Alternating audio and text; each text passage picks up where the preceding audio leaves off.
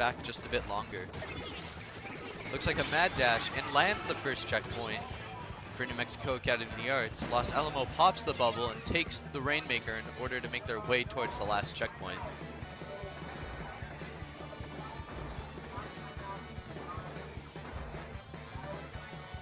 Looks like they're going to try and take the high ground route. A bit less risky, but a bit more time consuming. It's going to give them the chance to respawn here.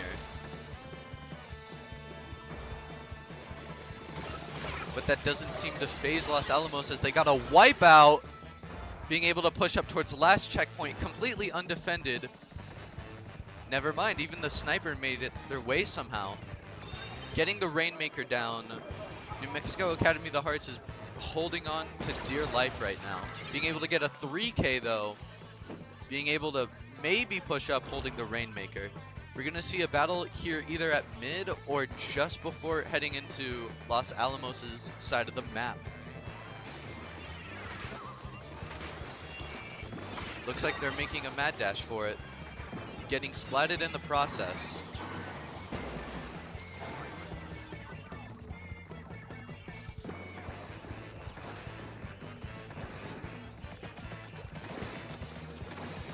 No one has grabbed the Rainmaker. It might reset down to the middle of the map here.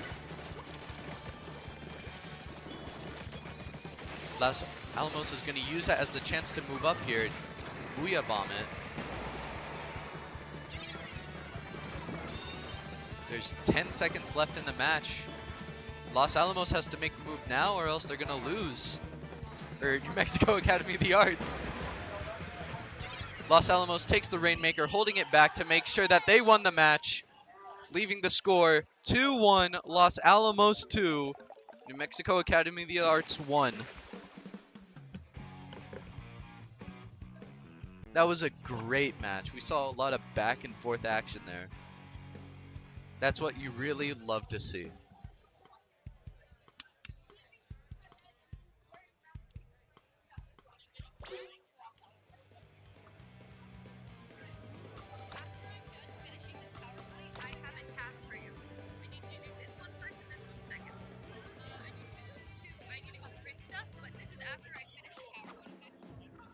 All right.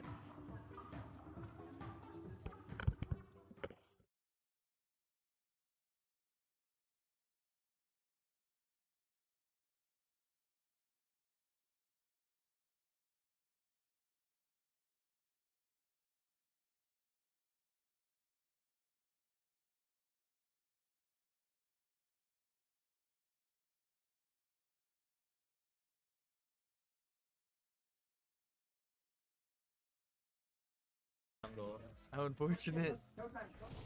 Extremely unfortunate.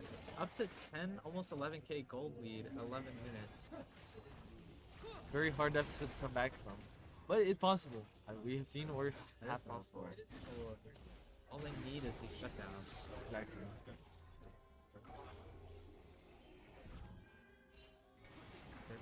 Most likely looking for a dive on his rally stall, yeah.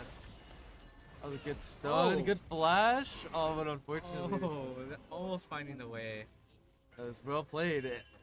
But a little bit unfortunate. But a little more damage, he wins that 100% of the time. It was a little sloppy the way tanking before the Nautilus. Yeah, exactly. Okay, well, we're going in 1v2 against Stefani and Nautilus. Oh, he gets the Getting done. Oh, and then the whole team collapses. It's very unfortunate. Yeah, Warwick seems to keep getting caught out here. The way the program is bullfitting set target the enemy. It's never worked. Yeah, so it's How does that work? so it's usually a button you have to hold. It's like Talon back bot lane, Just soaking up all the CS there. Before recalling and the gold Usually when they're sitting in his pocket. next to each other. It's mostly used for like when they're like Talon currently the most gold on hold the it map. and it'll auto Finished 2 items already. Nautilus just brings out his first item. Lock it. Completely finished for him. Talon with Axiom Arc and Yomu's Ghostblade coming out 2 items. for Talon, And and it looks like no items finished yet. okay, receive that. Okay. Oh, and Talon finds the one shot. Going for more on the Zyra. Ooh, Oh, Aurelion Soul might be able to get the shutdown. Talon is running though, and Aurelion Soul does not follow. He doesn't want to risk it. Oh. We don't really know where the Sejuani is at. Well, we know now where she's at. Looks like they're going for another dive. They're just diving non-stop. Hobbs team. One person. Why? They're safe nowhere on the map except in their base. Jacoby from NM. Looks like they're going for a Rift Herald off spawn. They have 3 on it and complete map control. Oh, we are getting Rifty here. I love the new update to Rifty's. Where did your sock go? Oh, I'm so sorry. Yeah, the new update for Rift Herald is cool. As well as Baron, I think the graphic design, I think there are still some characters that could use. Ooh, unfortunately, he wasn't able to get that off. Pike misses his R and Talon live. Like 20. 280, yeah. Oh. Oh no. This happened to us yesterday, guys. Okay, Oh, we're back. thank the Lord. Yesterday, our thing did like have the spectator mess up, and it was stuck in the same place the entire time. It would not move, no matter how many times we restarted.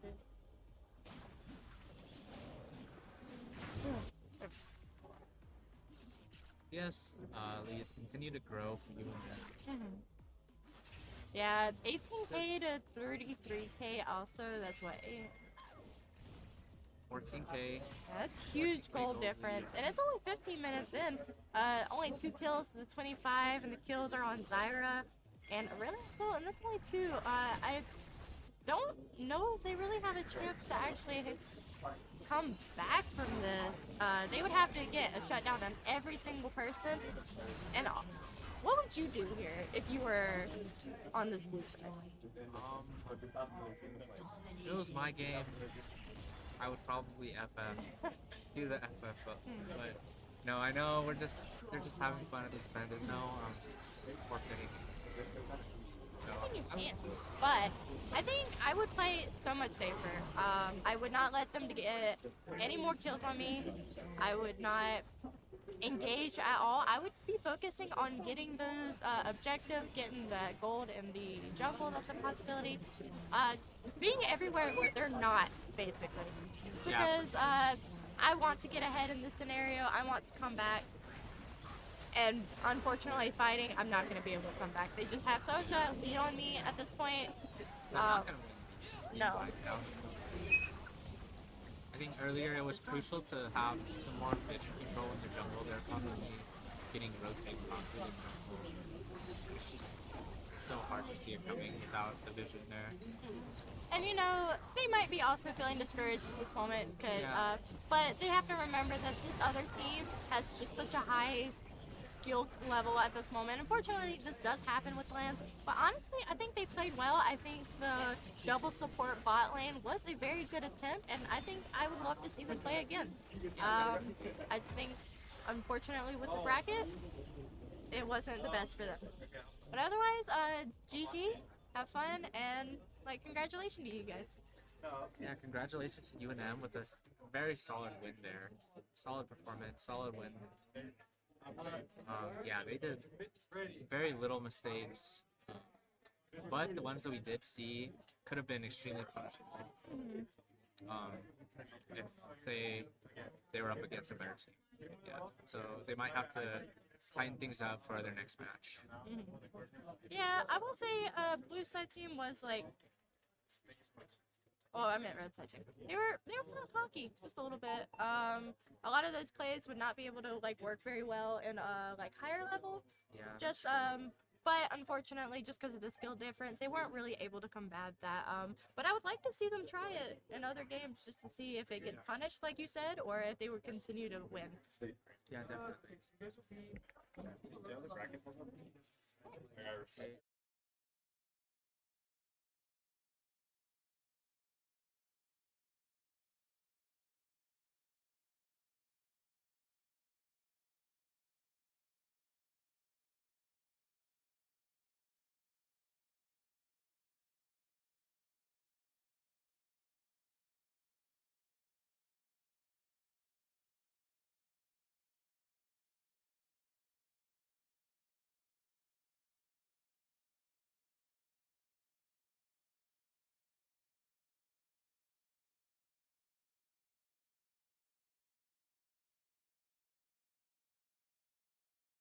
Jaden trying to go for a second right there. Fast shot towards Cobra.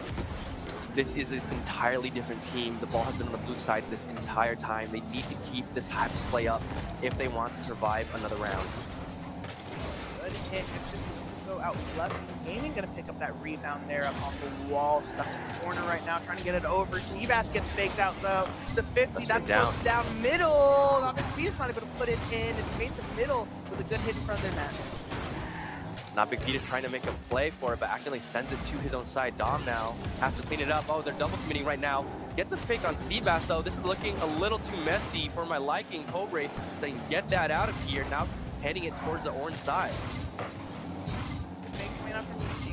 Middle still putting on that pressure right there. They have a little bit, but Beans Gaming intercepted that immediately, and that's an open net if they can put it in, and it is.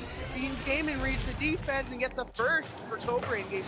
Yeah, again, this just goes back to what I was saying in between the matches. Just these whiffs are just absolutely killing Mesa.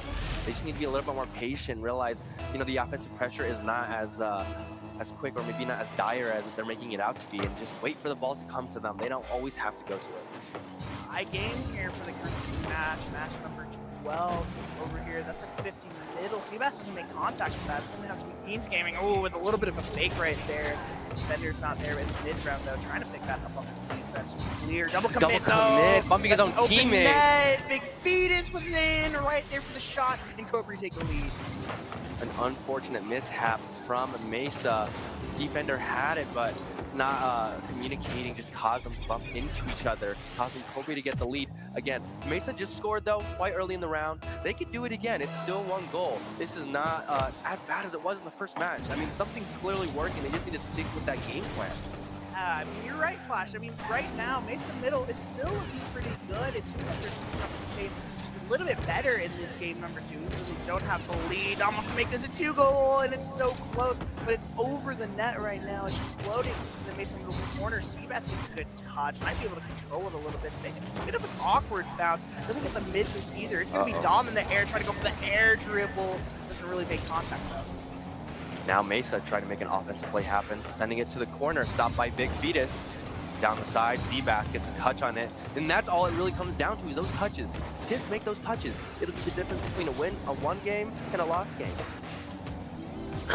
Right, now Seabass trying to get a good possession.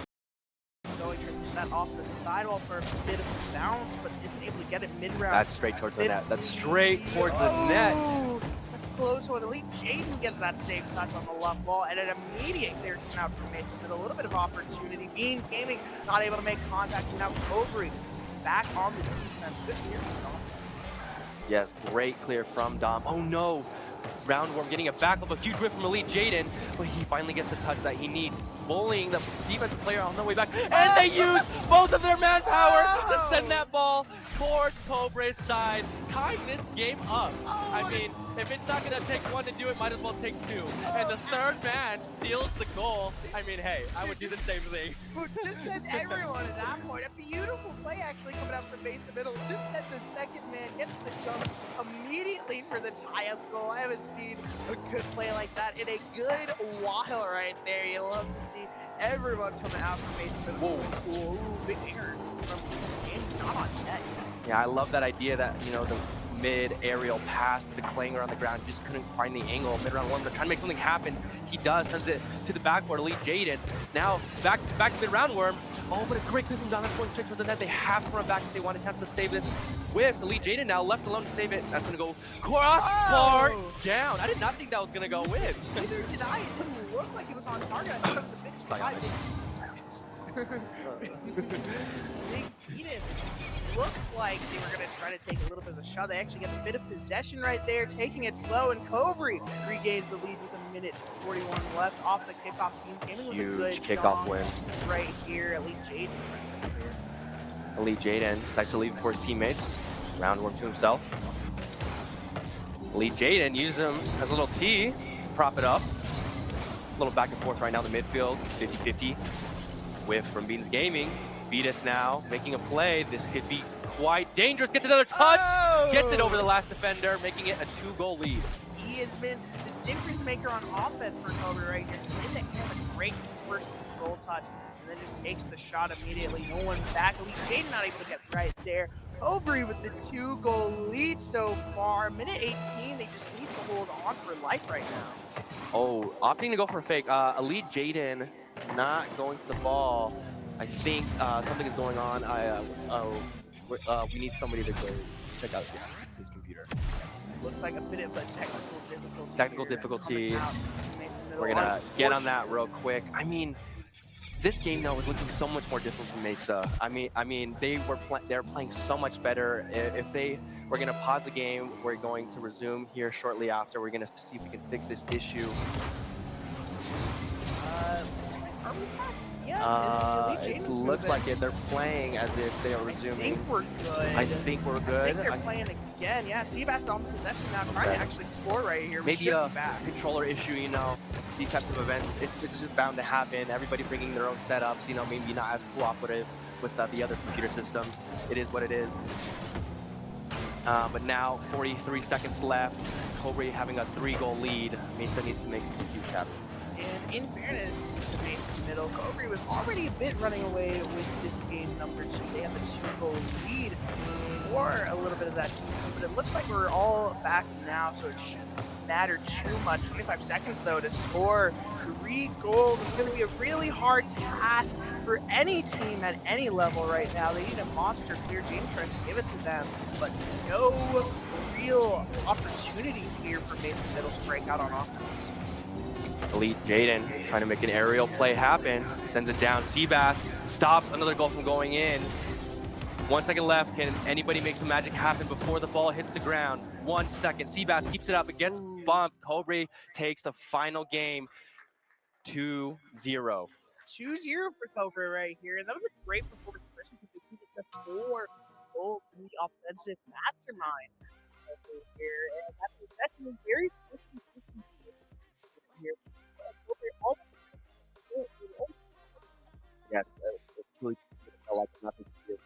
Being the MVP of the match, being there defensively, being there offensively, just being the man around the field, getting those crazy aerials too. I mean, he was the star of the show for sure. And it was a strong matchup. You know, Mason Middle started coming out swinging in that game too right there. You know, they got the instant goal off the kickoff, just reading up that possession, seeing that open net and taking it immediately, you know.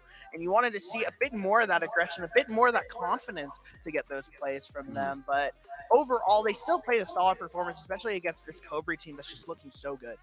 I completely agree, and I believe we should take a look at our schedule that we have coming up for these next matches. Right here, we have ECA going up against Las Cruces High for this next match, and then everything after that, people are going to start losing their tournament lives. But until then, we will see you guys right after this break.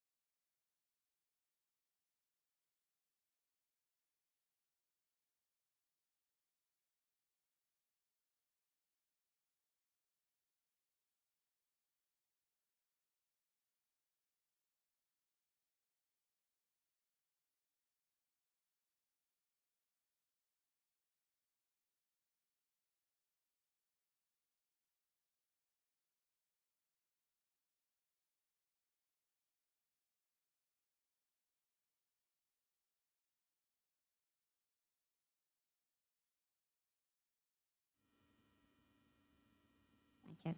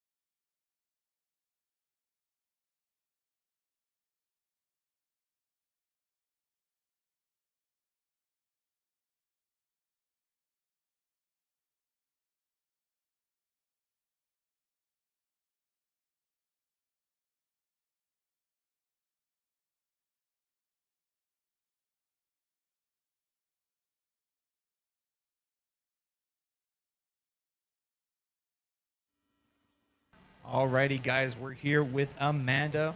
I'm Vic, by the way. Amanda, how are you today? Doing great. Amanda, you've been manning our merch stand. We have a bunch of really awesome 2024 Invitational exclusive merch, like this T-shirt right here. Only going to be available for the Invitational in both black and white. But Amanda, we're running low on supplies. Tell me more about it. So we are very low on the black shirts. We have plenty of the white shirts. We are running low on some of the invitational pins, but we have plenty of the horse pins. And we still have plenty of these awesome mouse pads. So if you want to get some cool stuff, including some awesome stickers done by our own artist here in the org, just stop by. Definitely. Make sure to stop by to the booths to be far left, or I guess technically right, of the ballroom to buy all your invitational merch. Only limited amount of merch for this whole tournament, so make sure to stop by, okay? Amanda, who are you excited to see win today for the invitational? I gotta be rooting for my Aggies, of course. Enough said. Back to you, Assassin.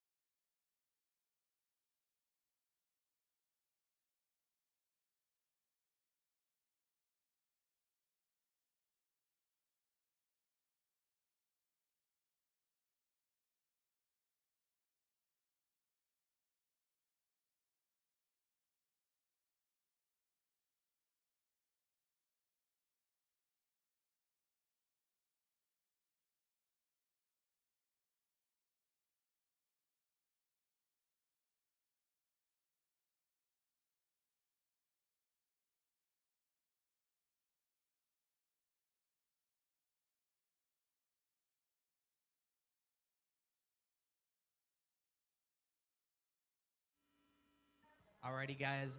I'm Vic. I'm here with Nick from Best Buy, one of our sponsors for this year's Invitational. Nick, how are you doing today? Doing good, and yourself? Doing absolutely phenomenal. Nick, talk to me a little bit more about the giveaways you're going to be doing for Best Buy for our tournament winners. Yeah, definitely. So we have that 32-inch monitor over there, Samsung gaming monitor. And all the MVPs of the team-based games are going to be entered to a chance to win. Single-player winners are going to be entered for a chance to win that as well. Definitely. So if you guys are playing team-based games, all of the standout players from all the champions will be entered into that giveaway. If you're by yourself, like Smash Singles, that's just going to be you. Nick, obviously it's Championship Sunday. We're going to have some winners today. Which schools are you kind of rooting for to win an invitation? Of course, I got to go for the Aggies, but Cobra is another big winner that I'm hoping to see today. Definitely. We saw Cobra just play some Rocket League, doing pretty well. We're hopefully going to see them bring home a championship. Thank you so much, Nick. Make sure to stop by to the Best Buy booth to learn more. It's going to be on the right-hand side towards the front of the stage.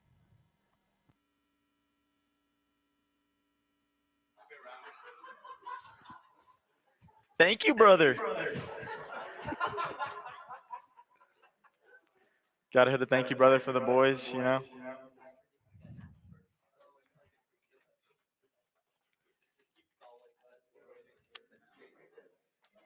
So this is like the end of the group stage, going into the single elim bracket. How are you feeling about that? I mean, it's pretty crazy, especially with best of 3 games. Anything can happen. You play bad a few games, you're out of the tournament. So these teams really got to show up and just play their best. It's gonna be pretty exciting. Yeah, it was a long day yesterday playing. Hopefully today more teams can show up. We'll see a good single elim bracket hopefully, and be a fun day of games. Yeah. I think they're just fixing some technical stuff on stage right now. Should be getting in pretty soon here.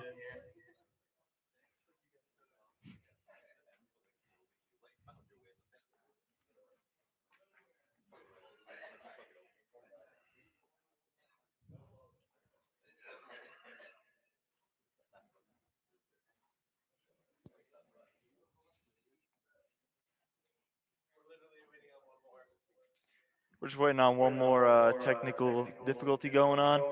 It's about to get in here in a few quick seconds.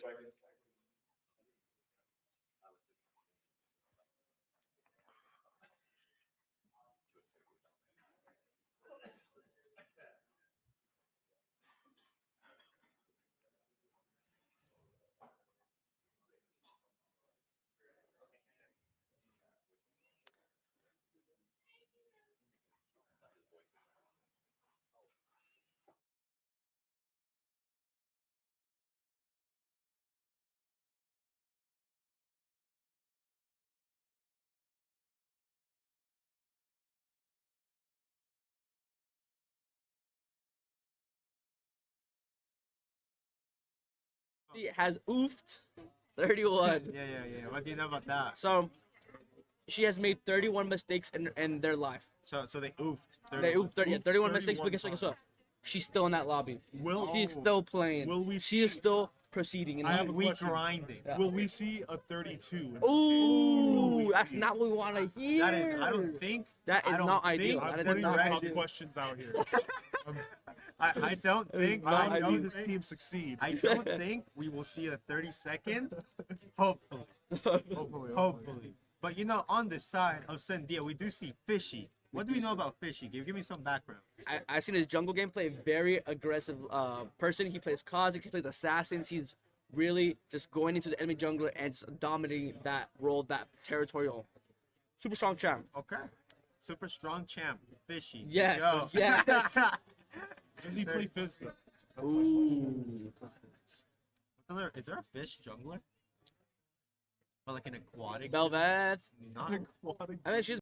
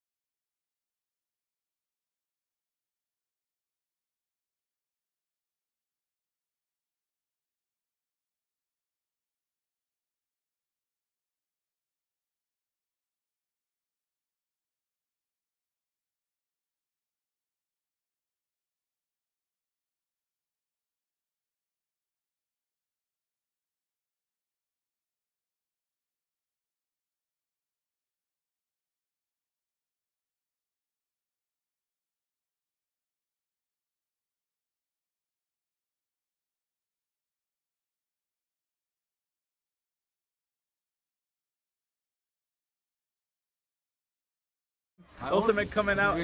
Flash away. Good flash. That could be Flash dangerous. goes from. Flash goes from Singed there. Yes, thank you. That was okay. That was a lot of investment for nothing there.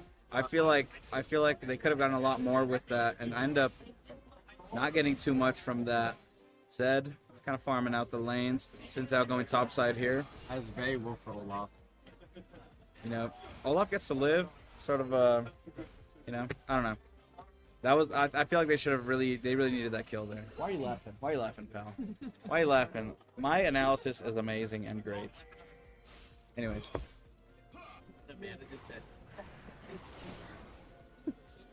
I am indeed casting League. Fighting for the control ward.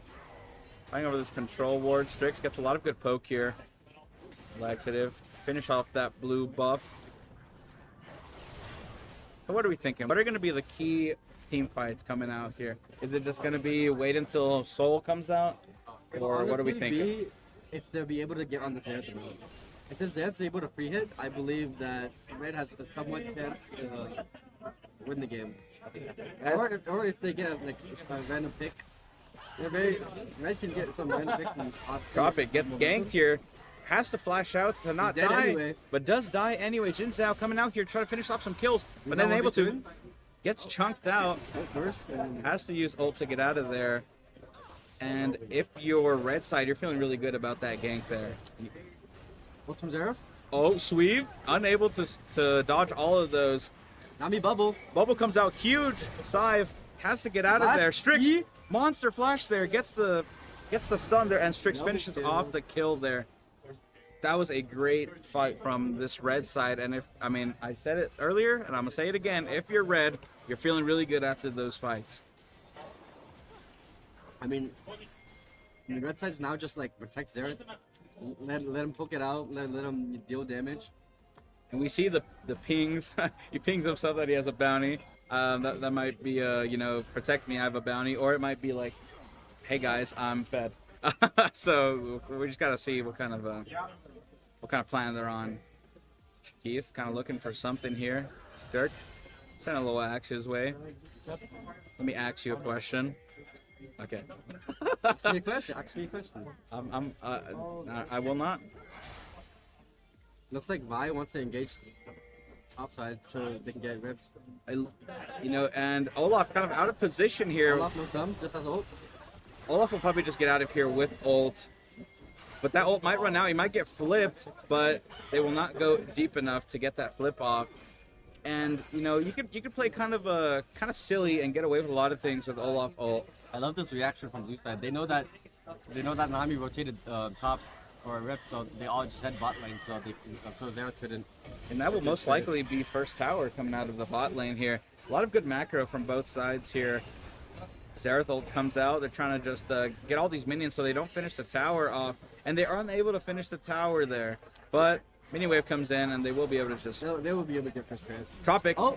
Ultimate comes out. Strix trying to make it out alive, but getting chunked too hard here. Strix ends up getting shut down. That is massive gold influx for blue team here. And they're actually, despite being down kills, up in money here. That's the power of shutdowns right there, folks. And Vi sending Shelly right into this tower here. And they're trying to by getting top turret. Of course, you know, you got to take turns here with your plays. Has to use ult to get out of there. Close quarters in a bad spot here, and he just gets caught out. Kind of a bad position there from Zed. He was greeding too much for the mid turret. He definitely was, and that will cost them in the long run. They're even now. Blue side up by about 900 gold here. That's very huge for the Drake fight coming up in 17. You know, I'm liking the gold distribution here from blue side. They seem really even, where a lot of the gold on red side is kind of stacked into this Zereth. Flip from Swain. A lot of damage coming out. Chakith ends up falling. Bandicoot trying to get out of here, but ends up falling as well. Bartholomew kind of gets a little too close to the sun and ends up blowing up. Nuclear bomb. Goodbye to red team. Bomba indeed. And that will allow blue team here to get one and maybe half turrets here. Tropic falling kind of low. Zereth popping the ultimate. but unable to finish that kill off. And Xin could have kind of gone in there. If I was Xin I would have sent that, and I would have died. But maybe these people are playing and not me for a reason, you know? Strix trying to get some damage in, trying to stop. Yeah, trying to stop this Olaf. I feel like Bandicoot wants to go in here with R, but Sredded can just do that. He's completely fine. Ooh, Bandicoot does end up using the ult there. If they had a little bit more patience, they could have waited out the ult and just R'd him right there, and that would have probably been a kill, I think. But popping ult when Olaf has his ult up is not much of a play, I believe. They saw that Red Side was all top lane trying to kill the Olaf, which didn't work, so now they're reacting by getting dragged. You know, great macro play here from blue side. They know what's going on. They know where the people are. They have a lot of good vision here, and they just end up taking the free Drake. And that's 2 Drakes to 1. Still not too close to solo fight here. So how are we looking for Red Side here? What is the game plan? What has to happen for Red Side to get back into this game? Red Side honestly just has to try to find a pick or just in team fight, just like Xerath as much as you can. Nami ult, Nami buy ult, kill for him. So Xin Zhao just jump on Xerath basically. Yeah, so basically if Lissandra gets a flash ult or if the jungler Xin Zhao come out and gets the Xerath, the team fight's over. I think as these team fights start to come out, we're gonna see a lot of that. We're gonna see a lot of flashes straight on the back line, just trying to get to those threats. And, you know, I think if Strix falls there, then Red loses a lot of damage there. You know, Singe not necessarily having a lot of damage here. 1 item, sure, but not much else other than that. You know, Vi has a little bit, but not too much. Zed. You know, I'm thinking if Xerath falls here, then Red is in a kind of a world of hurt. So they got to really defend Xerath here if they want to win these fights. Right now, I mean, besides just like pushing up from Red Side jungle, so they're trying to push them back so they can get vision over their jungle to prepare for a Baron. Pretty hard. Of course, you know, just out of getting vision, getting control of the map here. Baron will come up soon, but I do not think any team is sort of strong enough to take that on right now, unless they sort of 5 it. But then that kind of opens up a can of worms, you know, potential team fight that could go, you know, pretty bad pretty quickly. Right now there's nothing else, so they're all just farming, you know, waiting, you know, the calm before the storm. Yeah, a bit of a nice beach walk, sort of chilling. Nothing much going on. Straight to Dirk. Axes to keep the question. I'm sorry, I can't stop. It's the axe puns are too good. Red side grouping up here, sort of mobbing up, and then they split up. Never mind. Drake's just sort of clearing out these wards here. Red side sort of grouping up this top side. Might they be looking for a Baron play here? What are we thinking? I believe that these sides should generally play more top side instead of bot side. I don't know why their junglers, you know, on bot side when Baron is up, especially when the team's hovering around Baron. Interesting positioning here from Xin Zhao, sort of killing in bot side, but is backing. I feel like they want to set up this Baron, and Red is sort of maybe catching up to that. Blue side has to sort of leave because, I feel Xin Zhao was just out of position there. I believe they 100% could have done Baron. I do too.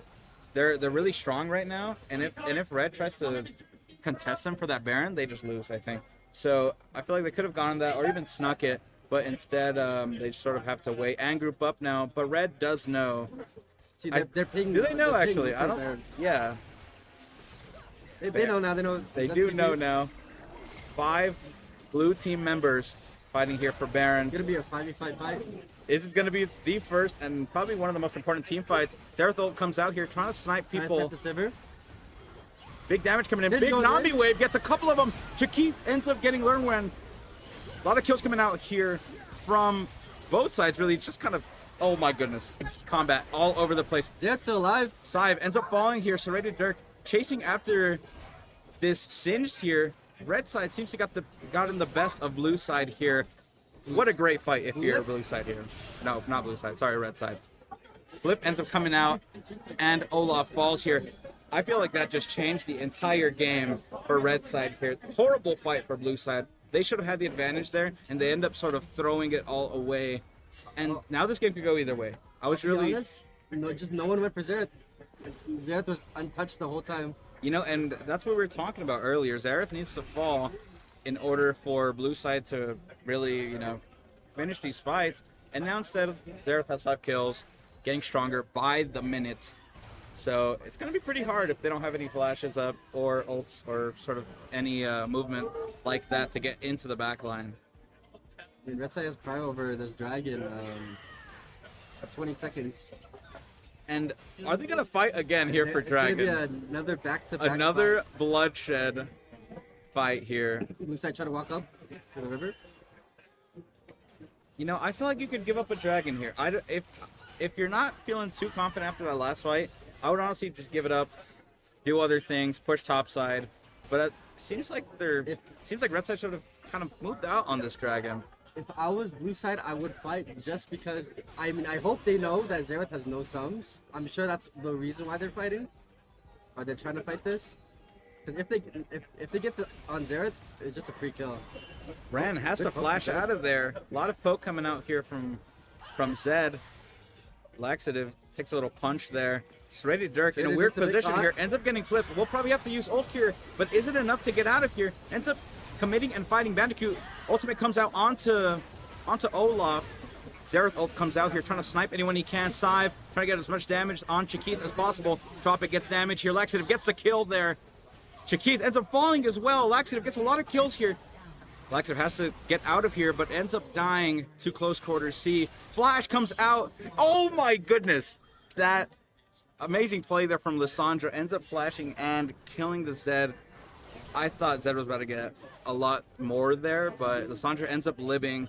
Sort of gives a little more hope to blue side here. But still, another great fight from Red. And I feel like those fights like that are just, they turn the game so aggressively. What are your thoughts on this game? What are your thoughts on this game? He's silent. Silent? He's mewing. He's mewing us right now. He's mogging. So, you know, all of a sudden blue side here is feeling not too great. It's still even-ish game, but when you're in a position of power and you kind of, now you're down 2 kills, now you're down a ton of gold, you got to be a lot more careful with your fights. You got to sort of just, you know, if you keep losing fights like that, the game will get out of your hands. So Hextech up here. It is technically still an even game just because of how, you know, they relatively have the same amount of gold. Right. Looks like Red Side straight up just going for the drag. I feel like blue has to get something here. Olaf kind of trying to get that top tower, but overall, just giving it. I feel like they are just giving it. And I mean, if you're they might fight the after fight though.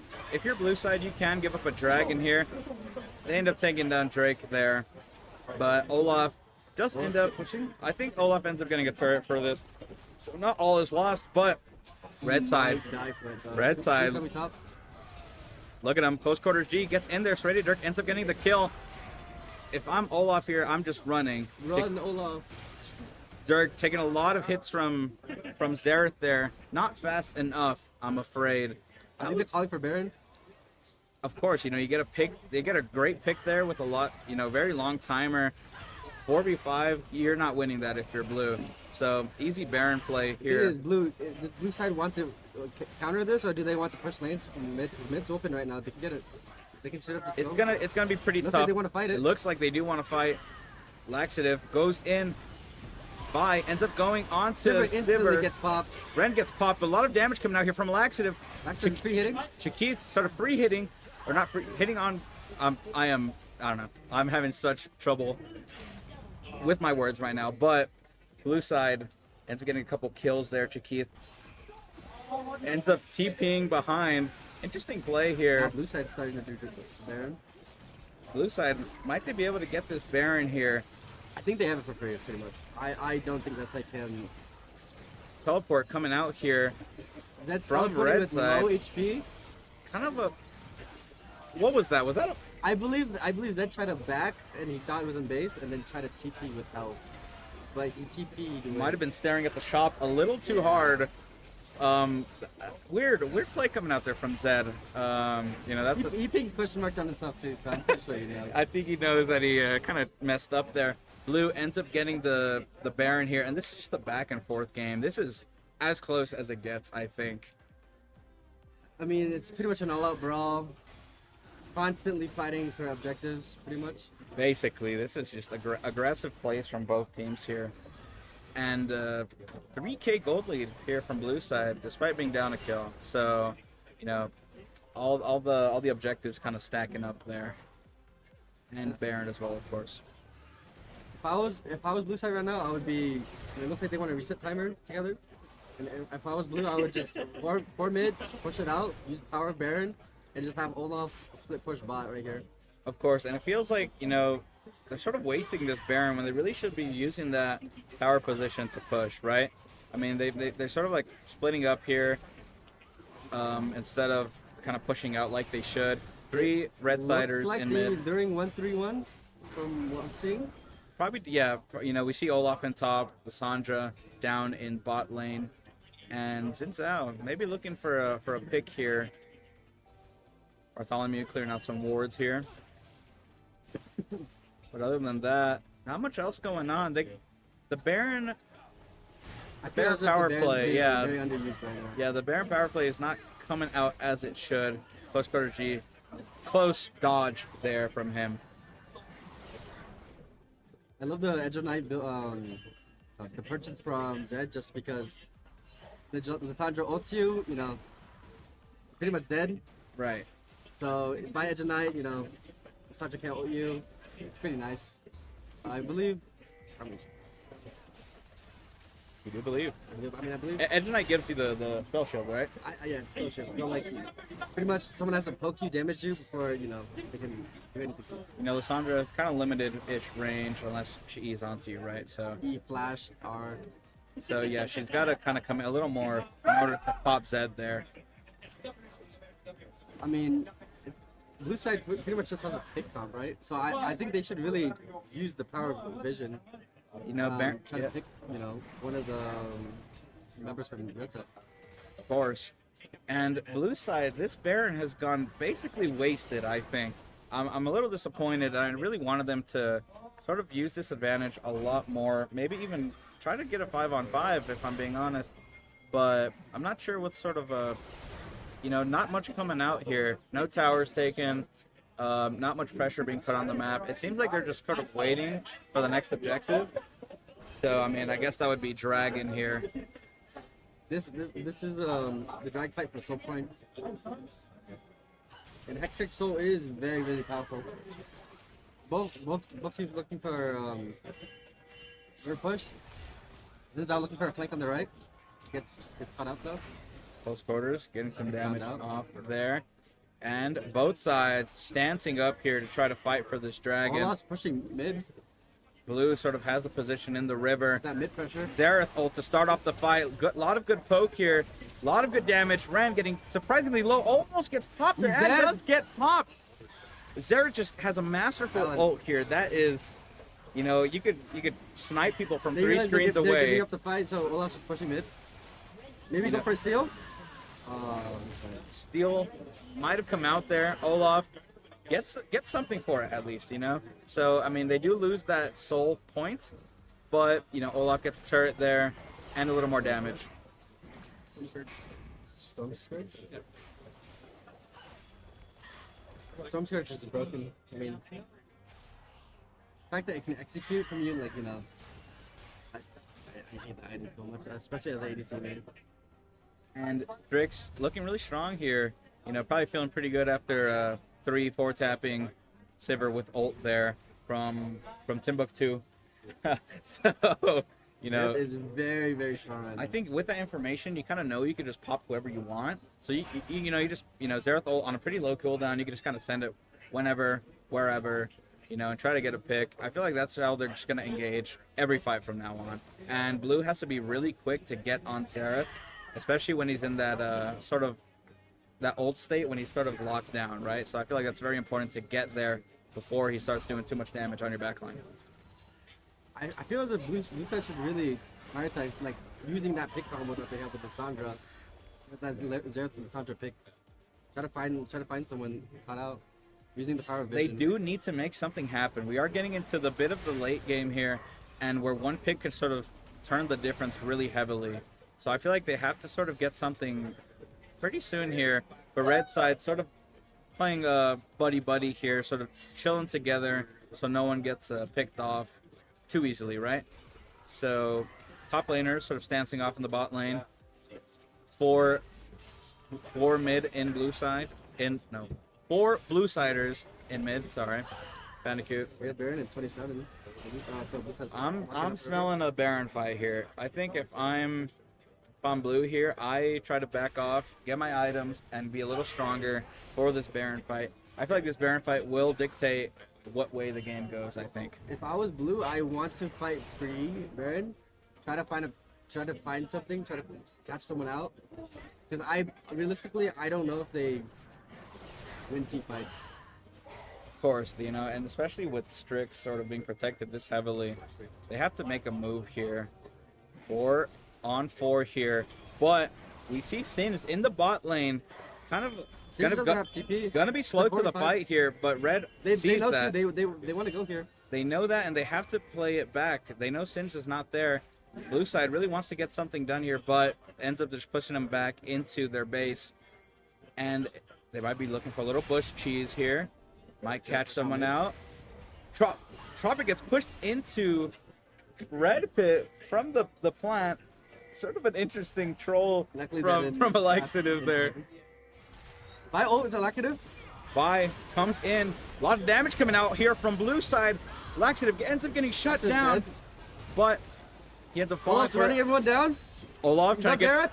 Okay, Olaf gets a Zareth pick.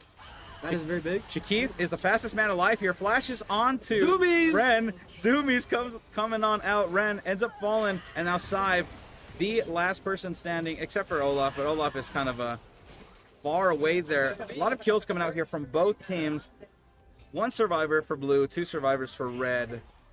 And if you're red side here, great fight right there. They can't quite do Baron, but you know they got a lot of gold there. Honestly, a lot of shutdowns coming out from both sides, so the money is sort of even still. You know, kind of a bad fight, I'd say, from both sides. You really want to win with more people up there, I'd say. But I believe that. I mean, I don't know how Olaf got to there. I'm guessing he just ran at him straight up. You know, and that's kind of like the win con there. They have to just sort of sprint at Zareth if they want to get anything done.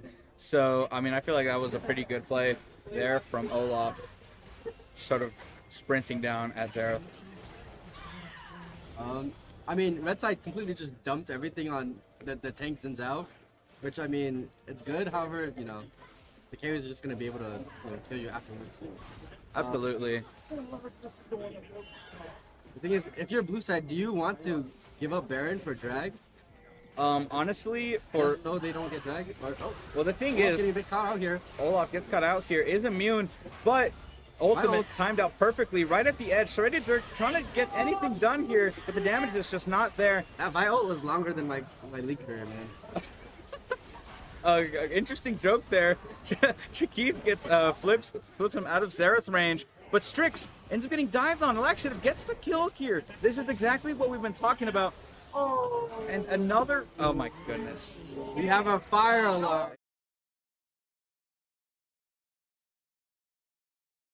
He is good at like zone breaking.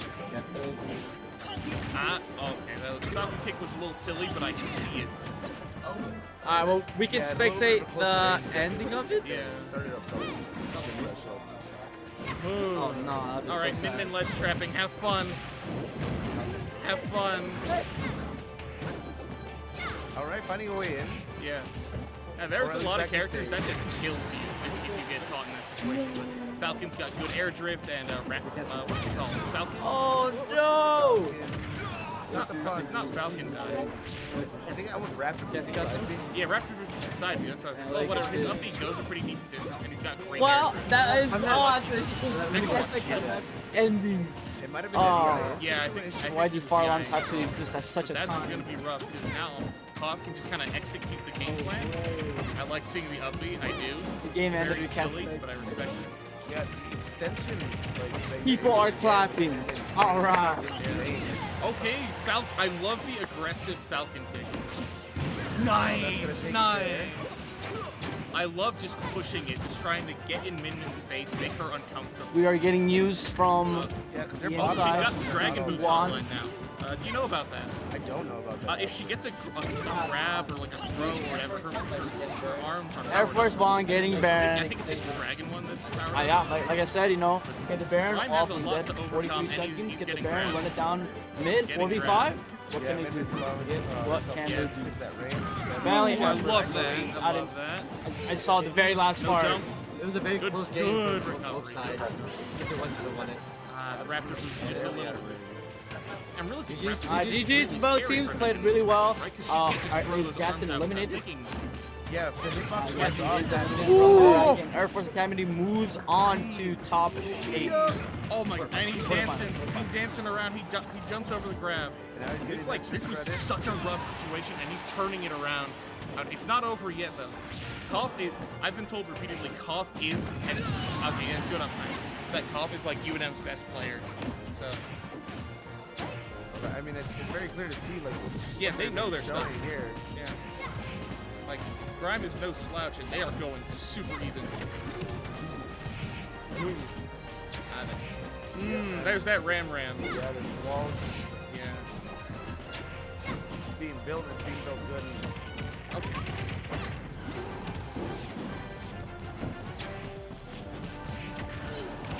Okay. Oh man, it's really hard dealing with the wall she's putting out. Yeah, it's insane pressure, and Yeah, that's it. Yeah, no jump, he's gone. although Grimes playing great defensively, it's just so many can't options get in. coming out from Koff. It's really hard to get in. Look at me get there. Those openings just aren't as clear, and they're really hard to react to with this character. And with the amount of like timing that you can mix up, being able to throw out both arms, whichever arms you want. That's the thing, she never really has to commit to anything, like in the neutral. Yeah, she could just be walking around on the Yeah. other side of the stage and still be pestering you. Yeah. What's it? Violet? Yo, Grime, Violet? Heavy thoughts going into this next character. I don't think he's choice. going Violet. Minmin is, Boston talks about it all the time, Minmin is one of the absolute worst matchups. No, this movement speed alone is going to make that a lot harder to work around. Yeah, no, he's just going Falcon. Because like the Falcon was doing work. I think he let himself lose the lead.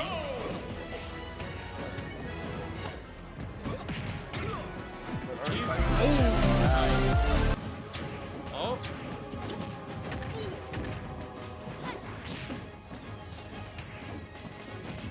I like the patience on ledge. He knows that like he'll be able to react to Minmin if she starts charging anything. Oh. Koff going for the down. I respect it. I do. But like if I'm Grime, I'm playing lame. I'm playing lame as hell. Incredibly. I mean, you have this whole stock lead right now. Yeah, within the first 30 seconds of the match, you kind of don't want to approach. Well, I don't think he's been given a choice. Like Minmin's approach range compared to like everyone else's is insane.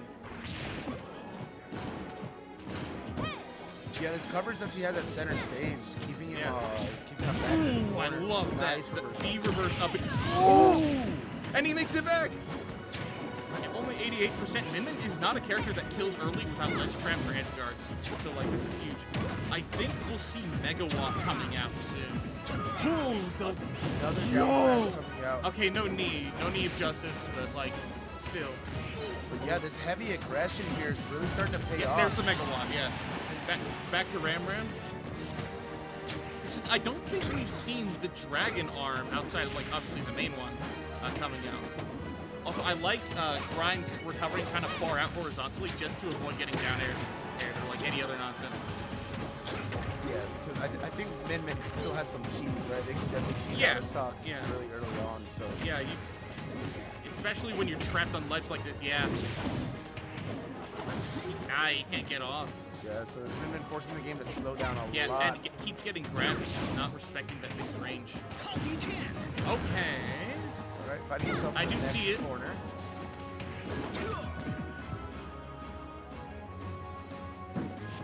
Yeah. Oh, it would have been cool. I think like against Minmin, you can usually expect them. Oh, he makes it back too, because I think against Minmin, you can okay, yeah, you can usually expect them to take defensive options. That's just the kind of psychology the character encourages. It's gonna be it for that. But Koff really bringing this back. This is. I wonder if Grime is going into hard. Oh, never mind, There Nick. it is. Nice. Just I hard love enough. Falcon Nair 1 stuff. It's so cool. That was Like Nair 1 War Bear, really nice. Yeah, no, Grime really turned up the heat on this round. Yeah, a that lot. But like he nearly lost it. I think Koff was definitely starting to turn that around. Yeah, he took that momentum of that first SD and made that Took second a- stop. He left town open. Oh, yeah. Why did he leave town open? This. Alright, I'm gonna trust the process.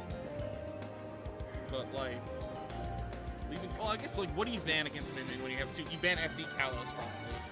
So like that leaves town no Definitely matter FD. what. FD's the freest. Maybe ban you could there. justify like Kalos because you kill way earlier than she ever will. I can see that, but Animal Crossing is still. Yeah, scary in it's general. one of those things where like you're not going to be able to block them from every stage they want. So you're like you got to weigh your options based on like what do you feel comfortable with and what are their characters good at. Yeah, what chances do you feel like? Like And we'll see how this plays out. Town is a hard sell because she does like killing off the side. It's a lot easier for her. And she loves having all this space to play around. Like, look, she's controlling half the stage right now. Yeah, those platforms so close to the ledge too. It's gonna be scary having your back already so far to the end of the stage, and knowing that there's a little bit more extension that she can play on there. Ooh, very nice. Oh, didn't go for anything. I thought for sure he'd go for like another nair or something when they were both floating there. Okay, he's dodged. He's going around the grab. That's good. He's not getting as much. I like the roll in. I do. Did an aggressive, but like Koff is ready for it. Koff is adjusting to this aggression. There's that grab. There you go. Dragon Boost or not, I think that was going to be killing. Yeah, That's a probably. perfect example of how scary those platforms are going to be. Yeah. Against Min Min. Speaking of, oh yeah. Dash attack clank. That was weird. Okay. Not quite though. Nice. Going deep off the side for that edge guard. He's like, I gotta get this now. I can't let Koff get any more free percent. He was a really confident read and it paid off. I mean, he's going to be able to like attempt to build. Min Min's recovery goes pretty far, but it's linear, you know? Yeah, he's leveled out the ground now. It's a yeah, this even playing field. is a tight set.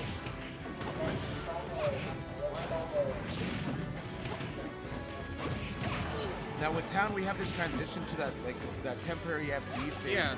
What advantage do you think either player is going to be going once that stage transforms? I think it's interesting.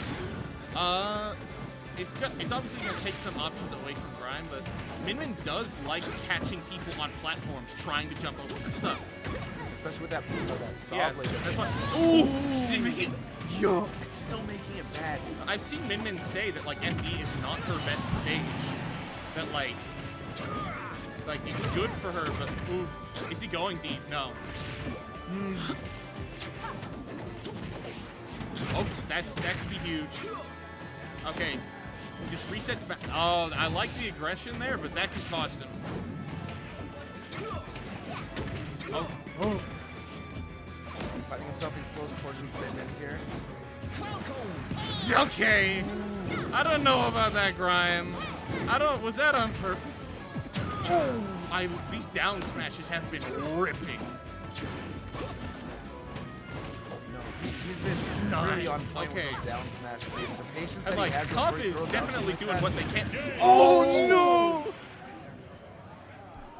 Up me off the tech. Oh, you can't get tech checked. It's 2024.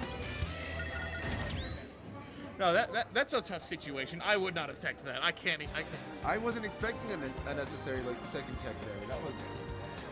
Yeah, nobody's ready to tech twice like that. Nobody.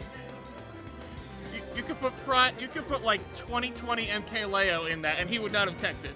It's like nah. No, Grime knows how to put people in a very precarious Yeah. situation, making them double think what they're gonna have to do next. What? 2019. Well, it's because I'm thinking like, you know, Frostbite, like right at the start of 2020 when Leo was still dominant. Like, 2019 Leo was crazy. Oh, this has been a good set so far. We see Koff very confident, and they're very good at their defensive options. Really knows what they're doing, and but Grime is just, he's got it. He knows how to game and watch. I knew game and watch was tough. I knew game and watch had really were going Falcon. Okay. All right, so this character switch, and then on PS2 as well. Yeah, does Game & Watch like PS2? I have no idea. I know, Game & Watch is such a wacky character. They seem like they shouldn't be good, but they're actually insane. Like frame data is kind of crazy. Yeah, the frame data is absolutely nuts. And we're seeing the air raid over here. Oh, I love, like, the land shield, just to call out the... Ooh, 3? Oh. Chef? No chef. Nair, though. And that's going to be like 30%, right? Oh. Yeah, there's another insane Game & Watch. Nice, nice. Okay, I don't know about that one, dog. Yeah. He's gonna punish him for that. The 9, yo. Yeah, I think he's getting a little. She's still in Min mode. Like against Min, you can do that. You can kind of do that. She's not. Her actual offstage edge guarding isn't astounding, right? Yeah, but the way Game & Watch can just slip by you so fast, you don't want to be trading positions like that. That reversal's gonna be coming at you like a truck. Yeah, and Game & Watch can make it back from the depths of hell. So he's crawling his back, but 70%. Oh, what? There's no jump, maybe? Drifting away? I don't know. Give him the beat, boys, and free muscle. Oh, okay, he's gone. He got clipped by one hit of back air, and it's like, all right, I've had enough. I've seen it all. Okay, I like the Raptor boost, actually. Yeah, like, opting to go back to stage so he can continue his aggression once but you can also, the thing is, I think that could have also been an air dodge read. Because if they got hit by the spike, yeah, would have been done with that style. Yeah. Nair time. Nair cutscene. Nair cuts 50, 60. Yeah, no, this Game & Watch was a really good pick so far. Yeah, no, Game & Watch is a rough matchup with Falcon, but I guess Grime was feeling hot with it. He's like, all right, nah, I got this. I do think the difference between these two is that, like, Min, while having that range that Falcon's gonna have to play around, has so much more head lag. Yeah, and if you get in her face, she is significantly weaker, but Game & Watch excels in CQC. Yeah, and we see that despite that lack of range, he's still using the... That's it, right? Oh, he makes almost. Using the ends of those hitboxes to continue to pressure Grime, not letting him back on stage. There's that, okay. God, frame 3, that up is crazy, man. Oh! Yeah! What a read! Oh my god! Grimes with the crazy read on that drift back. That was grimy! Oh my god! Yo! Not ending coming at all. Yo! What an insane play! He's like, I'll gamble. All right, and hold on. So Grimes gonna be spiking his opponent into the losers bracket now. Wow. So like, it's game 4.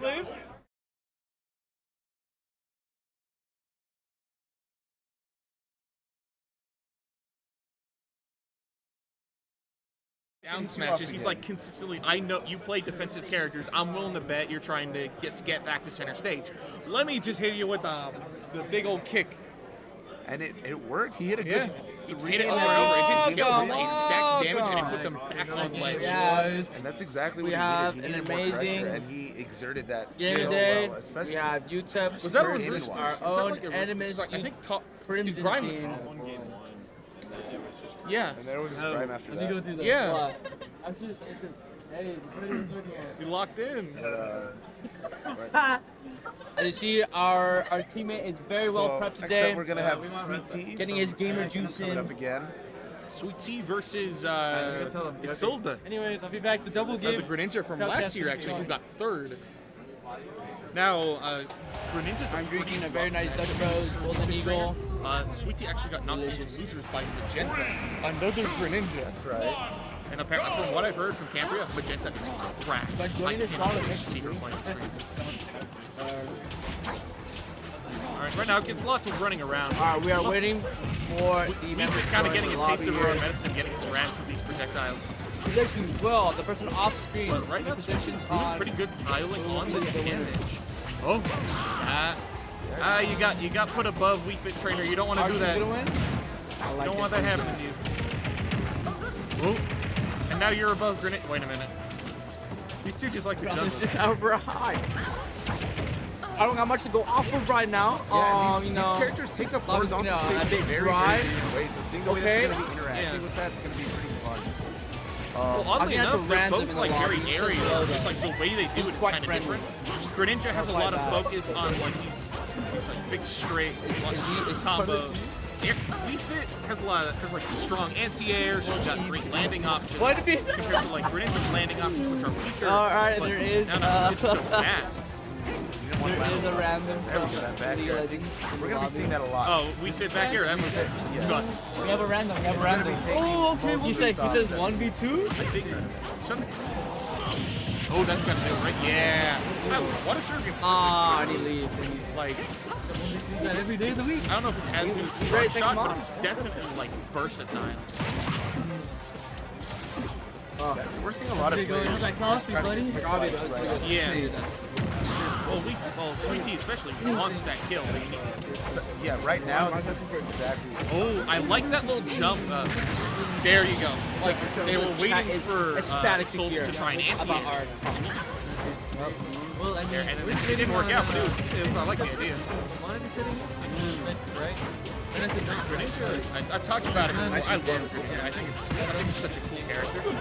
After watching somebody's game last year, I remember I just need to play this character. I love it. Yeah. They made it look so cool. I wanted it so bad. Yeah, I love they're very precise. Very stylish. There's a great emphasis on like having have good.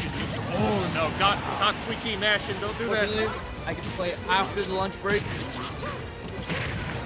Quite a while. And Greninja's also kind of a big knowledge check. Full on our tummies? You know, understanding like what. It's not a super common character, right? You need to know like what is Alan, Smack, you joining us for the cast? They're not usually landing in here. Ready to Raider. They're trying to like get you to a confirmed percent. Yeah, and then pop you up into the air and then knock you off with the air. Okay. Yeah, those moves are incredibly strong. The startup on them might make it a little bit harder for like newer players to latch onto them. Yeah. But once you start learning the timing on that, it's yeah, so good to Greninja's hit. forward air is great. It's you were talking about it's slow, but man, it's mean. No, it's just one of those ones you have to learn. It's gonna hit late. And once you get But it's that, also like that's a sizable disjoint there. That sticks out like a good length in front of me. That's a nice edge guard with the bear. Super early real prediction. patient edge. I love watching Greninja go in and out, just like weaving. Will said, we take it. And if you are taking it, Will's gone. Wait, he said. Well, I think what I want to come say in, is give us the player spot. I want to see. How's the game gonna go, huh? How's the game gonna go? Maybe more defensive. I'm gonna Because like you can't really. He is ready. Oh, I forgot. He is playing in, yes. Damage, but Where is he going? You're The gonna player be is leaving the computer. The player is leaving the so room. fast Not you here go to in and play out of this your game. range. Here's my other player. Hey, Freddy, prediction. Player prediction. I mean, that's being able to cover the airspace is like really what makes it great. You can do that fastball with you and start covering your landings. Pop you up into those even scarier situations. Yeah. Hey yo, you took Greninja and FD. Yes, this is a really interesting pick. Oh no. Oh nice. And damage. Okay. Yeah, that's I respect it. I saw they're taking a really quick lead here at the beginning. It seems like Steve might be getting a little bit flustered. Not too bad though. If you look at the actual percent, like 30% Half of the game, it's really exciting right now. It's really exciting. I also noticed we're not catching this game. Didn't start. You know, it's like, yeah, I'm not gonna get right Yo, right I think away. they're about a team fight. I think they're about a team fight. Huh? Tango going against leader and Cars. Trade for one. Oh, dang. It's that. Yeah, it's Hold on. A TP coming in from Darlene. That's basically what He's in the fight. He's in the fight. No, she's not. There's almost never a target. Nice. That's a big reversal. That's a big. Tell us your predictions. Sweetie does need that little bit of momentum shift. I mean, once deep breathing's online, this game can Oh, really. Oh yeah, one combo, but Isolde does not seem interested in giving that. I'm not even playing. Isolde? I'm getting asked to 1v1. Sadly, Yeah, no space to read, no space for reading the rules. This is where we're going back through the camera. we can kind of have some trouble. Is like characters who can get in her face and like aren't scared of her zoning. What? This damage is evening up quick. NM State Esports, sure. Ooh, never mind. Yeah, they don't think we're gonna be. Shave your head. Fresh out of fresh perm. Gone.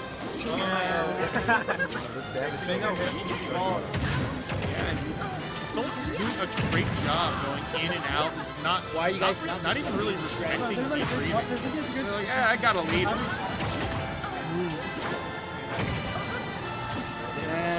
Damn. So okay, he plays to lose. He plays to lose. Okay. Very nice. This is not insurmountable. Wii Fit is no stranger to taking stocks. Oh well. Neither sold it. They got 12-18. That. So what is that? That's dash attack up smash? Down tilt. Down tilt, he does like a little swipe dash attack. He's like, he sticks the leg out. All right, hold on. Let me do some. We need to think the text. Yeah, no, that kill confirm is good. Yeah, it's nasty. These stocks. Hey, V. Definitely back against the wall. I wonder if we see the fox coming. I'm trying to tell you. On Bastion? I don't think so. Is Bastion good for Greninja? Hey, no, it is? Alright. Alex, we have. I want that first now. You want that first now? I'm trying to think like what Isolde is banning that like Sweetie can't get this in. I'm thinking like Smashville probably because that middle platform's pretty high. Maybe Town and City because of the high ceiling. So like personally, I'd probably think PS2. Those really high platforms make it hard for Greninja. Number one. We're number one. The up smash confirms because that move doesn't work. Oh, it's just out of range for it. Hey, it's like something to do with like the platform and the way that you interact. But it's why you don't take Greninja to Final Destination. And why you don't take it here. We'll be back once the lobbies are made. It takes quite a little while here. On like PS2 makes the move really inconsistent. Yeah, so Sweetie not finding any percent off of that first getting a little they're getting there. We're getting there. There's a lot of pressure coming. Yeah.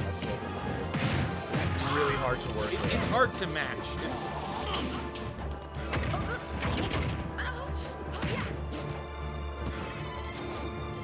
I like the stalling off stage. Just putting yourself in a range where your soul doesn't feel comfortable going out to you. At the same time. Oh no. That's nasty. That drag down. Oh, Isolde's edge guarding is really hard to get around. He lives. I wonder if. God, and Greninja gets to go that deep, and then Hydro Pump just doesn't get back to the stage immediately for a ledge trap. So and the way that it can work as a deterrent. Yeah, it's a and he really pushes you back. Like there are some characters where they get hit by that. And it's like, oh well, I tried. Oh no. Oh no. Okay, we're good. We're good. The multifunctionality of that move helps in Greninja's kit so much.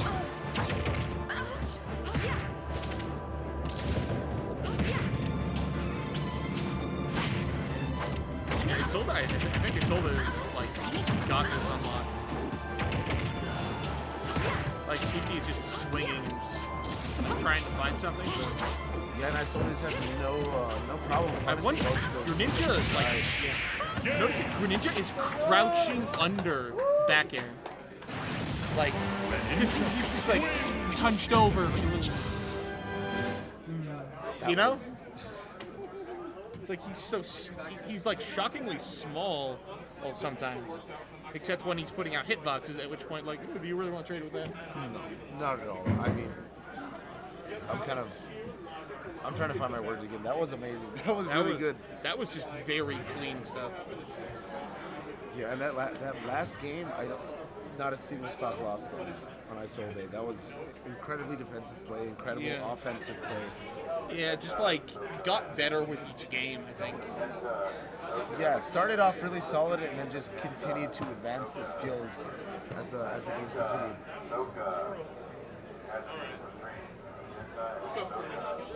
Scuff bracket, honestly. Double Greninja Elam is crazy. Oh yeah, that's rough. Yo, do you have anything to say to the people? All right. No, okay. So, speaking of Magenta, we have another Greninja coming up. Let's go. It's Magenta and who? Soka. Soka? Oh. Yeah, you guys can run your cruise.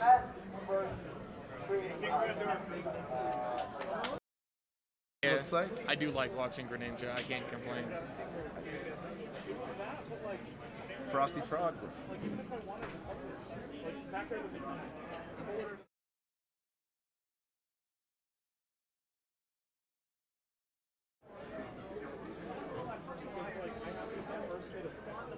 I kind of want to study more of that matchup too. It makes them as difficult as I mean, they're really he's slippery. actually talking about it right now. It's like Greninja crouches under a lot of weakness, aerials, tilts, and stuff. And we're back. Teams have made up their minds. Yeah, they know what to low grab. They know profiling's what to like a play. really So big let's see what they're going to plan on doing. Yeah. My gosh, Characters the that are glass just is too back small, on. difficult. It's back. Just getting Ready to validated analyze how much you this can. game at 180p. I feel like that happens for a lot of characters. Israel, Yeah, man. low profile. You have ever It's considered insane. Pikachu pancaking? I believe. I saw Pikachu. There's like that famous image of Pikachu like squashing under Roy's chest. You've seen that, right? You took a little different roles, or We got on different roles. Okay. Here it's Scarlet Man. Scarlet's kind of nuts. Still a very insane little slot to play yourself into. I agree. It's not much of a carry, but more of just I was looking more forward to I was like, hover that's good all around the entire map. I was looking for you because I saw your mom and I was like, where's the guy? Yeah. Kind of crazy. That came out Oriana. Now we got Lucas versus Greninja. I'm surprised there's no Nico fan coming out. I really like it. Yeah, you used to play with. I did. See, Yeah. even Totally not Nico, biased. what's his game? I think he can be a lot of fun. Yeah, he's a fun character. I'm gonna guess it's a mid lane. Up smash, down smash, over ledge is something. But I love it. That could be mid or support. Mid or support. I think it's incredibly fun to play. I like seeing PK.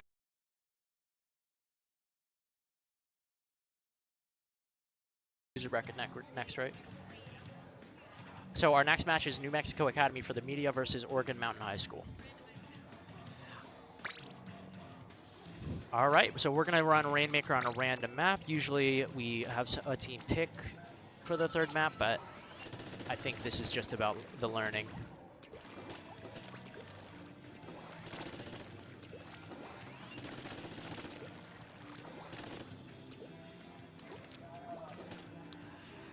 So yeah, I mean, I think Santa Teresa has got to know,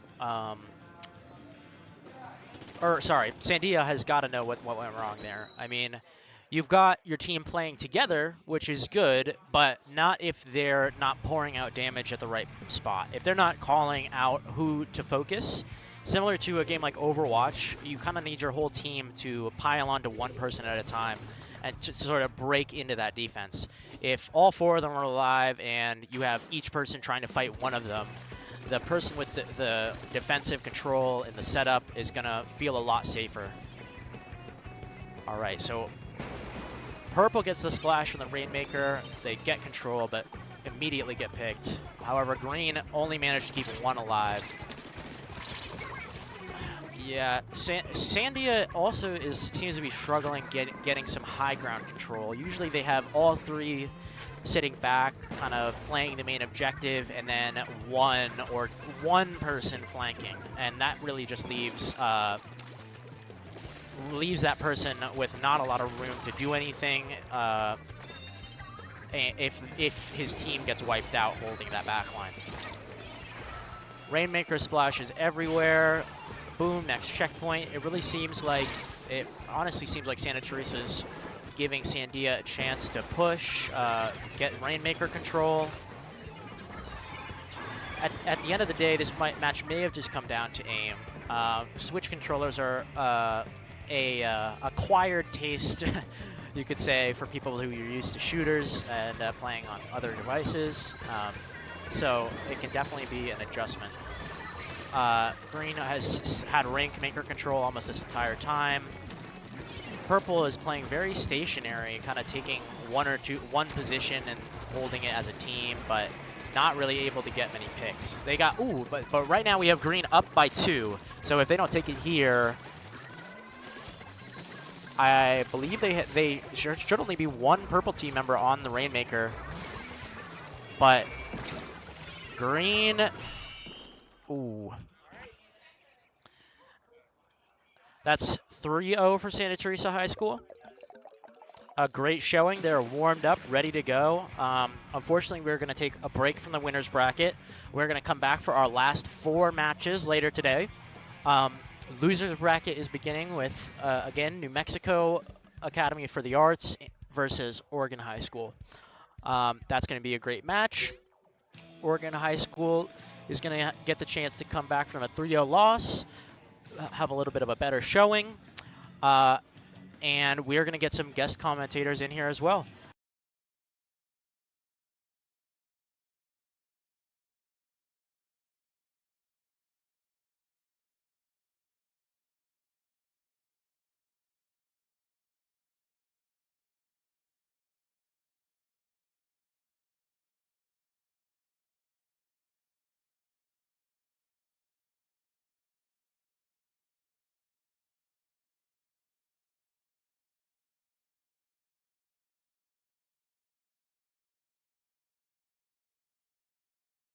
Soka doing a lot better this stop.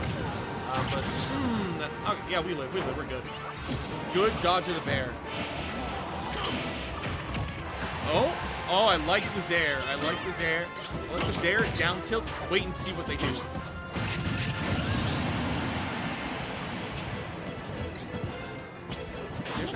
She's kind of running away with it. Well, I shouldn't say anything. It's game 1, you know? There, yeah, you see remember what I was talking about? Greninja is fast enough to get to center stage and punish that. It's not a huge punish, but you know, percent is percent, especially with a lead like this. But still, you want that for relief, and Greninja's not going to give that to you. Yeah. Soka does finally take the stock. Comeback? Very possible. Comeback? There's that Nair. But with Magenta's defensive options, I mean, it's really hard to get these openings. No, Greninja as a character doesn't necessarily have great defensive options, but like, he's fast. He can just go in and out. Oh, yo, Shadow Stick. Oh no. Oh, yo. Yeah, that water guy's something that's so weird. Such a weird. That move causes so much weird interaction. Well, not only that, just having that second double jump. Both Ness and Lucas have that one where it's just a lot extra floatier. Freeze it. Yep. Oh, and it's taking this. I don't think she was ready. She was only at 95. She might have been able to match out of that. Oh, whatever. Soka is poised to maybe make a comeback. I get to talk about this again because I talked about it with Boston, but something that's interesting about platform fighters that's traditional is that, like, you can live forever as long as your opponent just doesn't find one of their kill options. Yeah, chip damage isn't really like something. Chip damage matters, but you're not going to win by chipping someone out. You need to find your hit. Yeah, chip is not a win condition. Yeah. Well, that's not chip, though. Still, Soka was really bringing that back. I think we'll have a good set on our hands.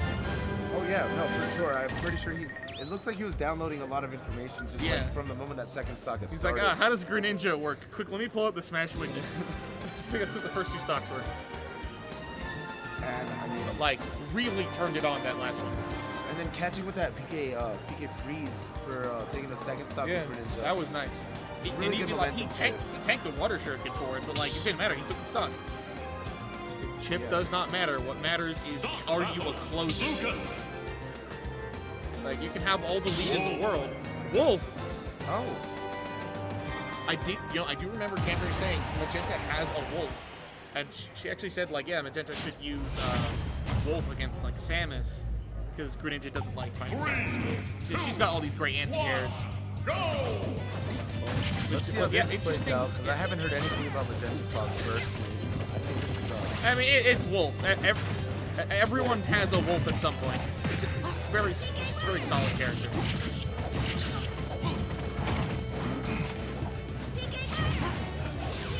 But like, this is also gonna be a bit less wacky, I think, for Soka. Probably a more familiar matchup. So I'm curious to see like, Magenta is just like keeping Greninja in the pocket in case like things get rough and you want to bring out the matchup champion.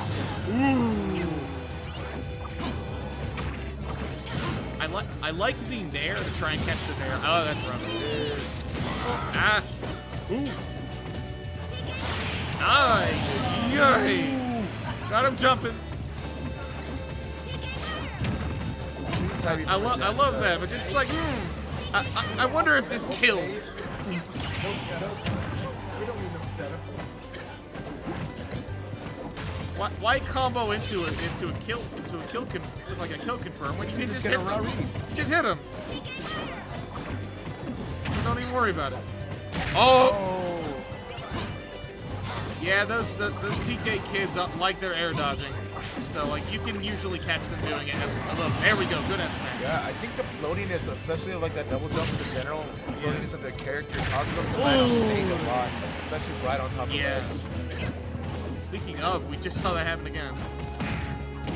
Yeah, up tilt, that's what I was thinking of, that thing like anti. Like Magenta really going in with the wall.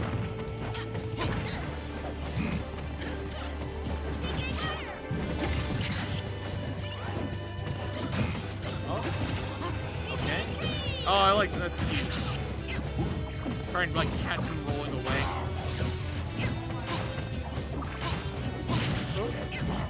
We're gonna see the forward smash. Oh! Man, they should revert the nerfs on Wolf down smash. I think that'd be reasonable. Oh, big back air!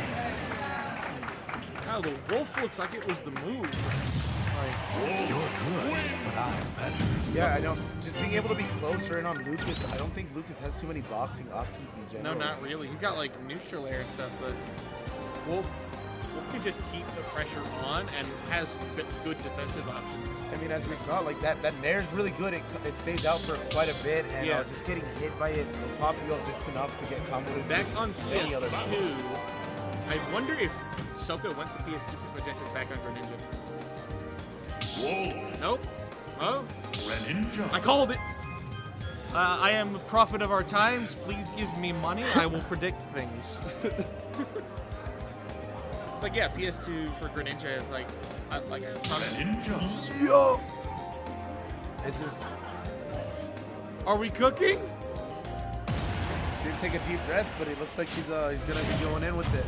Are we cooking or is he throwing? We're seeing a lot of frogs today. We're seeing a lot of frogs. I think we're in France. Oh, yo! Oh, he did up air. I believe it. I believe in the Greninja.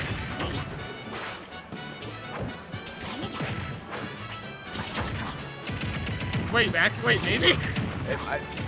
Wait. Hello? Is it real? Magenta, do you know how to defend? Do you know what your character does? Yo, wait a minute. Why is Soka cooking? Okay, we're back.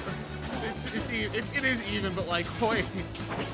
No, it's good to see him in advantage. Yeah. I didn't know that he had any sort of Greninja experience. I didn't know. I'm so confused. All right, the down air was a little silly, but I respect it. Up smash. All right, yeah. Okay. This is like so even. Why is it this even? Like. Oh. Yeah, I was about to say Yeah! he's very desperate for a kill here. Wow. Where did this come from? Where did the Greninja come from? He wasn't downloading the matchup knowledge. He was downloading character knowledge. He's like, wait. He's like, wait, I can do this. Oh. Hello?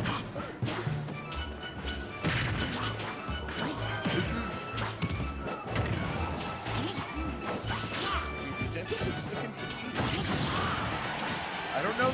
I would be too. Dittos are kind of like a weird matchup in general. You gotta change up how you're thinking about the game. Yeah. Now you're playing against yourself, but not really. Okay, Alec. No, you're worried. I think now we've seen 3 frogs now, and they've all had pretty distinct play styles for which moves that they do favor, and how they decided to do their ledge trapping. Okay, it's not gonna kill, but like, boom.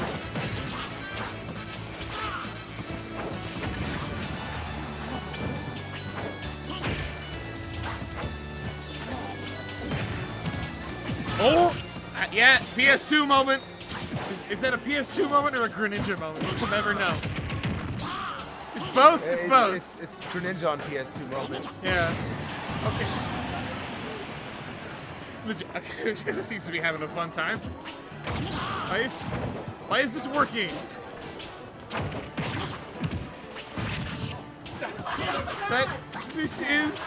This is a Greninja moment, everybody.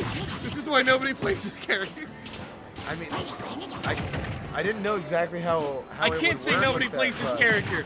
There is now 3 in top 16.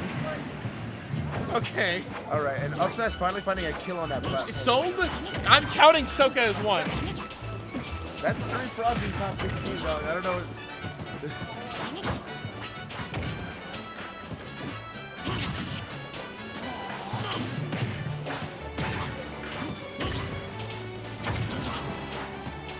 Wow, yeah, Soka's pressure with this. Soka's like actually is good at this character. What is going on here? Just funny. Like, it's still pretty even, but like I do think Magenta has been adapting. Oh no, no shot! Wow. Yo! So Soka, known as a Lucas mate, changes up on Magenta to a Greninja Ditto and wins the game, wins the round, and gets the ball rolling on a possible reverse sweep.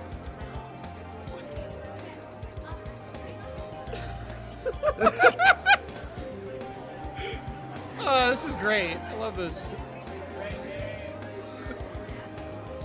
Oy.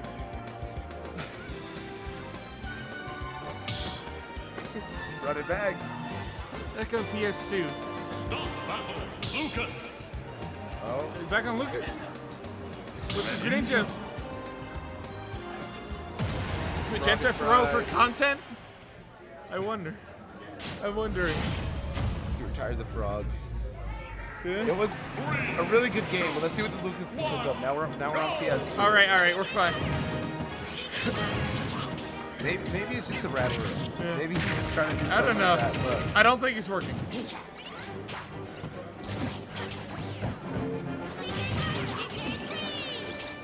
is my favorite set of the so far.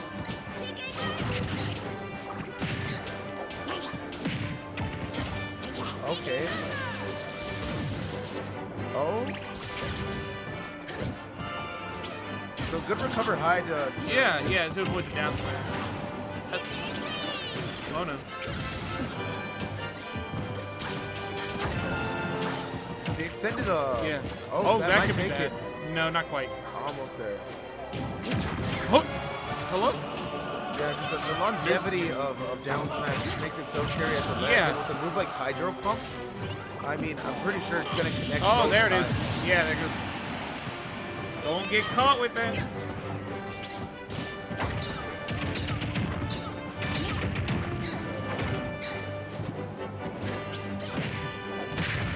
I don't know what's more unfortunate for Lucas.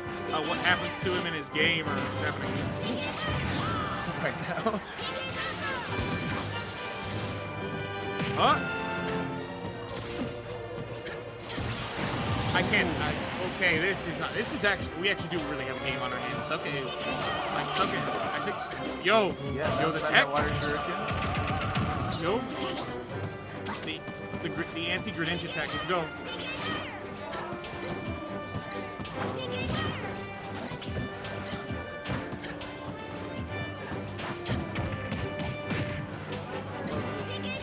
Yeah, so saying he doesn't have any boxing options, that jab is like one of the few that he can.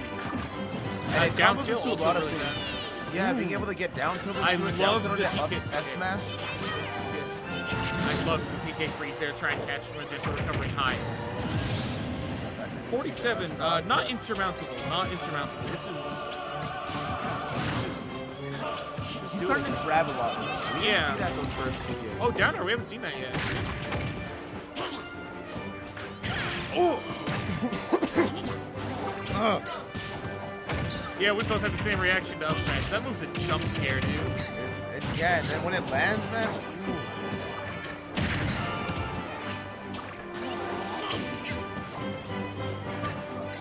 That brief invincibility that it has really carries like that move into another tier.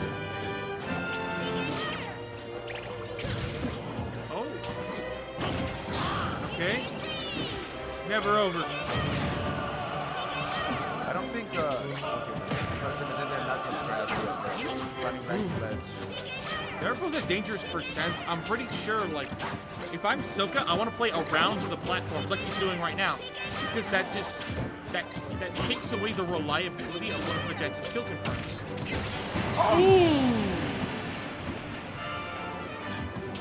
Yeah, play around the platforms. Ooh. That was a little risky. Okay.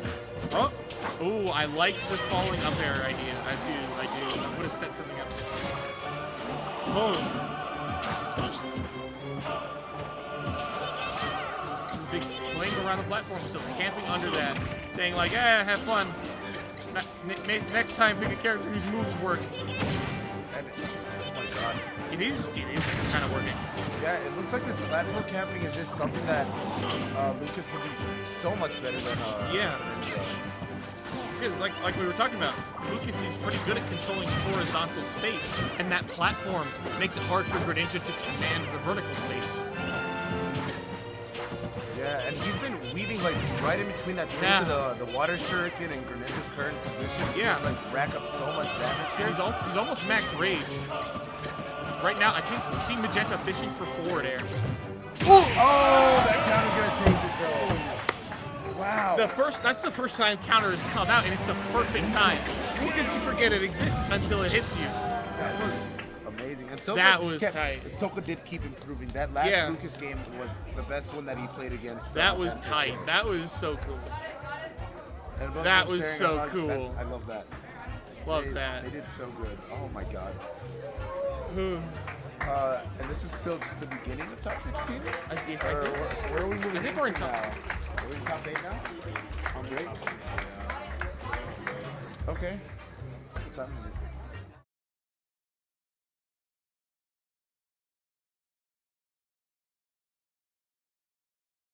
To hold back, but I think it's just going to be a hiding play until something could happen. We're seeing people hot drop in risky moves, if you ask me. I would have a player set back for that, but it seems to have worked out as they're still in the tower and still holding it, trying to break through that checkpoint. Someone from Oregon Mountain just jumped onto the tower, triple splat.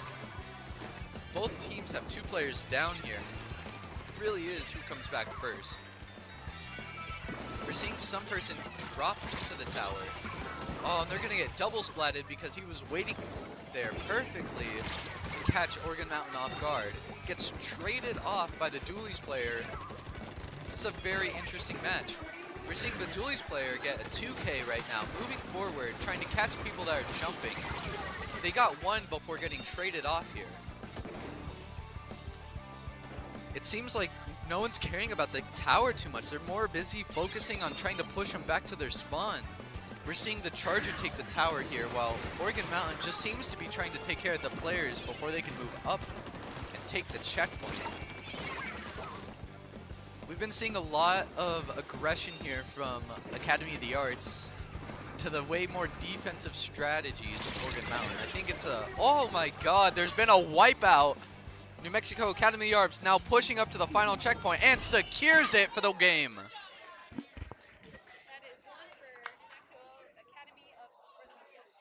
The score now is Oregon Mountain 0, Academy of the Arts 1. This is a great first game. We saw a lot of back and forth here. A lot of hype between the teams.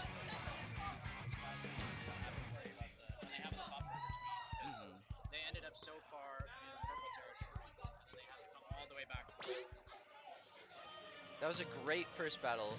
We're going to be heading into splat zones. Oregon Mountain will be choosing the next map here. I wonder what they have in store. Maybe it's something towards their advantage, because I did see a lot of close-ended play.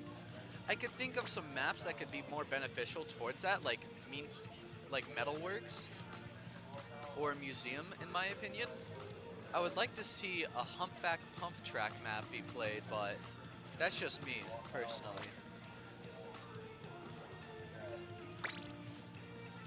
I believe New Mexico Academy of the Arts will continue this momentum.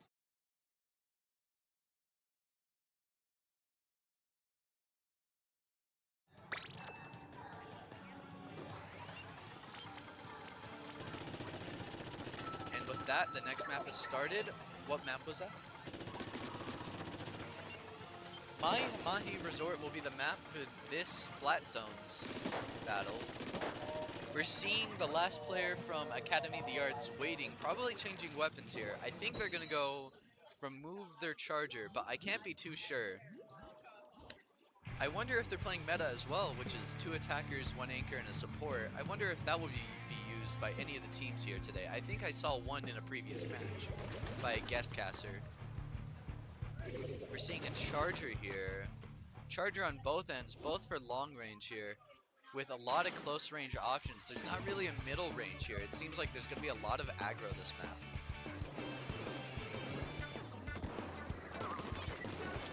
We have purple team, which seems to be Oregon Mountain, and orange team, which is the Academy of the Arts here. Looks like Academy is going to take an early push and take objective. However, high ground's being heavily fought over by the Bugs. With New Mexico Academy of the Arts taking the splat zone, they're going to be running down that clock. Even getting a wipeout, it's going to be a real hard recovery here for Oregon Mountain, but it's very possible, especially this early on in the match, that number just keeps ticking down, and it gets real scary once it hits 50, and it's about to. So Oregon Mountain's going to have to make a play real quick here. They want to get a chance to win this. Looks like they're going to be using their Ink Rain here, as well as the triple strike down. They're going to take the splat zone and take mid-map with turret.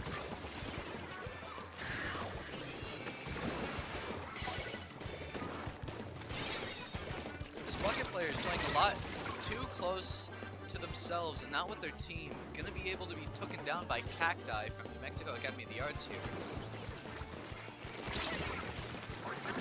We're not seeing a lot of turf here for Oregon Mountain to push off of. It looks like they're really controlling that turf around the splat zone. It's going to give them a lot of more options to move. We're seeing the bucket player push independently again, being backed up by the Dualies player and getting traded during that encounter.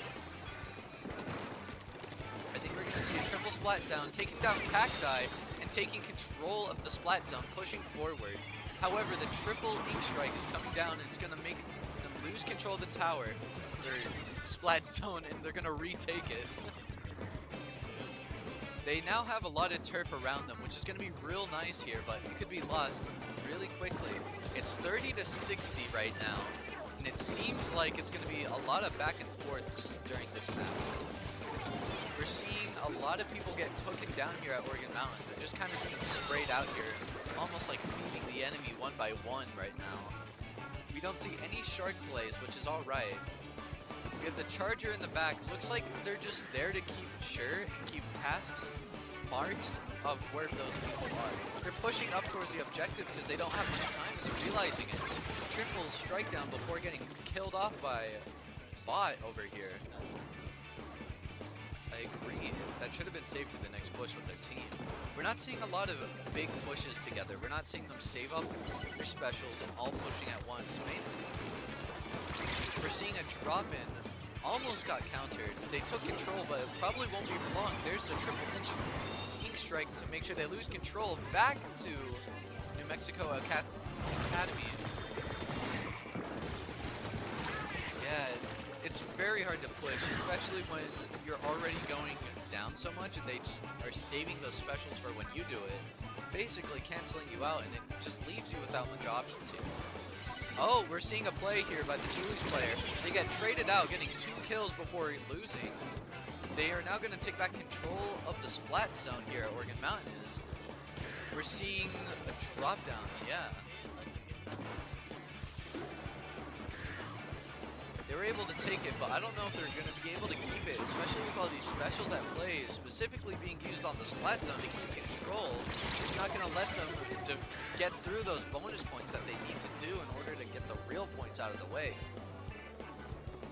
We're seeing a lot purple control, slowly but surely. Purple's maintaining they're maintaining the ink that they have around the place, which might be really beneficial because it gives them more options to beat high. We're seeing a lot of ink slowly make their way and creep towards the purple zone, with New Mexico Academy of the Arts taking the splat zone. We see the buckets 1v1ing, trading each other off. And it's now a 2v2 for this main objective. We see a Kraken at play, and it's going to be chasing down that bot player that's going to take down. Kraken goes down right in front of 2 people being traded off. They are not. We're seeing a lot of like ink play around the objective, which in my opinion is really smart because that gives you the ability to make that movement play that you need to take the splat zone.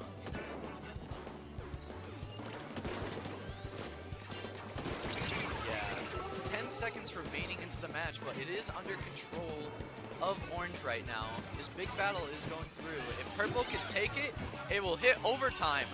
With overtime, they can still win it, but they cannot lose the objective, not once. We're seeing one big push-up happening here. They're slowly building up their players before they make their last attempt at a push. It's 14-30 right now. If Purple can push back this push, it's very confident to say that they will win. However, New Mexico Academy of the Arts taking back the splat zone, not really caring about the kills, led to their win, giving the score 2-0.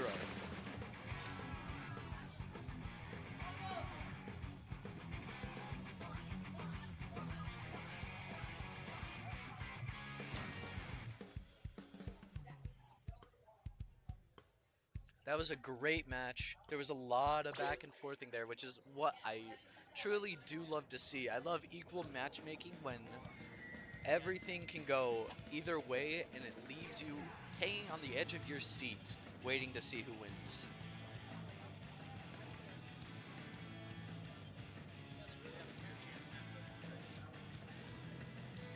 They really had a fair chance in that mode compared to tower control. Tower control, once they get enough progress, it's a big fight mode. Alright, Oregon Mountain will be choosing their third map. We're doing Mahi Mahi Resort again. That's a very interesting choice here. It's going to be on a Rainmaker map, so it's going to be very different here. It's going to be very interesting to see, especially with all the water at play and the sea levels. I think this is going to be a real interesting match we have. That's it. Let's start them. Let's start up the queue, get everyone ready, and let's see what weapons everyone pulls out. I've been seeing a lot of dualies play this tournament. I haven't seen much of anything else besides maybe chargers and normal splat guns. I did occasionally see a crossbow, which I found very interesting, especially for map control.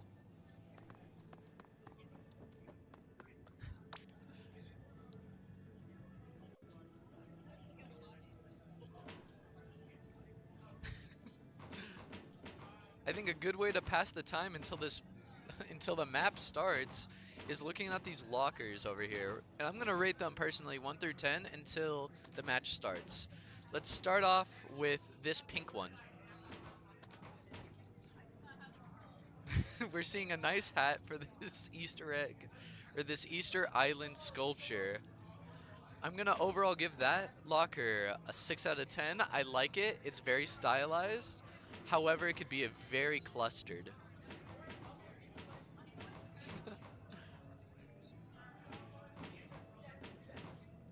Here is one of the players from Oregon Mountain's locker. Very organized. I very much like it. It has a specific theme to it.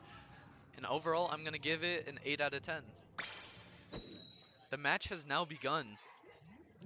I can't wait to see what happens now.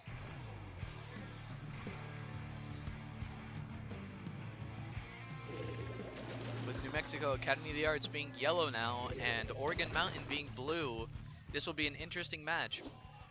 It seems like everyone from Academy of the Arts has picked roller. What does this mean? I don't really know personally, but this is going to be a very interesting map because it's all close range with a charger being able to counter these rollers really easily. But we have a lot of close range options here. We have Oregon Mountain taking the first checkpoint here after easily taking mid, popping the bubble, moving forward with a triple strike down. It looks like this idea for 4 rollers isn't working out too well. It seems pretty funny at this point, just why they chose it.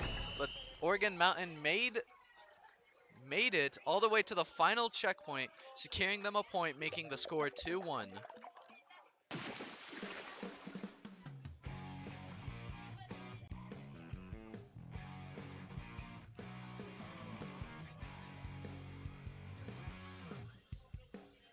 That was a very nice match. I don't know how to feel about that third one. It was honestly quite funny. I don't know why they chose 4 rollers. It's never really a good matchup when you do that. Now we're gonna wait up for I think our next match. I'm not too sure, but we're gonna put you all on break. Thank you all so much for watching, and we'll be back real shortly.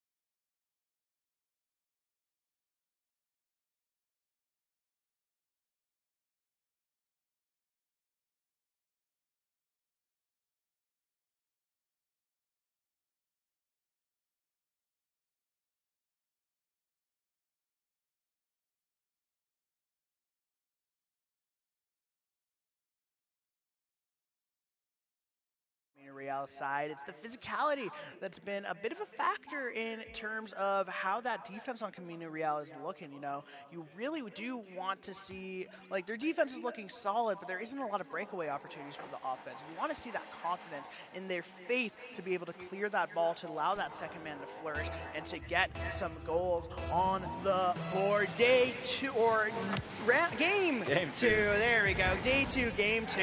And Young JV with the first one immediately.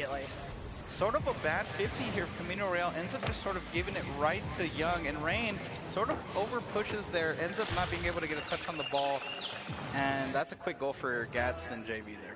Good opportunities from Gadsden JV, just able to take advantage of that open net, take advantage of the kickoff. A little bit of a strategy coming out from Young JJ. It's Rain though who picks up on the sideball, doesn't keep up with the ball. You're not very good. Actually takes it away from him. Good hit in the corner range, putting a little interference on the field, and it's back down to Gadsden JV. Gecko looking for something here, but ends up getting demoed. Rain trying to get a touch on here, but this might just be a quick goal, unless Hecko the Gecko is there for the save, just in the nick of time. Rise looking to send this somewhere else, but that is a bit of a dangerous ball for Camino Real. Young sending it mid, looking for a man there, but no one is there. It'll be Rain trying to push this counter attack. They're not very good. Gets past 1, gets past 2. 1-on-1, but Exit Laser able to bang that one out. Hecka the Gecko sends it top side. Now Young trying to get a touch here, and it will be Hecka the Gecko's job to clear this ball from the goal. Rain on the counterattack looking for something else. Hecka the Gecko sends it to orange corner, but Young is there to get that clear. Now Gadsden JV trying to look to break out. It's Rain with the shot saved by Exit Laser. Not very good. It's going to take that ball off of him. And a bit of an opportunity here. Ooh, Hecka the Gecko. That's a beautiful play. Beautiful beat. Now has the possession almost. The redirect coming out from Rise. You need to see a bit of physicality there, though, from Cremina Real to make that an open net. Almost a shot on from Gadsden right there. But a 1-goal lead. Not necessarily safe for the junior varsity squad. Absolutely. This game is looking about even so far, despite the goal from Gadsden. Anyone's game here, and I'm looking towards Camino Real to get a little aggressive here. I want them to get their confidence up, sort of go for these shots, go for these passes, go for a lot of, they're playing a lot very passive here. I would like them to play a little more aggressively. Hecka the Gecko looking for something here, might send it mid, but Exit Laser just easily clears that one out. Rise sends it middle, looking for someone there. Young will clear that for the blue side. And Gadsden JV is looking just so poised on the defensive side right now. Literally no panic coming out from them. A great shot, actually, opportunity from Gadsden JV right there. But it's just, they're playing so concise. They're playing such good at Rocket League right now. It's just to the basics, you know? Keep the ball away, take your time, control the pace, control the midfield. Gadsden JV is doing an amazing job right here. Hecka the Gecko almost has a bit of an opportunity. Takes the 50 with Young JJ instead. Young trying to get something done here. Rise, easy save for him. Hecka the Gecko sending it mid, but Young trying to do a little sauce there. All the cars sent here for Camino Real, trying to block that shot. Rise will have to save this one. Bounces top post, and that barely escapes the clutches of another Gadsden goal. Young trying to get that one back, sends it to the corner, trying to get a pass here. Rise will have to save it again. He's been really good with those last minute third man saves. You're not very good. Trying to make a play here is boostless. Still boostless, trying to make a play here. Rise with the counterattack start to send it. Gets past one. Good zero boost play from Rise right there. Gets the dunk, and now Gadsden stuck in their corner a little bit. They need something a bit better than a light touch to get this back on Camino Real's side. Still within 1 goal, Camino Real still trying to push for that offensive pressure, looking for that open opportunity. Right now, Gadsden JV has every opening block so far. Young JJ trying to take the shot, but it's Hecka Gecko up in the air already for the save. You're not very good. Gets faked, but pulls out 2 of those defenders right there. And now Young JJ with a little bit of space tries to pass that upfield. Doesn't work, gonna have to take it through the corner. And if you're Camino Real, you got to turn on the Jets right now. Only a minute left in this game if they want to tie it up and eventually send it into overtime or take the dub here. They really got to turn on the Jets. It's go time for Camino Real here.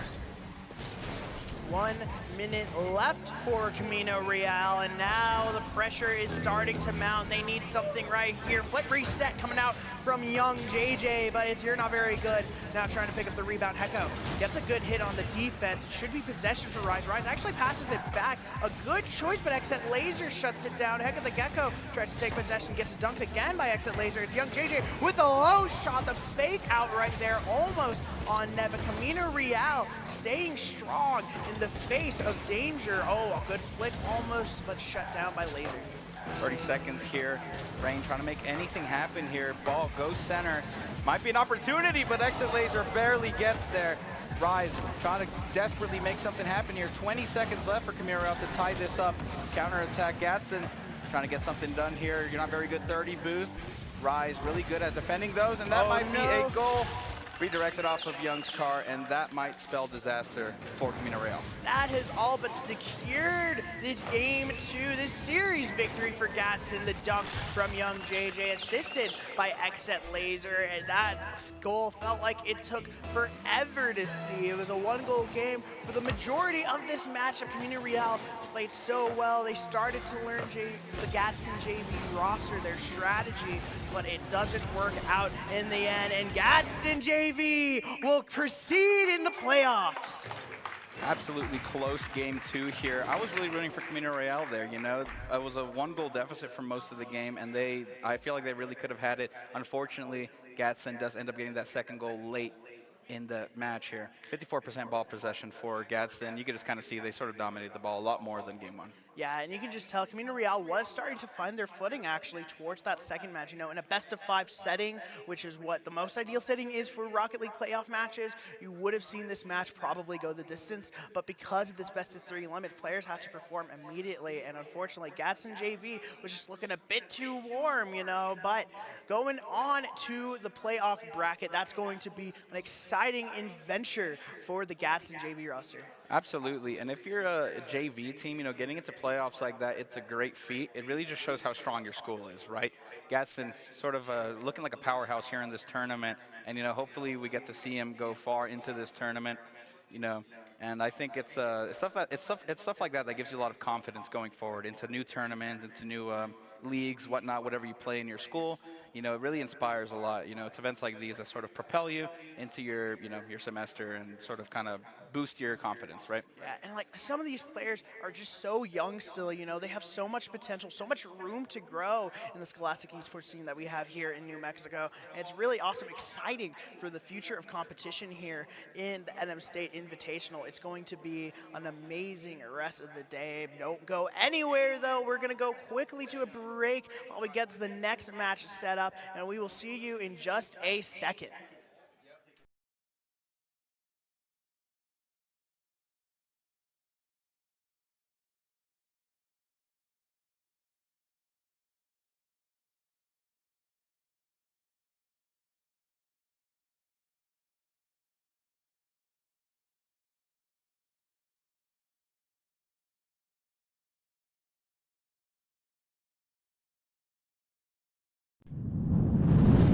All right, everybody, welcome back to the 2024 New Mexico State Invitational. I am Flash, and with me, I have a new caster. You are? I'm Brandon, and this is my first time shoutcasting all of this, and yeah, this is scary. Yeah, no, you're doing it. You're doing it. So we have some matches to look forward to. We actually have a lot of matches to look forward to. A lot of people that are going to be getting knocked out of this tournament. Is that pretty scary? Is that something that you're worried about? Well, my team, we're like going to play Centennial, and as like a higher seed, it's scared like to be getting upset or something like that, you know. And there's always that possibility, and I don't know, I just want all the matches to be good today, you know. Yeah. Honestly, yeah, I agree. As long as all the matches are fast-paced, close, you know, enjoyable, you know, that's all that truly matters. Let's actually look at the bracket. Let's see what we got going on later on today. Up next, we are going to be watching, I believe, NM Tech Gadsden is the match we're going to be commentating. But yeah, I mean, we have La Cueva waiting, Gadsden JV waiting. Ooh, okay. Centennial actually graduated from Centennial. You did, really? Yes. Ooh. So I might be a little bit biased, but you know, I do hope you guys do perform well in that match. I just hope it's a good match, honestly. I always love good matches. Like, it's just much better to play than like a blowout, even for our side or something like that, you know? Yeah. Is there a player you're particularly like gonna be looking out for in this match? Or in your match? In my match? Well, I'm looking at you know, both my teammates, you know, number 1 Ravioli and Falcon 505. They're very, very different players, and I think we really mesh well together. But it's still going to be really tough considering the GC2 on their team and stuff like that, you know. And what play style are you guys looking forward to implement? Are you guys more offensive, defensive? Do you guys just all kind of rotate it out? How do you guys like to play? We are more like everything, you know. Like one player is like extra mechanical. One player is very aggressive. And there's like me being a support player.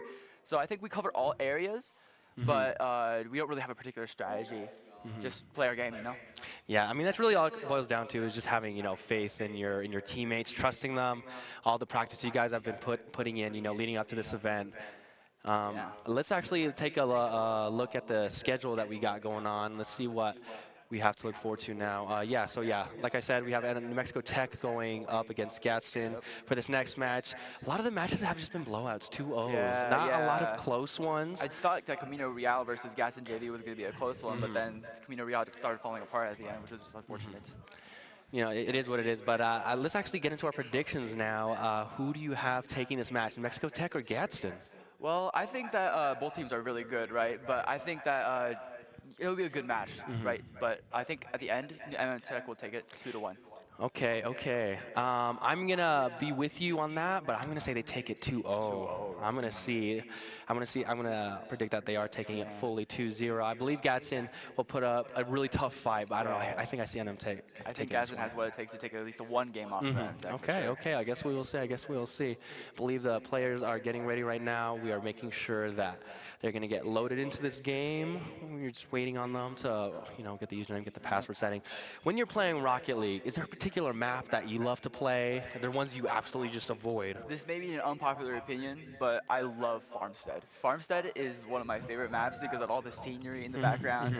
And people don't like it because of the dirt in the ground, but honestly, that shouldn't be that big of a deal. Yeah, honestly, I agree. I used to not like Farmstead at all, but it's grown on me. I love the sunset setting, the nice fall colors. It's very easy on the eyes. Yes, that is a big thing in Rocket League too. Like, I mean, if you're in the Rocket League community, like, if a map comes out and it is just atrocious and you don't know where the ball is, you don't know where players are, people will take it out competitively. Like Tokyo. Whoa, whoa. Okay, now there's our fighting words, because that is my favorite map. Whoa, okay. I'm a bit old school though. That was one of the first maps. I think when Neo Tokyo was DLC, the first time it came out, you know how it was like that weird shape? Yes, that's when I first got introduced into the game. And I think that's why I love it so much. I got a soft spot for it. OG Rocket League is really fun. Oh yeah. What's your favorite extra mode? I love Rumble. Rumble? My role is my mode. I used to main that for like a whole year. Rumble main? I was a Rumble main. Oh my goodness. Okay, here we go. Well, it's time to actually see the Rumble go on between these two matches. Make sure they fight each other. Here we go. Gaston against NM Tech, best of 3. Bungle right here with the ball. Pass the Python in the middle for a shot. Lord blocks it right there. Stoic weapon. Pass the ball right to Gatson for some reason. Ooh. Demo on the wall. Bungle trying to look for a pass midfield, but doesn't find it. Python whiffs it. Picks for some. Lord takes a 50. Bungle there to respond. Stoic with the shot. Oh, Python blocks.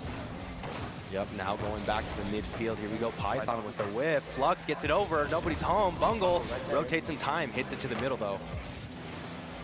Very defensive game so far. A lot of possession. Yeah, lots of back and forth, I completely agree. Trying to see who cracks first, but so far Gatson is not biting, even though the ball has been on their entire side for the first minute of this match. Here we go. Yup, to the middle of the field. Princess up in the air, beat 1. Boy right there to respond. Bungle with the 50. Right to Python. Python with the shot there potentially. Blocked by Stoic Muffin right here. Right to Princess. Yup, now in the air, Princess. Going for a fancy play, tries to fake the aerial, but nobody was up. Flux tuckers it. Right for Lord.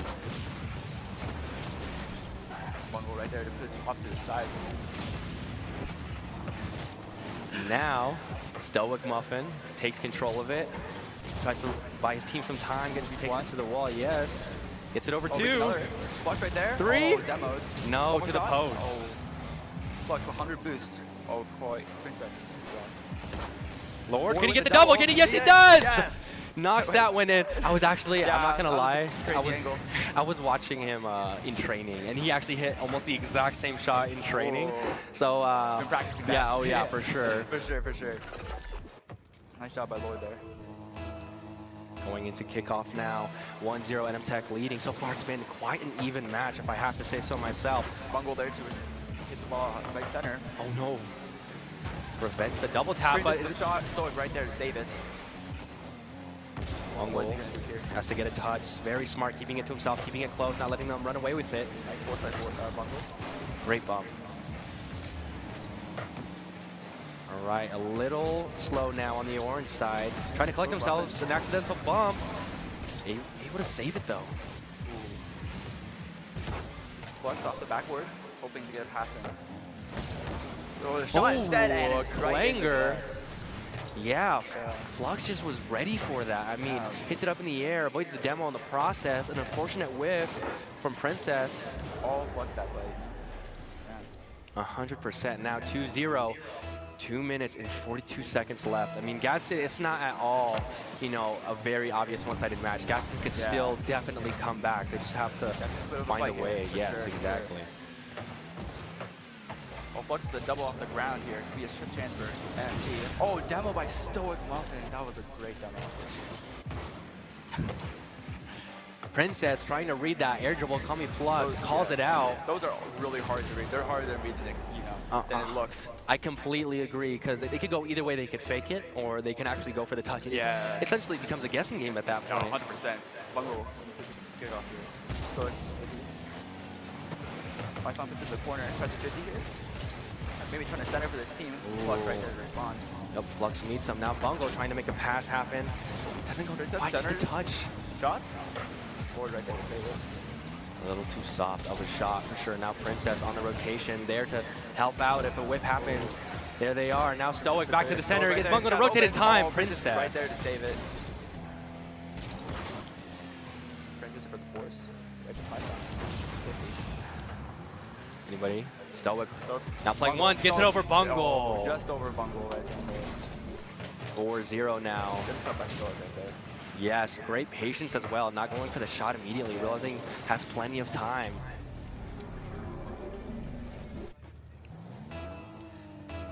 All right, 4-0, NM Tech. See what Gaston can respond here.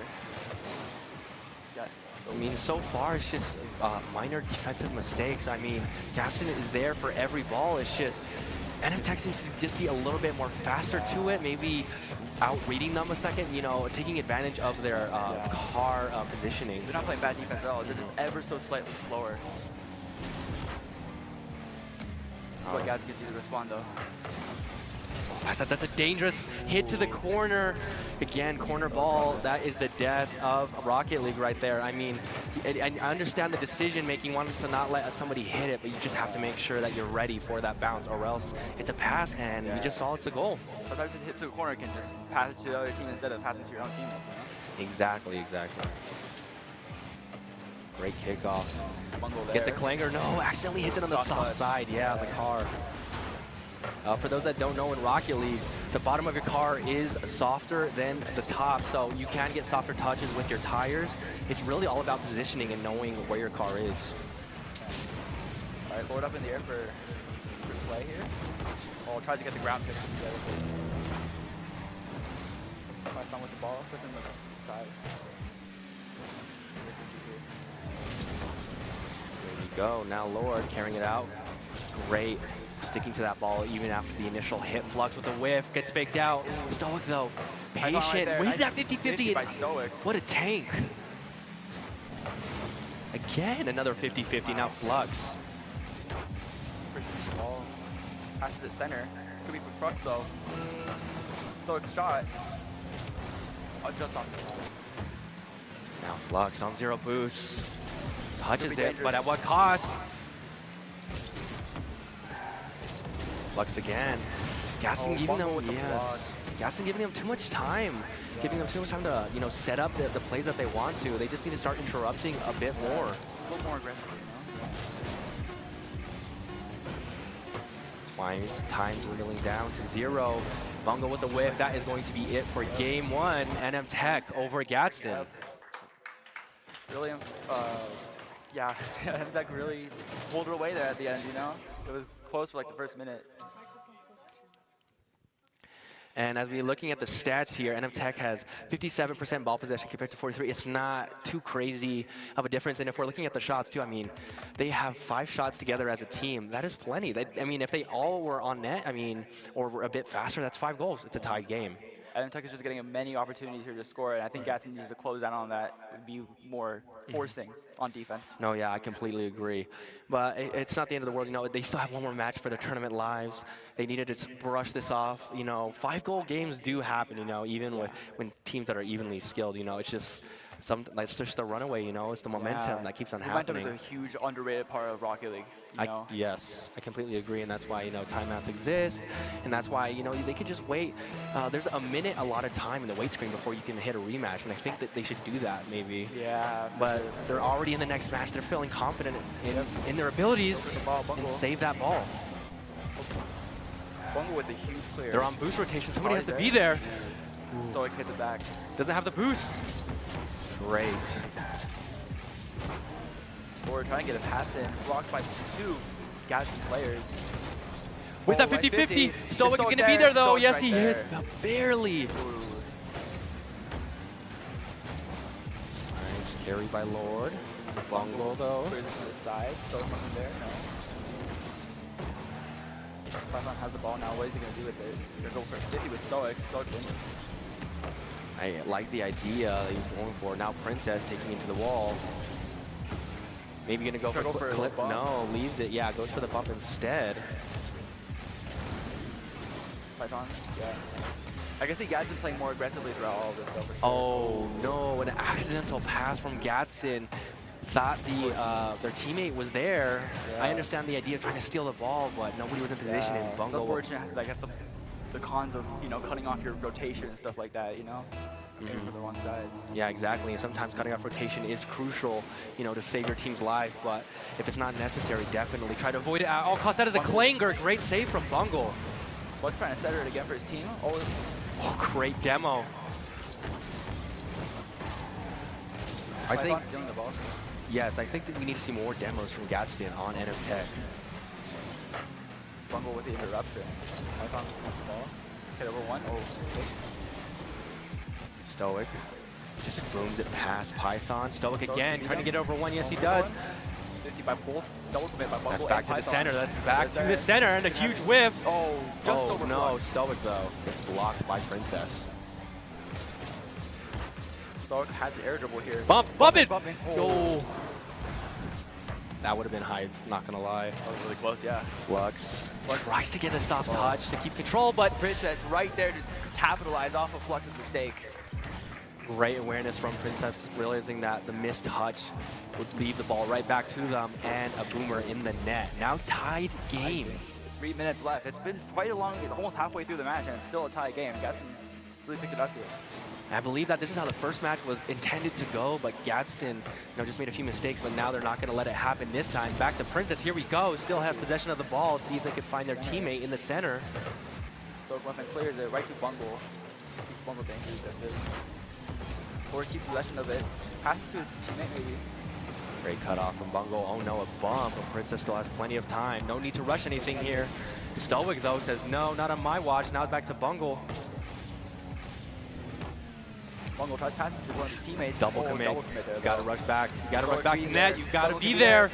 Oh, just the top ins.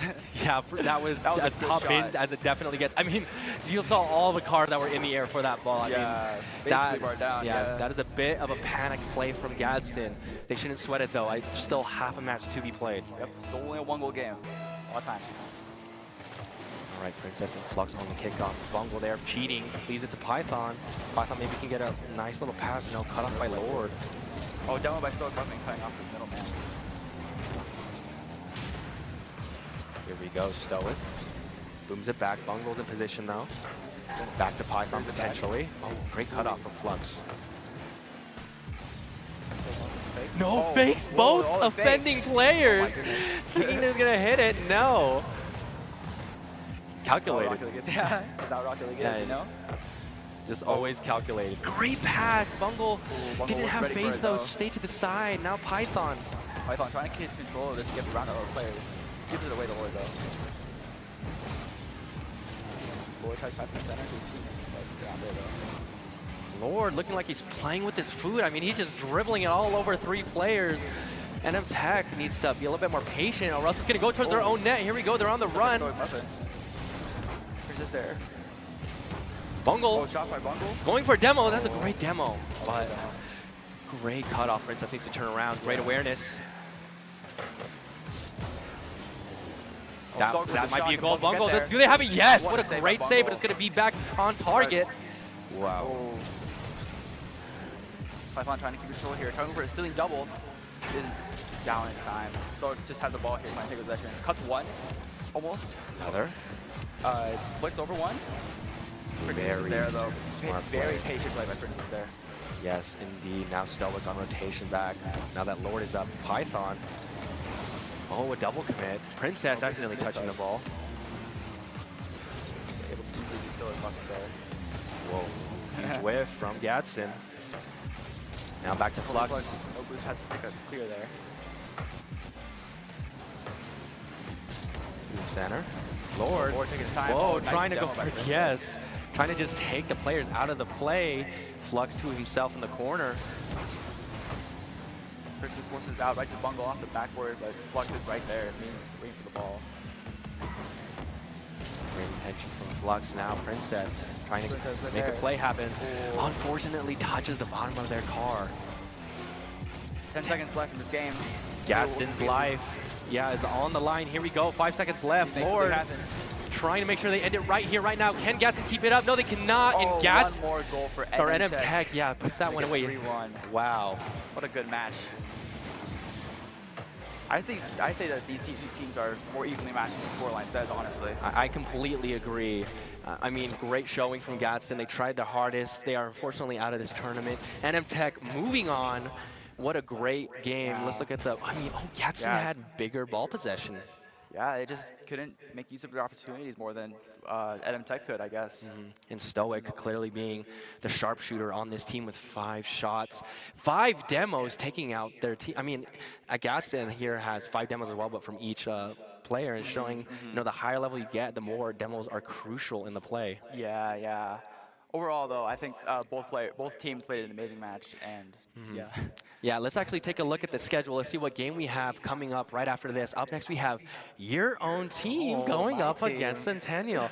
Okay, having casted with you, I might be going for both teams now. I feel bad if I go for Centennial all alone.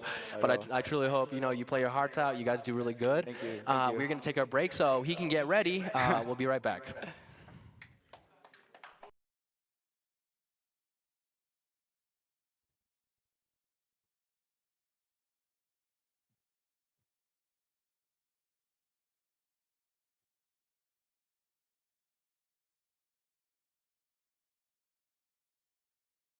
For both of these teams, because this is the playoffs, and this is where champions will be made. It's going to be Dark off that possession. Ravioli gets a good 50. Brandon trying to put that shot on Nev. It's going to be a bit too Looks high. like Falcon's going to the back to defend. Dark gets a good hit clear. That's a whiff coming out from ECA. Brandon, last second, gets a good touch. Let's see what they're doing now. And it looks like an almost goal. Soft touch there, and Dark scored.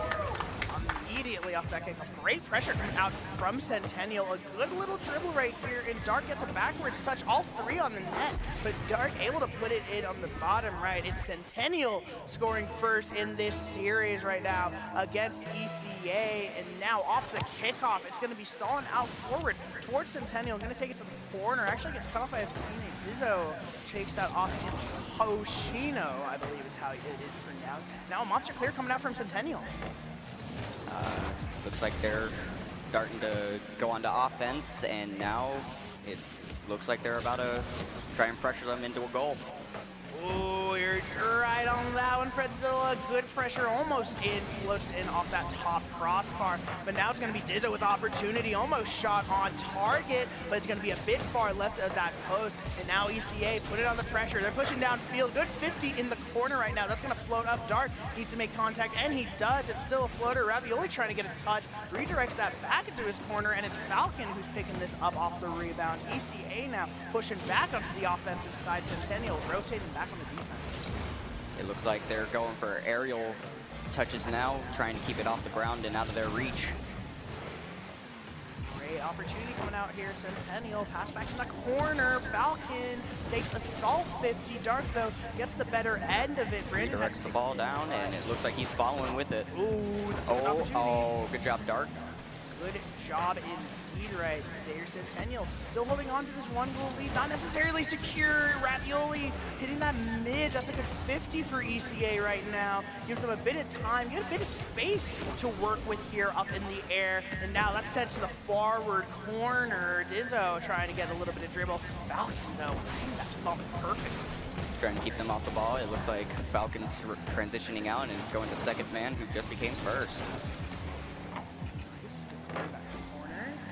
Brandon take a little bit of a touch. Dizzo with the dunk, almost in. Almost floats in, but off that post. There's been a demo. For Dark has been demoed, and looks like Falcon and the others are stocking up on boosts to get ready to make a goal. some opportunities coming out from both teams right here. Centennial playing a bit stronger defense right now. Haven't looked too squirmish in front of their own goal line right here. This is a good opportunity. That was a good bump. Able to come in with 50.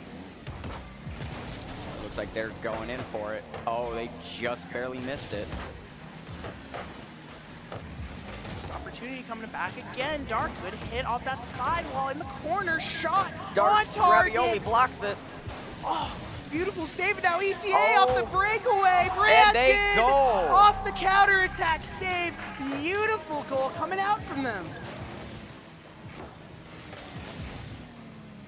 He looks like he fast aerialed up, and it looks like that worked to his advantage. It was a great breakaway play, just seeing that open space in the air. All three committed for Centennial right there, and it leaves ECA in a bit of an awkward situation now. In the corner, no, hits Hoshino up in the air, tries to go for the flip reset, isn't going to be able to get it. Brandon. Unfortunately, looks like he pinches it off the wall, or sorry, bumps it off the wall, and then proceeds to lose control of it. It's a good opportunity. Bumps coming out from ECA. You want to see that physicality working for them right now, but that open net minute is going to leave ECA in a bit of an awkward situation. Close game so far. A minute 19 left on the clock right now, and it's Ravioli with a good pinch, sending that downfield, possibly center. Dark picks it up, though, trying to keep this in. Falcon. Monster beat. They're going to be sent that center. That's a hit high. Can Brandon looks like score they're it? about to redirect. Oh, no, they did not. So what are your predictions on this game? Is it going to go to overtime, or is it going to be a win? That's a great question, because honestly right now these teams are neck and neck. This game could possibly go to overtime unless Falcon has something to say about it. That's a mid-pass! Oh, Ravioli almost backward puts that shot. in. Saved last second by Centennial, holding on for dear life just by a thread right now. But Dark, a little bit of a counterattack. Ravioli needs to get a hit. He does right there. And that's going to roll straight back up the ECA backboard. Brandon here's that out. Falcon trying to pick that up, but it's Dark. Good, clear. Ravioli has to take the light touch in the mid, trying to get the pass. It's Dark up first. High bounce off the ground, make this awkward for Brandon. Dizzo close with the dunk. Almost had it there. Looks like whoever hit it, I didn't see, but looks like whoever hit it had an intention of passing it to one of their teammates. It's a good clear coming out from Brandon. Two are close together on Centennial. This is just going to take the 50. That might have not worked out, though. Dark has to come It's in staying up in second. the air. They're trying to keep it off the ground. Oh, it touches. Oh, no, it doesn't. Oh! He's going to keep it up. up! Oh, dear. my God. Oh, it touched the ground. How did he keep that one up? I couldn't believe it. It was just floating in front of the ECA box, and Brandon And gets it's the an kickoff instant goal goal. in 3 seconds. That is very impressive. Oh my goodness, the kickoff strategy for ECA never fails. The stall kickoff with Dark and Brandon. The close sheet immediately, and ECA take game one with a 3-second overtime. So what is the fastest overtime you've ever seen here? The fastest overtime? I think it's that one, honestly. Okay, that's fair. I haven't seen an overtime under like 10 seconds in like a few years now, not since I was like in Platinum. So ECA, although coming in 6-6-6 for Brandon right there. 2 goals, 4 shots right now. And Fredzilla, you gotta think, how did that game look for ECA? It looked really good for ECA and Centennial. So anything could happen in this next game. Yeah, definitely. What do you think was kind of the strategy that ECA was employing against Centennial? Because it looked a bit iffy in the middle of that game. I will say that I think they were trying to like see their play style at first, so they could like get a feel for what they were doing and then use their own knowledge to bounce back with an attack. Definitely, yeah. You know, I think it's just like playing off that counterattack and being adaptable is really a part of that ECA play style. Try to go against Centennial, against an opponent that you don't really go against. I don't believe these two teams are in the same division. I might be wrong, though. Falcon, though, to start this off. I wouldn't know if they're in the same division, but it looks like there's an instant goal right there by Ravioli. Beautiful shot coming out, just off that rebound. Dizzo gets a bit of an awkward hit, actually pinches it upwards and hits the ceiling. Ravioli just takes that high rebound, puts it top bin, and ECA respond first. All right, looks like LMD, or ND? MD? I think it's LND. Or either way, it looks like Dizzo went for the touch, and They both touched, but they lost kickoff, so it looks like they're trying to get it back into the air. Good clear coming up from Dizzo. That's going to be very high. Ravioli shuts that down immediately. And now high pitch. That's floating high. Can Brandon beat him? Yes, he does. He might have the double tap opportunity. Oh! That's going to float up. But And so get close. redirected. Oh, close Oh, looks like opportunity. Falcon's trying to take it back. And Fredzilla, you know, you gotta be a bit shaky if you're Centennial right here, yeah. right? This is a close matchup. Oh, Demo coming there's a out. demo Shot coming there. coming out. Possible. Oh, there's the goal by Dark. Putting it in with the pass. Very well done by Dark and his teammate. Just a good play, just rolling that up through the corner, just past the defenders, taking your time to find that open net and breaking down that ECA defense bit by bit. That's a 50 from Falcon right there off the kickoff. Oh, he passes it over Falcon. Ravioli, goal, almost goals. Oh, there's Brandon with the secure. Oh, and this was a play no one could read. Ravioli, you thought he had the shot, then he missed it. Then he thought Falcon had the shot, and he saved it. Brandon's just like, okay, let's just put this in the net right now. 3:56 left on the clock, and ECA take the lead. All right, let's see what happens in these next few rounds.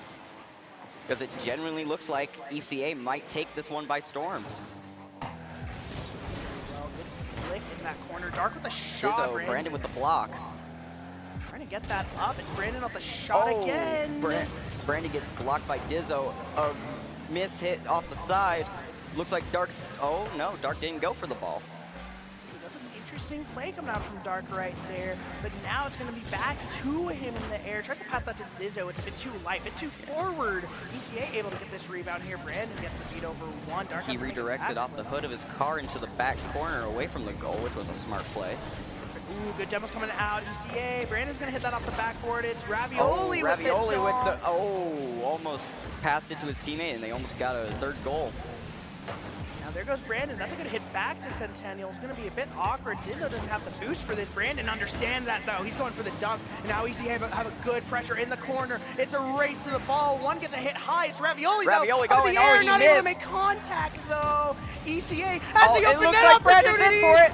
Oh! Oh, and a last-second-ditch effort from Centennial to keep their playoff hopes alive halfway through this game, and now they're looking for the goal. They're looking hungry. Dizzo now with the possession, has the high hit, taking that over, tries to get it over Brandon, does get it around him. Oh my Falcon goodness. redirects it though. Dark is redirecting it back. Brandon comes in and takes it back to half field, and now it's back on their side. Perfect, now coming out, it's gonna be Dizzo with a good shot, redirect opportunity. Hoshino not able to get that touch, but it's Dark coming back in high. His shot teammates off are the there to back bar. support him. Oh, that's a good opportunity though, and not being able to score that. Dizzo, low boost, Falcon also low boost, just takes a high clear right there, and now it's Dark to go for Centennial. This is an opportunity for ECA to keep up that pressure. Brandon's been doing that so well so far, but it's Hoshino trying to shut this down immediately, and now off the massive clear. This might actually float in! Hoshino with a whole entire court goal. Oh, he jumped and that redirected it over the car's hood. That makes more sense. Yeah, it was just a beautiful clear coming out from Centennial, recognizing that space behind the third man is completely open, but putting that on net was so important for the Centennial roster right here. And now tying up this game, about 2 minutes left on the clock. ECA now back on the prowl, trying to find something anywhere, but not able to find much. It's going to have to be Falcon take it off the wall. Dizzo, great dunk. This is floating in front of the air. Brandon has to come in a bit slow. Dizzo stops it from going anywhere. Dizzo also blocks it from the goal. It looks like he just set him up. Dizzo blocks it out. Ravioli hits it. Oh, everybody missed it. And there's Falcon with the secure. Oh, and Falcon just comes in last second. Ravioli, that's a great high hit above all three defenders, and a bit of panic coming out from Centennial right there. Makes it a bit of a hard defensive play for the high school. Now ECA leading by 1, 1:20 left. Centennial, though, they're not out of this just yet. They honestly might tie this up, and it looks like Dizzo's going to go for the tie. I forgot how to pronounce his name, but... Hoshino. Like Totino's, like the pizza roll. Yeah, that is actually a good way to remember it. At least that's how I remember it, but Hoshino wants to be remembered more by this play right here. Tries to get the dunk of Ravioli in that corner. They're not able to get it. Hoshino gets it stolen by Ravioli. Ravioli directs it back to Falcon. Falcon directs it back to Ravioli, it looks like. Oh, they're playing keep away with Dizzo. Oh, pressure's mounting from Centennial, though. ECA a bit lost in this transition right here. It's Falcon, though, has the possession. Oh, Dark comes in with the save. Good 50 coming out from Dark. Now up in the air. He's going to take this air dribble. He has an opportunity. One jump, fake jump. Brandon, Duck! Oh, but off so the net! close. 30 seconds remaining. It looks like it's going to be a run for the money because last time they kept it up off the ground. 1 goal, 22 seconds. That's all that separates it. Oh, there's Dark tying it up at 20 seconds. What a beautiful play coming out. The Dark, the dribble, gets it over Falcon, and now no one on the third man. Ravioli can't make it, Brandon can't make it, and Centennial are tying this up. One of the closest series we have seen in this entire tournament. All right, Dizzo and Ravioli go toe-to-toe, and it looks like, oh! The Dark almost had it with a last nail in the coffin and almost tied it up. Oh, that's a high shot! That's gonna be falling in front! Dark gets the hit! Ravioli's ready! Ravioli hits it, Dark reflects! Now, shot! Hoshino comes in, it touches the ground, and it goes to overtime. Overtime game number 2, ECA Centennial having an all-out civil war here at that NM State Invitational. And now that's Hoshino off of that dunk. It's gonna be Brandon with a great touch actually into the corner. That doesn't work perfectly. Brandon looks like he's going for it. Dark takes it. Falcon blocked it. Dark gets it past him. Oh, gets it to the back post. Dizzo's there. Ravioli hits it towards their goal and gets that win! ECA got that final goal. Oh, and Ravioli, all he had to do was clear it, and he dives. Hoshino panics just a little bit and tries to fast flip to it, but isn't able to get it. And ECA will be the champions, moving on to the quarterfinals. Fred, that was an amazing series. That was a really good series. One of the close ones I've actually seen. Definitely, and I mean, just like Centennial kept bringing it back. You thought they were over. You thought ECA had their number, but Centennial fought tooth and nail at the end, and it was an amazing opportunity for them. Yes, it was an amazing opportunity, and they honestly had me thinking that they were going to win the overtime. Yeah, I know. I mean, like, they were just coming so close, and it was the clutch factor from Centennial that was the craziest to watch, because ECA was playing good defense. They weren't making that many mistakes. It was this little overcommit that they were able to capitalize on, especially on that clear at the end, and ECA moving on with a thriller match against Centennial. And Fred, what are you thinking about the bracket? What do you think this is going to look like now after that matchup? I think it's going to be another interesting battle between NM Tech and ECA. Yeah, that's a great point. NM Tech is going to be the new opponents for ECA. Anyways, we will be going to the schedule, actually. Let's get a look at what matches we got coming up here in just a second, because we are nowhere near done.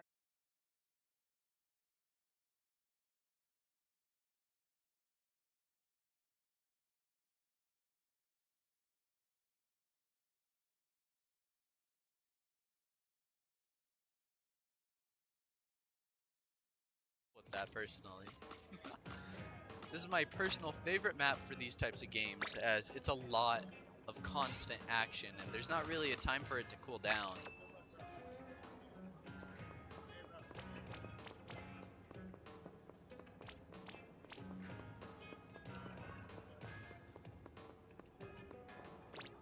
There we go. I think this looks a lot better.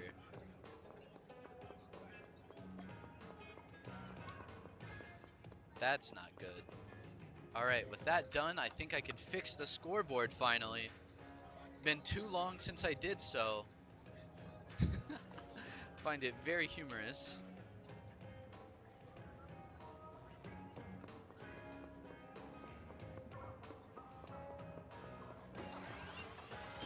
I think Cruces, because of how back and forth it was, might be able to pull something off this round. I feel like it's going to be leading towards the third match being the decider. You never know, though.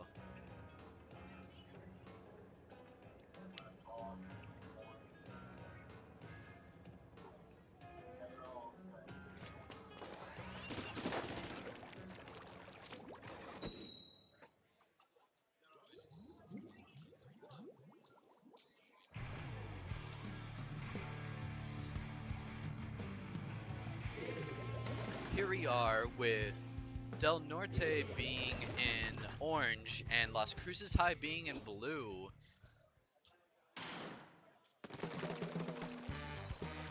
I think we're already seeing something really interesting with the spectator here. I'm going to zoom back to the objective here, but I think we're going to see a flank happen, and I think it's going to happen to either Soup or Odin. Soup is going to get damaged upon, leading to this 1v1 over here we're seeing. Let's zoom in view. Can't really push on the person up above. However, there was a 3K happening. Everyone died, and it'll leave, by the looks, Del Norte in control here.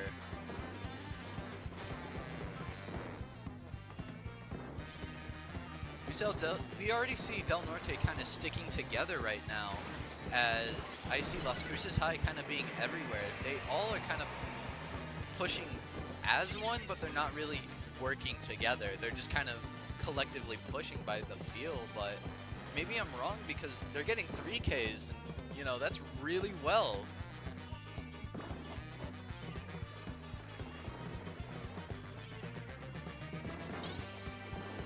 We're seeing that there's two people defending the main objective, one flanking and then one looks like to be in the back.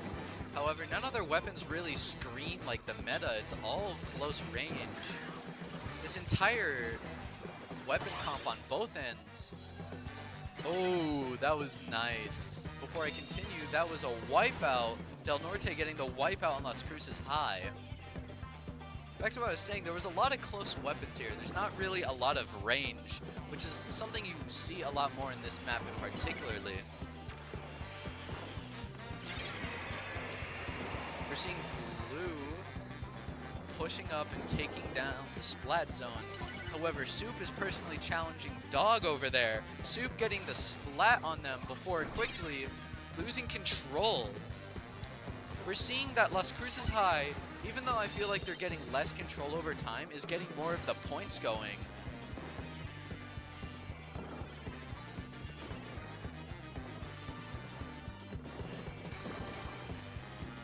We're really just seeing Ninja Dog over here, living up to his name as a ninja, just kind of flanking around, getting 2 kills, one on the roller and one on Soup.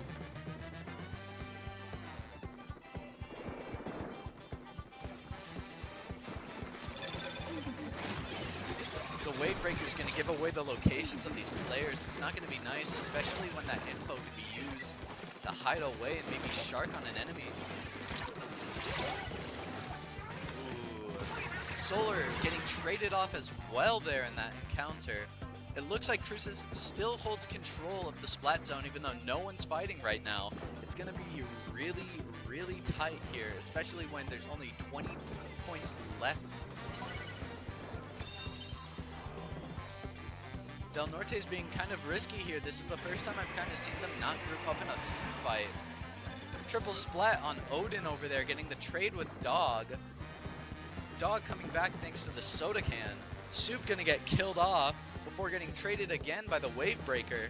And it looks like Del Norte is taking some ground back, at least point-wise, with the splat zone. It's not going to be held for long, though, as Las Cruces High comes back here, taking the splat zone. Now has to take off all their bonus points before they can continue on to the main 19 there. We see how desperate Del Norte's getting. They're kind of 1v1ing now, slowly but surely, while Las Cruces High is now slowly grouping together. It's a real nice trade.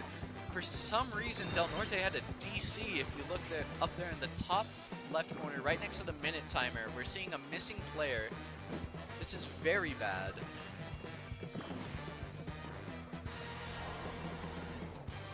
We're seeing Las Cruces High jump in, kind of risky, still kind of making their way through, but did get traded in the process. It looks like Las Cruces High took back control of the splat zone here, fighting Odin and Solar. Solar gets the 2K off them and now fights Dog using his special ability here in order to collect enemy ink and then throw it back, doing some major damage, getting traded off, with Dog getting the 3K, getting the wipeout, holding down the splat zone. There's only 10 extra bonus points till it hits the main 19. And then from there, who knows what will happen. There's 15 seconds left in the match, and there's not much Del Norte can do with the player down. 10.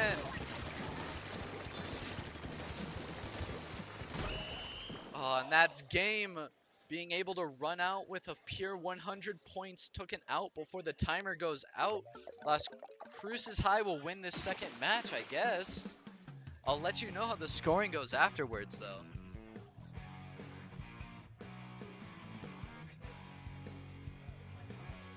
We might throw it out. I'm gonna go on mute.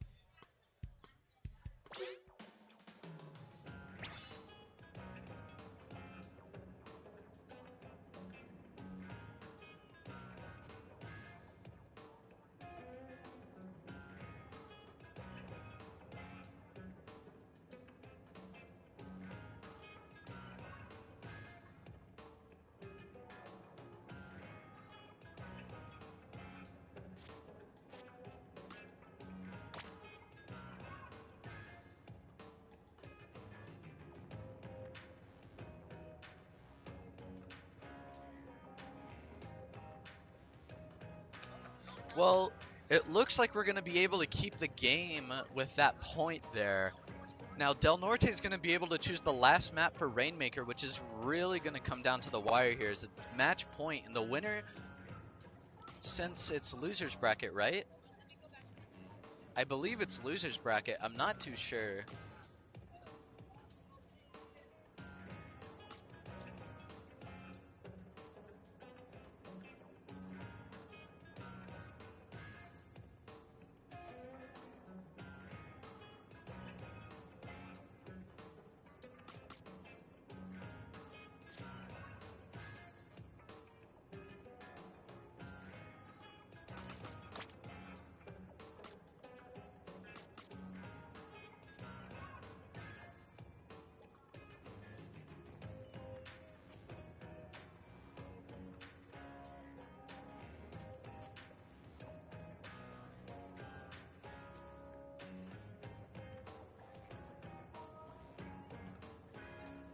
I am back. It looks like we're going to be doing Rainmaker on Undertale Spillway. This is personally one of my favorite maps besides the pump track. Merely because the high ground is such a key and important difference here. We're going to be able to see a lot more of what weapons are useful. I think we're going to maybe see a charger or a minigun here. Mainly because of that high ground and the defensive ability you can get.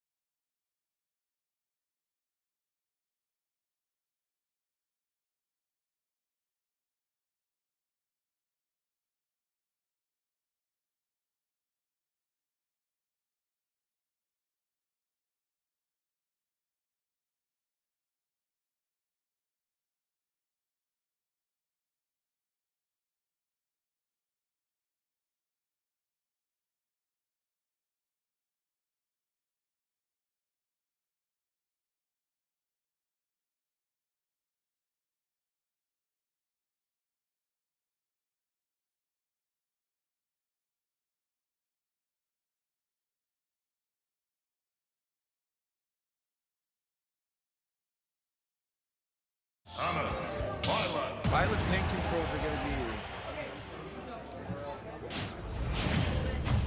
The fact that the thing is, Violet is very slow, but the thing is, Violet has a much better ground game than Samus does.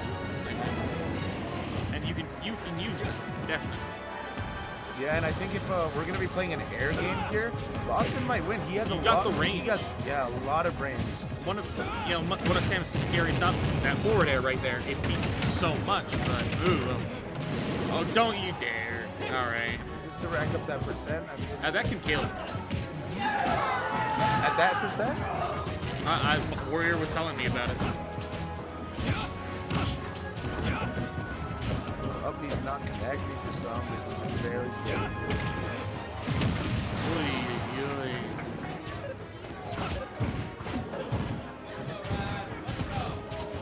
Okay, very good waiting there,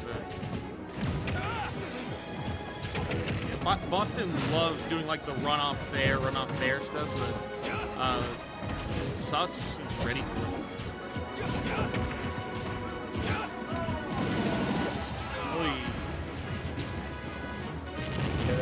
Ooh. Oh, he fell out. Multi-hit moment. Let's go. Oh. Yo, Harry. Another nair there would have gotten something. That's got it. Yeah, that's got it. Alright, this is going to be Boston's first stop here. So, Zah's movement's insane. Yeah. He is bobbing and weaving through everything that Boston's throwing out. You know, the slipperiness of his game plan is helping him so much here. Yeah.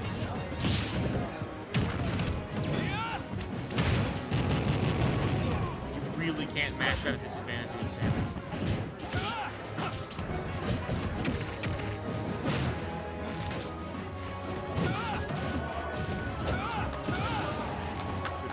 Covered, covered. Yeah,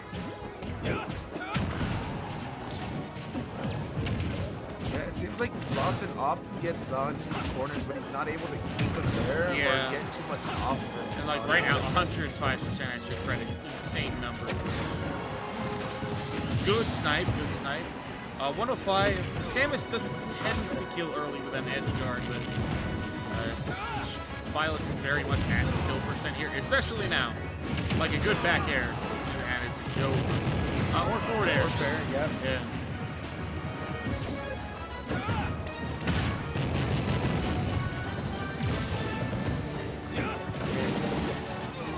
Yo, just super patient play.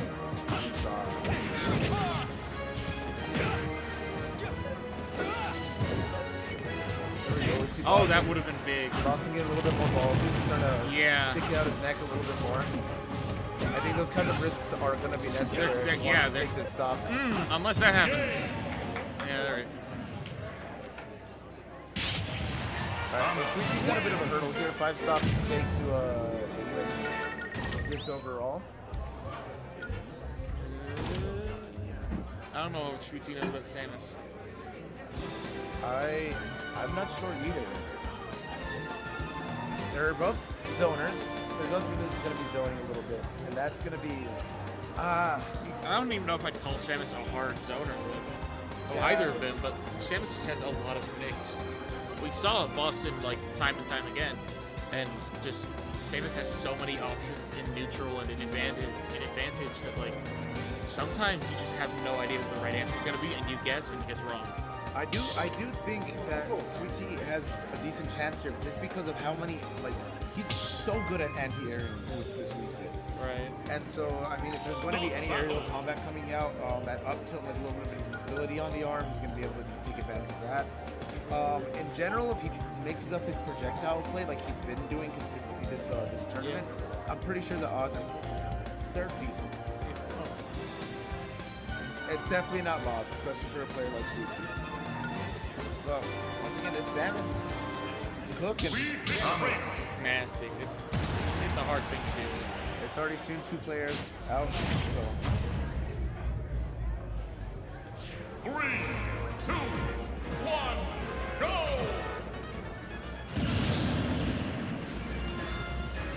Stretch those shoulders.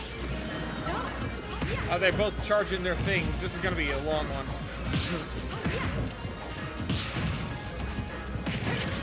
Right off the bat. All right. For a question, does Saw know anything about Wii Fit? I think that's more of the knowledge check if anything. Yeah. Wii Fit's a really specialized character. If you have not fought a Wii Fit, you do not know what this character does, and if you think you do, you are lying. Yeah, for example...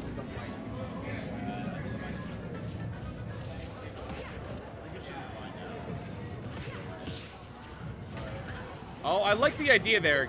Trying. I like the idea of trying to bait with deep breathing and roll out. Didn't work, but you know, it was neat. Yeah, but Zaw unafraid to like throw out spikes right now. He has yeah. such a confident lead. Hey, it's like you can take these risks because you've got an entire teammate behind you. He's fairly connected. Forward air. Forward air.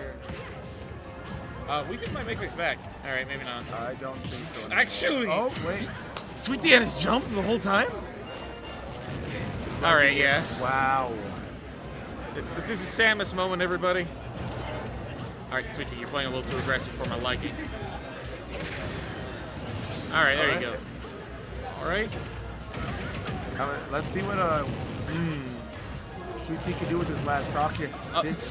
Get comboed with the ball. Oh, there it is. Wow. Jeez. Oh. That was incredibly cute. Y'all need to laugh the Samus match. That's my goat. That's my goat. Yeah. What? All right, I believe you. Was he just built different? Yeah. Uh-huh. Yes. Chris couldn't get back to the stage. Ooh. Yeah. Oh, really? Yeah. Oh, all right. Game plan was Sweet Tea avoiding Samus. I don't play Samus. 5-minute break. 5 minutes. All right. So 5 minutes, and we'll be back to top 8. All right. So yeah, that was grands for Cruz. Yeah. We'll be back with top 8. I think by then we're going to be trading off with some different commentators though. So we'll be seeing you guys later to commentate the final half of top 8. Cool. All right. See y'all then.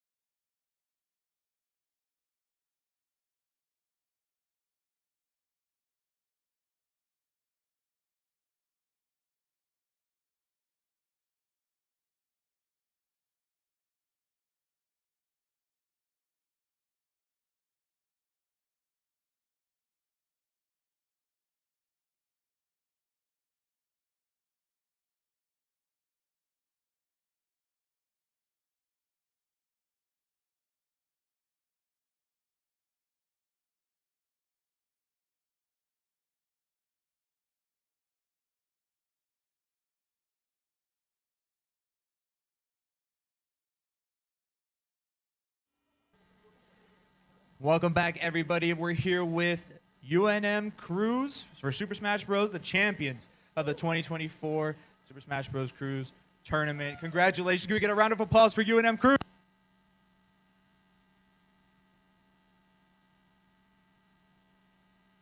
All the way down, down from Albuquerque. Obviously, you guys made the trip maybe a couple of days ago.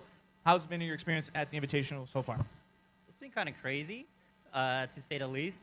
But we've been having a lot of fun, for sure, and we're just excited to be here to compete one more time, and just, I don't know, I'm grateful for the team that we have, 100%. The team that we have here is so strong, and good teammates, good friends, and just excited to be here. Definitely, and we're excited to have you guys. I will be handing you a trophy, but unfortunately didn't make it, so make sure to check your mailboxes in the coming weeks. But you guys obviously played through a pretty big bracket, a lot of new schools, a lot of old schools, some friendly foes. Obviously, UNM versus NMSU Grand Finals. For you, sir, what did that UNM or that win versus us here at NMSU mean to you? It really means a lot, especially since I play Ganon, bottom one. Let's go, low tiers. Let's go. But it's just really fun. It's my first year on the esports team. I'm surprised I made it this far. I'm surprised I climbed the ranks with bottom one. But yeah, it's really fun. I love it. Definitely, and we're really excited to see, you know, a variety of, you know, characters being played in Smash, which is, I know, kind of iffy sometimes, but we're really glad to see those wins. I'm actually going to have you guys scoot down here while I interview this last fellow over here. For you, sir, obviously I know you played, what was the character you played the most? Probably Min Min, but I main Game & Watch. I'm a Min Min secondary. Definitely, and we definitely watched you on stream when you switched between the two. What was the strategy behind switching between the two characters? Well, I played pretty defensively with both, but the way that you have to approach both characters are very different, and so I forced my opponent to switch their mindset of how I'm going to approach the situation. Definitely. Big brain plays coming in from the UNM Cruise team. One more big round of applause for UNM Cruise, the champions of 2024.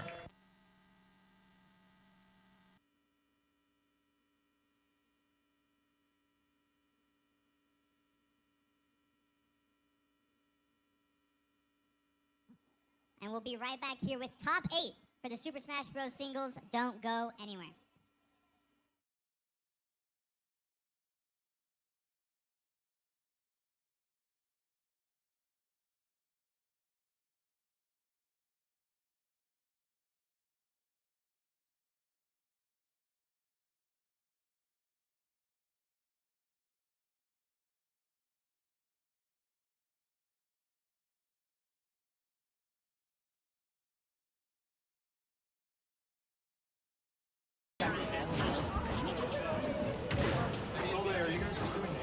Yeah. This is the weirdest hand warmer in the world. You got that especially want to play the game instead as an actual hand warmer. They're going crazy now. You don't realize.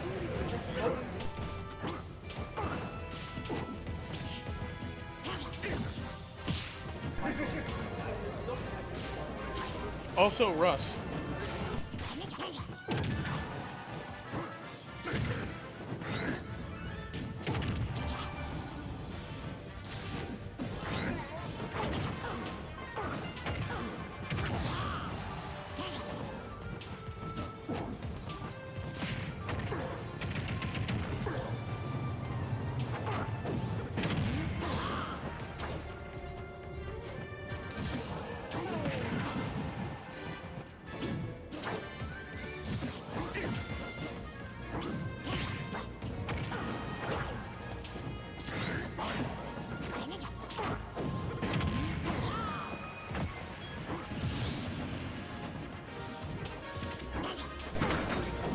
Is Magenta the... Magenta and JMS. JMS, yeah. And, what's her tag again?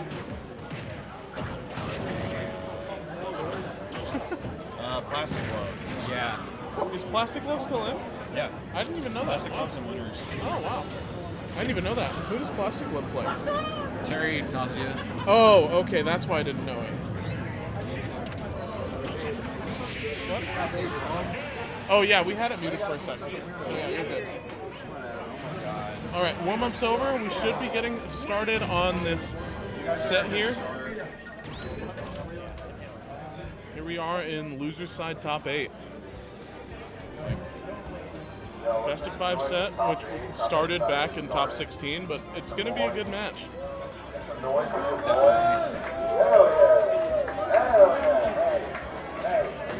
Looking a little rough in this game, but we got here. We're at top 8. We got here, boys. I won't lie. I lost faith for a second, but we got there. Anyway, watch the stats. Don't watch the stats. I don't care. It'd be cool if you guys could watch the stats, but I know Smash players. You guys want your games all the time. Oh, you got it. Anyways, whatever. Have fun.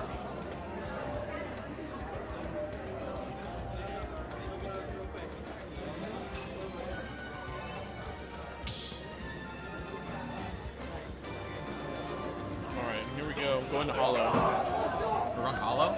I've never seen this matchup on Hollow or in general. I've never seen this matchup. Okay, Oh, DK, there it is. That's the heavy we've been seeing played from JMS. Also, I am pretty sure those are the wrong characters for the wrong names, and yeah. Yeah.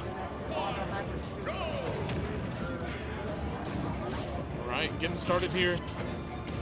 Here goes Isolde, already having advantage. Put himself in a good spot, and already JMS showing how he can just get in real fast. Yeah, Donkey Kong dash attack is a great tool for that. Oh yeah, Donkey Kong's really good at getting in, but the biggest part is getting out of disadvantage. Because this is the combo character. Everyone practices those combos on a DK. Yeah, not quite. Trying to keep safe. Ooh, almost got the down B into up smash. That would have been insane. Yeah, you can tell JMS knows his confirms. Oh, and an up air to counter? Getting hit? These hits are insane. Like, I didn't even know that back air would hit there. I thought it was a miss, but like, wow. No, I agree. It's very interesting to see the way that JMS is playing around Greninja, because Greninja's a little bit overwhelming for a character like DK. But he's making it happen. He's throwing out the right buttons at the right time. He's actually making it work. And there's the fair, not even going to kill. That's the heavy special. Ooh, going for the up B to try and get that water hitbox. Might be dead. Wow! What a kill! Right. Isolde's got to play catch up now, which is not going to be very hard when playing against Donkey Kong at 148. There we go. Or not! No. Wow! It's never that easy with DK. He's a heavy boy. That's true. That's true. Both players just waiting each other out until that fair connected. Beautiful hit from Isolde. Getting knocked up in the air. Charged an F smash. Wild move, but could have worked. There's the up air to try and launch up again. Taking him off stage. Will we see an edge guard? Not yet. That's going to be a free combo. Ooh! Nice. Wow! Oh, the SD though. SD, but that was crazy. Like, that's definitely a momentum shifter right there. Even if it evened them up, I feel like that's going to shift the momentum of the match. Oh, I agree. Isolde going in with these combos. And it's already evened up. Yep, there's JMS with a nice two-piece combo. The match already got evened up, and that's going to kill. Wow. Really good stuff from Isolde. That move always surprises me how strong it is. I've died to it a couple times. Like, if you get caught with your jump off stage, for example, and they just go for the side B, you can't do anything, and you die. It's crazy. Yeah, it's absolutely insane. And Isolde took full advantage of the fact that it's a crazy move. Yeah. Especially off stage against a DK, where DK doesn't have a lot of recovery options. Yeah, he really doesn't. It's very linear. Like, as soon as you take DK off stage, kind of over. If he goes low, especially. Oh, we're going Smashville now. All right, all right. Wanting to get up close and personal, you know? It's going to be a nice brawl stage. Like, you know, they're going to, like, literally a brawl stage, but, you know. Yeah. Also, just a good stage to, like, duke it out for these two players. Yeah, absolutely. Here we go, game 2. Isolde favored up 1. And there's the up smash already, starting out at 44. But we know DK can even that up with just a few hits. The awareness from Isolde is really impressive there, because they landed a dash attack and knew that because of the DI they wouldn't be able to follow up, so they just waited. That was a really good decision. Ooh. Offstage at 16%. Oh, wow. Imagine! You have to be careful here. Ooh, the grab was a nice attempt. It doesn't quite come through. Ooh, that fair's gonna miss. The big swing off stage doesn't hit, but nice, the dash attack being safe enough. Ooh, good drag down, but doesn't lead into anything. Down air, no up air. Another down air, Ooh. and in the down air, forward air. That was very clean.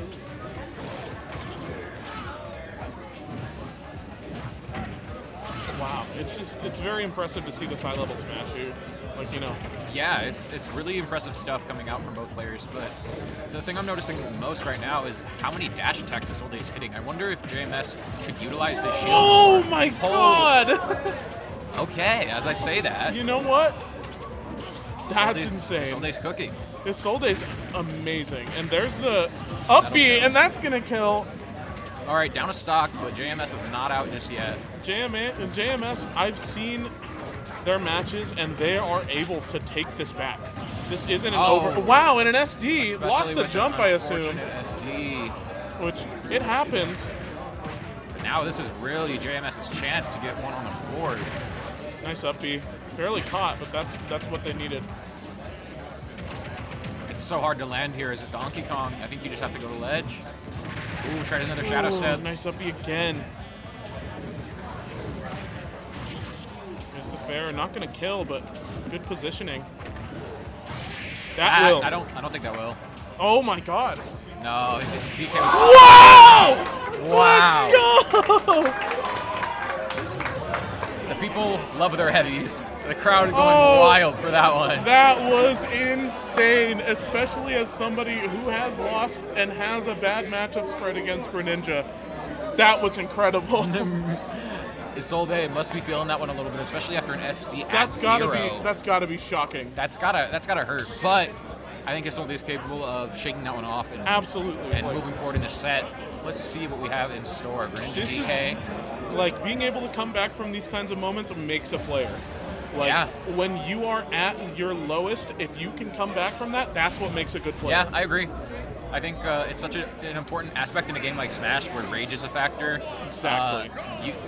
You could be on your very last stock at 150%, but you're not out because you can do some crazy things. I've seen many games taken due to the fact that they stayed calm and collected when at that super high percent. Yeah, exactly. Ooh. There's the Nair. Not going to lead into anything, but still keeping advantage. And all of a sudden, game's already evened up. Ooh. F-smash. Not going to kill. Dodging the shadow step, too. Oh, wow, that down air. Wow. There's a Nair. Not going to the other side of stage. Tried to go for a down B. Not going to connect. Neither will that up smash. Weak spot of up smash only. Ooh. I think Isolde needs to be patient for this kill here. Yeah, showing some very, like, there was definitely a panic moment there, but I feel like... Wow! Whoa! I think the DI might have been a little bit bad on that, but it's hard to say. I'm pretty sure it was, but there's the stock taken again. Absolutely even game going forward. This is exciting. Nothing off the down throw at 0. He gets the reset. Down tilt into up smash, classic. Dash attack, a couple up airs. Up air. I really thought that was DK's Nair that hit, but you know what? Either one. There's another up air. And Isolde is just carrying this Donkey Kong up into the skies. I think now off to ledge, and that stock is gone. I think that stock is exactly what you expect to see in this matchup. Exactly. But JMS is making sure that that's not what we see every stop. Yeah. But here it goes again, another one. Will there be another just into the fair?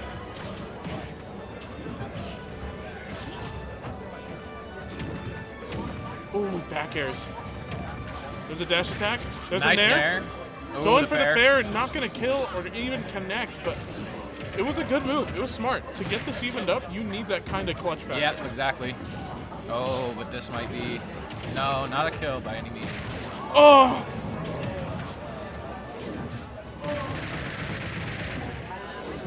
Oh, imagine if that hit. That was very close.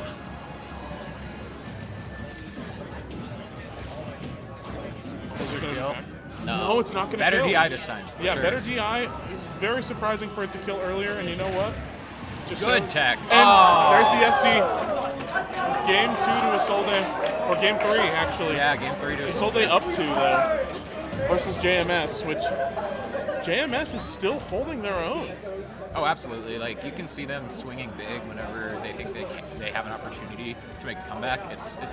It's good stuff. They're kind of playing reserved in the neutral because you have to, and then they're really going big when they get their hit. Yeah, as soon as they get their hit, it's a massive swing. We're back to Hollow Bastion. I think that makes sense. It's a DK good likes this stage a lot. I'm surprised that they actually were able to go back because it should have been banned. Incineroar, not DK. Character switch, which this is the character they were warming up. Let's see if JMS is able to hold this and actually take back a game with this Incineroar. I know a certain commentator would be very happy to see this character on screen right now. And don't you worry, folks. He comes in for second half. But right now, we get to watch this character cook. Absolutely. Side B. So much damage already. It's going to connect. There's the up airs. Here it starts. Oh, and he jumped into that one.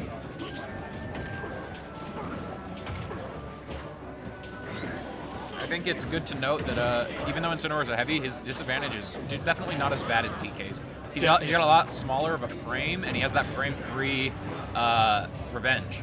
So, Revenge is a key part of that's a kill. Incineroar, and there's the jump. Yep. Really good call out there. Incineroar is such a comeback character. I feel like as soon as Incineroar gets that Revenge into a big hit, it just feels like it's over. Yeah, I agree.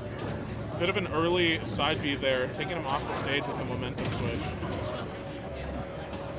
Going for the side B there, honestly, could be bad, as it will stale the move. Oh, very nice. Ooh, good down tilt. Down tilt into neutral B. He's waiting. Wow. The pressure he's putting on just by having his presence be there. I've never seen an Incineroar off stage like that. Ooh, went for a big F smash. It's not going to hit. Good up B, connects right to the stage ledge. Oh. Oh my god. Wow, good nair. Side B not connecting. Isolde's got to do something Wow. here, and that's gonna kill. JMS looking really solid here. Only 50% on Incineroar. Nice jabs. Ooh, side B once again not gonna connect, but you know what? It's fine. Going for it really isn't hurting him, especially with the stock lead. Oh, there's some lights. Starting to go down. Wow, that kills. Absolutely even game coming out here in game 4. Very even. You know what? I haven't seen Revenge really be used this set. Yeah, there's not much Revenge, but maybe JMS doesn't know exactly which windows aren't true or where to try for Revenge here. Because if you Revenge in the wrong spot, it can get you killed. Yeah, so especially it's against the scary. multi-hits. Yeah. And you know, Greninja has a lot of those.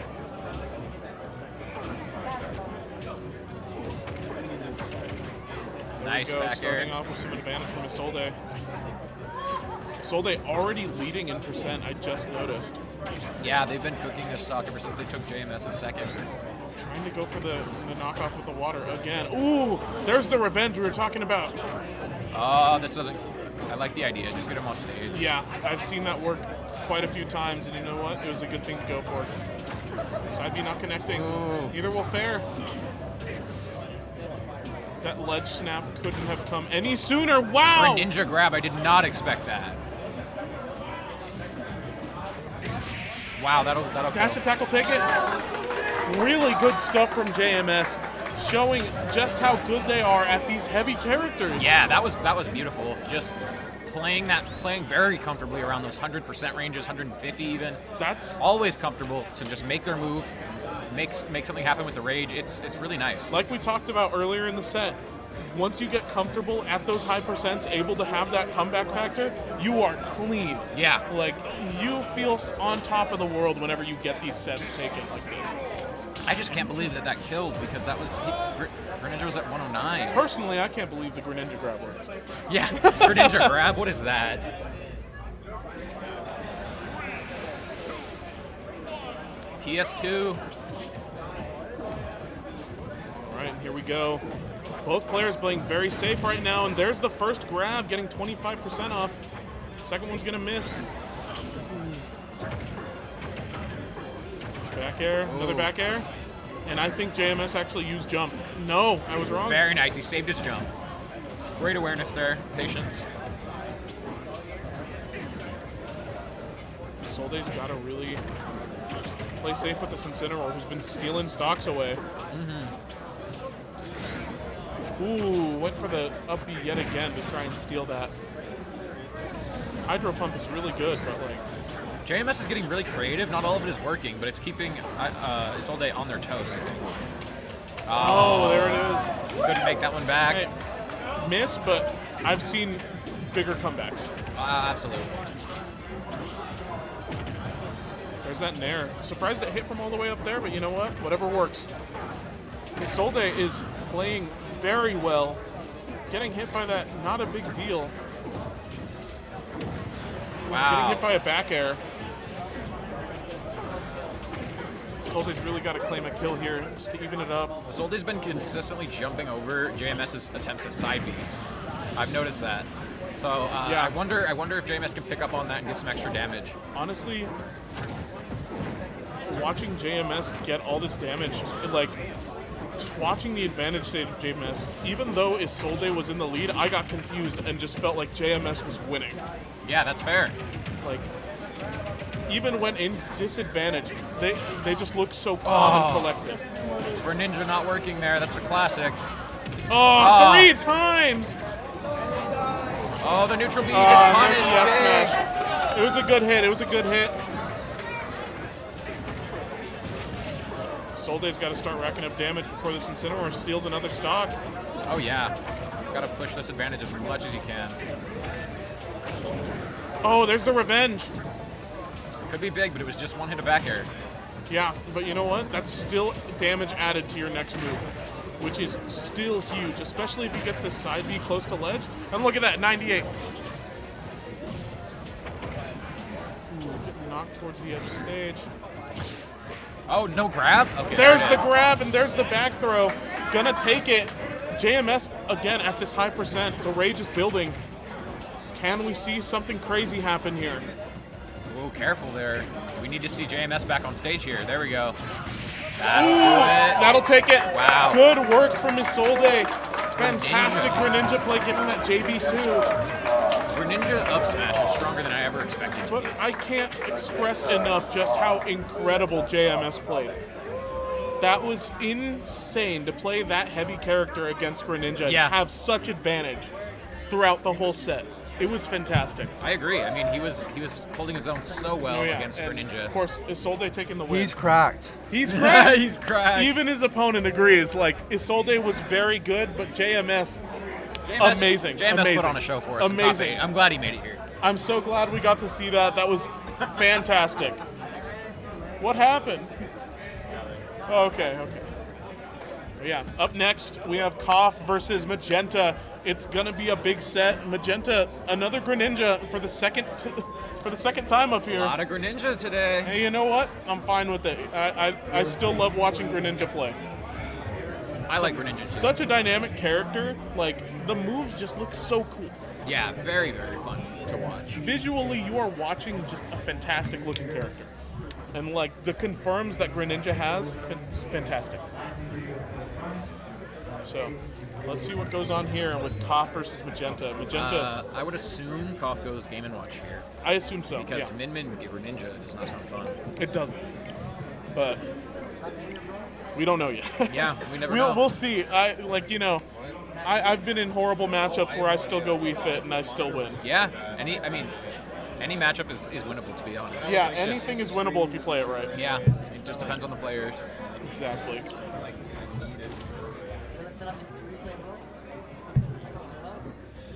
So let's see what they go here. Pretty sure they just gentlemen to PS2. You guys are good to go whenever. All right. Here we go. Starting the set off. Koff Magenta.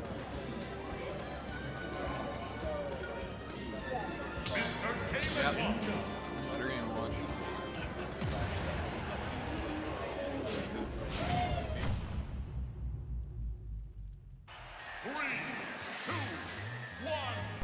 All right, starting off the set. Magenta on the Game & Watch, Koff on the... Magenta on the Greninja, Koff on the Game & Watch. It's going to be quite a start here. already racking up so much damage. Magenta at 62 currently, but we saw in last set just how fast Greninja can rack up that percent as well. Yeah, I don't know much about this matchup, but I'd imagine it's kind of difficult because, yep, that's why I was going to say. Yeah. Greninja can get away with dash attacking on shield, down tilting on shield a lot, but not against Game & Watch. Yeah, that up B is going to be a killer of that. Which, once you lose that comfort, it becomes really hard to get out. Like, once you're comfortable doing something in a set, having to relearn not to do that is hard. Yeah. And there's the first stock taken by Cobb. It was unfortunate to see no tech there, but it happens. Oh, yeah. And you know what? Gotta hold it. Was it techable? Because I actually saw the red spark. It was definitely techable. Okay. Ooh, down smash whipping. Magenta needs to find this stock pretty quick, I think. There's an up air. Went up with the counter, but not gonna hit. Ooh, that was a really far-reaching back air. I like the attempts at grabs. You don't see Greninja grab very often because the character doesn't really rely on that move very much. Yeah. But it's definitely nice to see somebody mixing it into Greninja's game plan.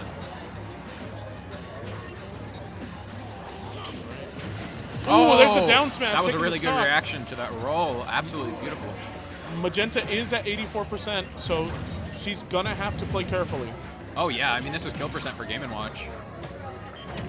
Ooh. Yep. Wow, that killed off the top. Yeah. I've seen that happen many times. That move is insane. If you don't get buried, you might just die. At 84 was insane. There's the fair. Magenta trying to get in, but Koff is playing very patient here. Not really pushing advantage and just waiting for something to mess up. Yeah.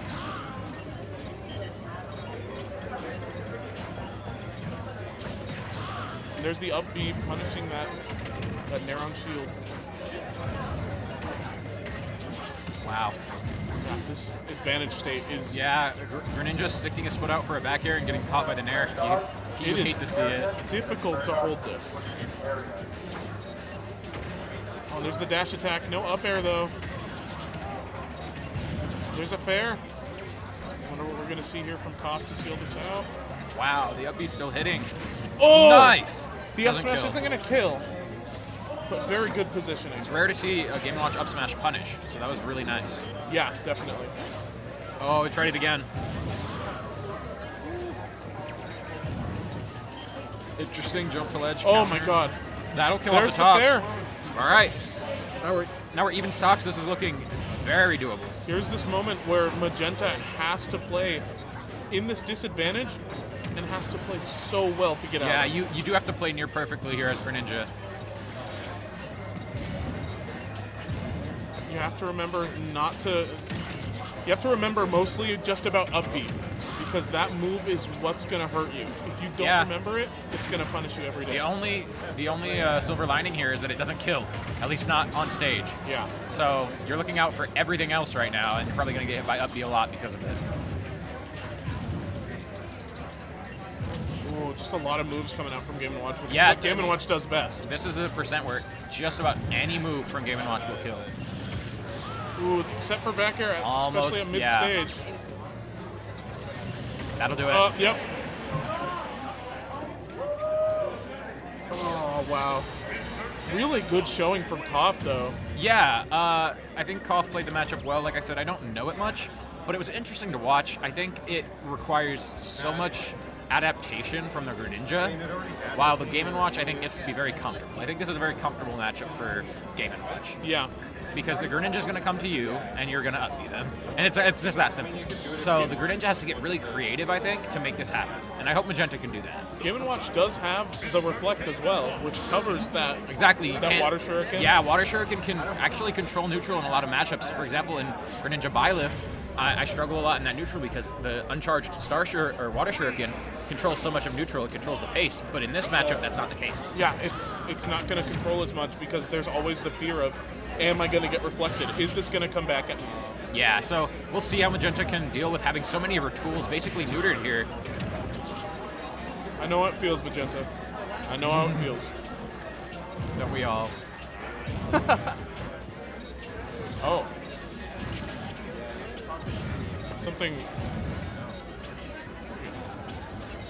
All right, now we're in game 2. There it is again, the up B to cancel out any dash attack, any kind of screw up really from Greninja that most times would get away with, but unfortunately. I like that fair into F tilt, just using the knowledge that, hey, fair is safer than you think it is. Yeah. Nice. Dash attack cancels out the bomb, too. Playing really good with Hydro Pump, too. Like, yeah, of course the bucket comes through. Game & Watch can hold that for so long. His recovery is so strong. Air dodged up to dodge that fair. Ooh, Definitely nice not. shield. I haven't seen a lot of air dodge ups when in disadvantage in a while. But there's the shadow really step. good shadow step. Oh my gosh. And now Magenta with a stock lead for the first time this set. This is the first point in Good which recovery. Yeah, this is the first point in still which getting hit by back air Greninja doesn't feel the pressure to approach. So I wonder. Oh, as I say there's that, the punish on that's the the landing. commentator's curse right there. Very good bread and butter though. Very good. Oh, the nair doesn't connect. Up B getting him out. Magenta already starting at 18, which Game & Watch is at 66 now. Yeah, the damage is looking good from Magenta. Oh, and here it comes. Game & Watch can really rack it on. Wow, it is down smash. already even. There's a nair. No Although follow-up. Game & Watch is very light, this is kill confirmed percent for Game & Watch for sure. Definitely. Like this. Scary enough, yes it is, for him, and sometimes for the opponent. Oh, wow, no recovery. The rare Really good Game & Hydro Watch Pump from SD. Magenta. Wow, I mean, I guess, I don't know if he lost his jump or what, but that was crazy. And here we see Magenta with a stock lead once again. Really curious to see how she plays this. Very patient. Very carefully so far. Yeah, absolutely how you should be playing this matchup. Oh, and there's the get-up attack. Oh! The F tilt takes it anyways. That is such a tough situation to get around. Oh, not able to get a fair there. Magenta's got to play careful. Yeah, she has the percentage advantage, but for how much longer? Yeah, exactly. And Magenta needs to just hold on to this percentage advantage and take advantage of the fact that once you're at percent, your opponent has to come to you. Yeah, and at this point, you've got to play so patiently and look for those confirms because that should do it. Oh, very still good living, DI. Still living. Very good DI. And now a bit of rage on Magenta. Let's see if we can find anything. Oh! And waits for it and gets the up smash. Yep. Game 2 going to Koff. I've died to that exact thing multiple times. Absolutely, spot dodge and then you Game & Watch up smash, and then they just have no reason to let it go. They're gonna hold it. Yeah. Because what are you gonna do? Punish them? Like you're not gonna punish them. So it's just a really unfortunate situation to find yourself in. You spot dodge because you're panicking a little bit, and then you die. And you're dead. Magenta was yeah, Magenta was looking really promising in the Greninja matchup there, Greninja Game & Watch matchup, but I respect them taking out a secondary here. They probably think it's a little too hard for Greninja right now. A lot of respect for the change. I've heard things about Magenta's Wolf, but never seen it. We saw Magenta's Wolf earlier on stream, and it was very good. It took a game off Soka. Wow, I wasn't able to see, but I'm looking forward to watching this. I like the music they chose too. Definitely. Ooh, there's the nair, more nairs. Racking up percent fast, but Wolf can do the same, and now Magenta has a genuine reflector to deal with this.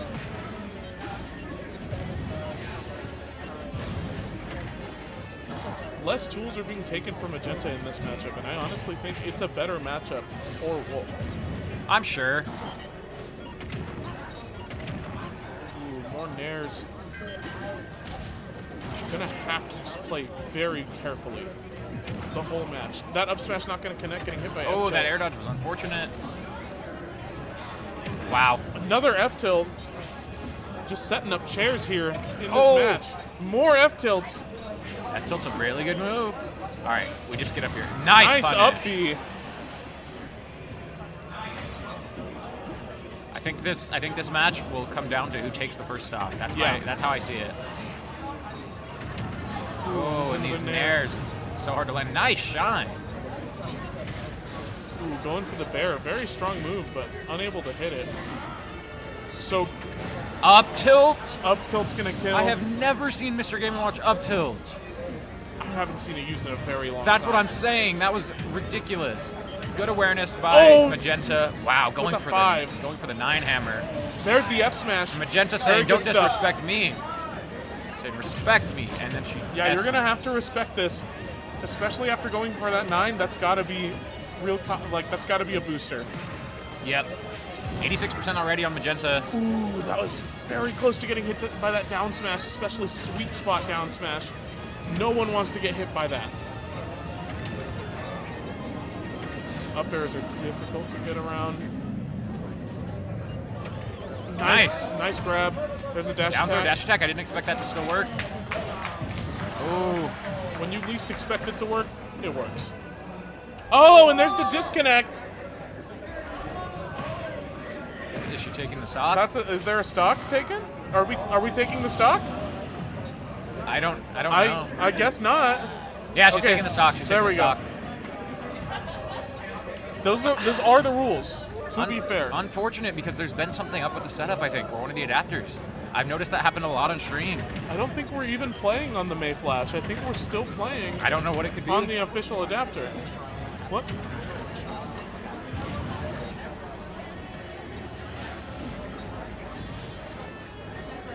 Very surprising disconnect, but you know what?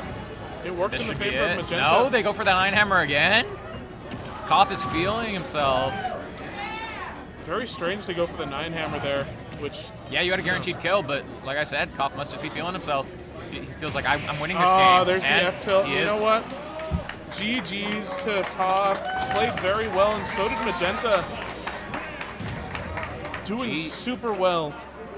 That was still losers, right? Yeah, I have to say big GG's to Magenta. I enjoyed watching that set. Magenta played so well throughout this entire tournament. The adaptations made from Game 1 to Game 2 were really impressive, and I honestly wish that she stuck it out with Greninja because it was looking so winnable. Yeah. It was looking so winnable. But I respect, switching off to a secondary, maybe a little bit of an easier matchup. And either way, they played that well too, so. If it came down to Koff losing that stock, it would have been a different game.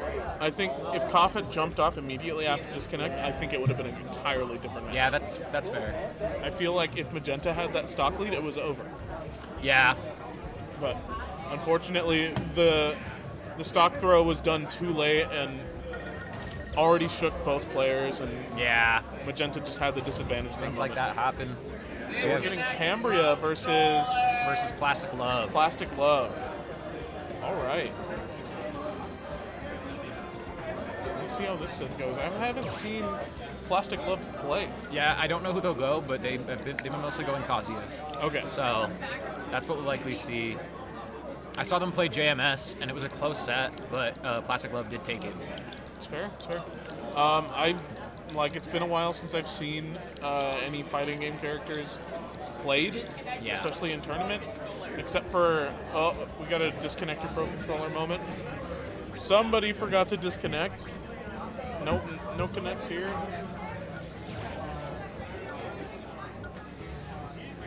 We should be good though. But yeah, I think the last fighting game character I've seen on set is here in Cruces at our NMSU Crimson Clashes with the Kazuyas that we have. Yeah, we do have Kazuyas here. Because we have Dre and Sprite, when fighting Dre, will go Kazuya. Yeah. And Dre's a very good Kazuya. He is. He really super is. solid. Knows the fundies, doesn't really know bigger stuff, but all you need with Kazuya is really the fundies. Yeah, he does have the fundies Kazuya. And I'm curious. I'm interested to see this. I'm assuming it'll be Kazuya Rob. Yeah, it could be. As long as you have Electric Wind Godfist, I think you've got this settled. And I think Kazuya does better into Rob than Terry does. So I think Kazuya makes the most sense here. Definitely. All right, here we go. Cambria Plastic Love. Fun fact about these two, they room together. They room together? Yeah, for this event. Oh, wow. So it's funny they're meeting here in Winners. Both phenomenal players, but I was wrong about the Kazuya. We are going to see Terry. See it happen.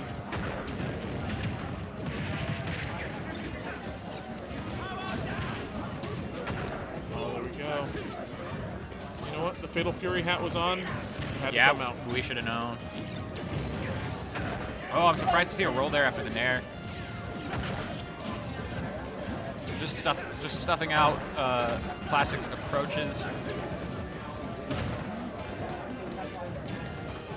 We are. Ooh, that laser not going to connect. Very surprised to see this be so even against Terry. But once Terry gets to 100 is where you really start seeing how their players shine. Yeah. Lucky for Rob, he's capable of killing below 100. Oh my god. Yeah. And there it is. There it is. Not even going to see a single go move come out. I think that's one unfortunate thing about this matchup is Rob has so much kill power and ways to kill you that it's rare you see go, if I'm being honest. Yeah. Wow, wow, what was that? Up was smash? that? I think that was up smash. Oh my god. Good trade, honestly. Yeah, that demolished Cambria's stock. Cambria, I haven't seen really play. You've seen Cambria a lot more than me. Yeah, I've seen Cambria play a lot, and I've played Cambria a decent bit. Yeah, I really haven't seen her play a lot just because I don't live in that region. Yeah. And unfortunately, I don't because Cambria plays really well. She's very good. Ooh, back air. Right now, Plastic with a slight lead. It's looking really good. Ooh, gets punished for that side B attempt. Forward throw. What are we going to see here from Terry? Ooh, up B. Nice, good damage. Oh, and side B not going to take it, but really good. Beat her. He did the safe version, wow. Oh, no jump here. Nice. That was a really good use of his specials. Ooh, going for another up smash. I'm not able to take it, though. Oh, the roll through. They're both just waiting each other out. Dash There's a attack should take gonna it, wow. kill. Very strong. What are we going to see here? Wow, what a combo for 60%.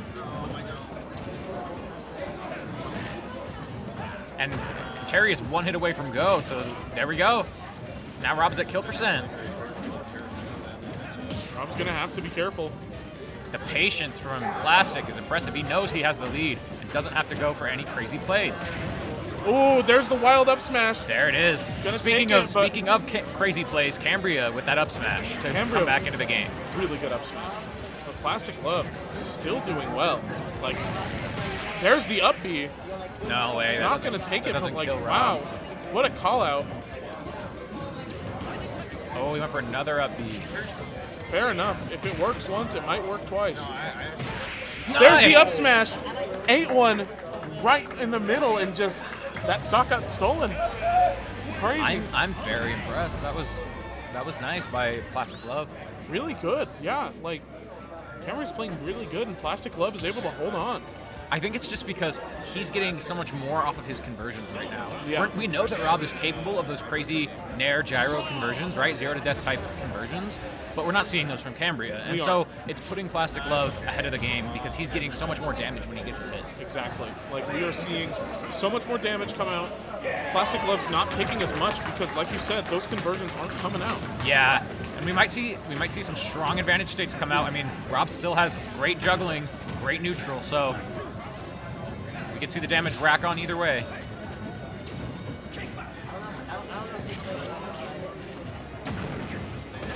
Ooh, nice down beat. I don't think Cambria meant to laser there. Nair into side B.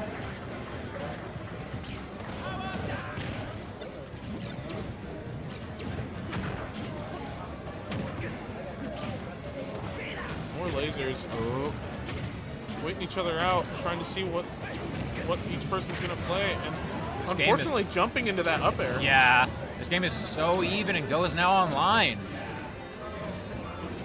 Cambria opting to just back up, play some more neutral. Yeah, unfortunately, Cambria is already at kill percent. Yeah, so. and it makes sense to respect Terry here because of things like that. Yeah, Power Geyser Power Geyser absolutely is kills. a menace. Power Geyser raw in neutral could take the stock. Buster Wolf near the ledge will take the stock. canceling into that power geyser, not going to get it. But Down tilt into down smash with the good tech chase. We're seeing already that Plastic Glove has those conversions. They haven't come out yet, but that is insane. Yeah, Cambria's looking solid here with a lead. Just barely. What's the punish here? Oh, there isn't one. Oh, there's the up smash. You can tell. The classic. You can tell Cambria wants the Nair gyro conversions we were talking about. She's holding the gyro, she's Z-dropping it, she's fishing for those. And I think that makes sense here, because there's so much reward for that. Oh, there's another conversion. 59 on Cambria. It's just nice wow. F smash. It's just consistent damage every time Plastic touches This Cambria. is a Terry moment. Like, Terry is just so consistent. If you can get hits, you're going to convert. Like, it's insane. Playing against some of the best Terrys, they are so consistent in everything they do. They're just fighting game players. Yeah. You know? They just hit those combos. They know. Gyro in hand for Plastic. Oh, throws it away. Ooh, side B not connecting, even getting parried, but nothing coming from it. Cambria really trying to kill it off the top here. Wow. Does he have his jump? Oh, it doesn't matter. That was a really good laser. He just caught him up too high. Super good shot from Cambria. And here's Cambria again, Z-dropping that gyro, looking for something. It's not going to happen, though. Is Uppy going to kill here? Yeah, it's fresh. The only reason it wasn't killing earlier is because it was stale. Now it's fresh. Here it is. Starting a new stock. I have faith in Cambria to figure this out. Look at this advantage state. No, 60% already. Definitely able to figure it out. Like, ooh, but a dash attack. And even if not this game, I see the data download for next game. This is a matchup where just every single mistake is being punished so heavily. Yeah. Throw. Go meter online. Cambria only at 50 though. That's not. She won't die to any go moves yet. Unless. Let's go! Wow! Wow. Power guys are killing off the top. I may have cursed that one. I think Cambria jumped. Yeah. I think Cambria jumped and got hit by the power geyser. I may have cursed that because I was thinking from ground floor, and then all of a sudden they were on the platform, and all of a sudden Cambria was dead. Yeah. So before I could even finish my sentence, I was just wrong. Yeah. And then it oh happened. wow, we're getting the Pac-Man switch. Wow, we are going to see the Pac-Man. I'm surprised by that. Forcing out the Pac-Man from Cambria. Very impressive from Plastic. This was definitely Cambria's main when I met her, and I know that she's been picking up Rob a lot more. She mentioned to me that she doesn't play so much Pac-Man anymore, but it's a great character to have in the pocket. Absolutely solid character. Very good to have in the pocket, and like, you know what? It could just be the answer to this Terry. And I think it makes sense because part of the reason that Plastic was getting so much damage was because of Rob's huge size. He's such a big body. And Pac-Man, yeah, he's a little round guy, but he's not quite as big. He's not quite as heavy. So he's not going to get hit by every single thing. Yeah, you're not going to convert into everything anymore. Like, you're and I think Cambria knows that. She's you're like, all right, have to find some conversions now. You've got to find some different kind of conversions. There's the up smash. Cambria at low percent. This is already looking like the perfect switch from Cambria. Yeah, I mean, wow, Galaga in hand. It's gone now. Those fares looking solid. Oh, there's the Nair.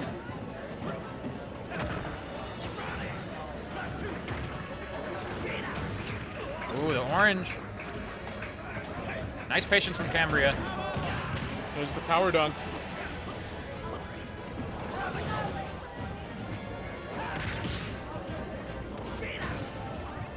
Knuckle not connecting, and then more power dunks coming out. There's an up B. Gonna kill. Wow. Really good from Plastic Glove. These conversions, now we're gonna see that Plastic Glove has these low percent conversions too. Yeah. And unfortunately, the Rob was heavy enough to survive them. But now Pac-Man's just light enough to die to him. Absolutely. Go meter online. But this juggle's looking pretty gnarly. Another up air. Oh, there's a Nair. Ooh, going for Bell. The Bell in hand. Oh, and that's going to be the up it. smash. Absolutely great play from Cambria there. The juggle was just absolutely terrifying. It probably made Plastic panic a little bit on his way down and made that Bell conversion super easy to get. Yeah, and here we go, starting yet again.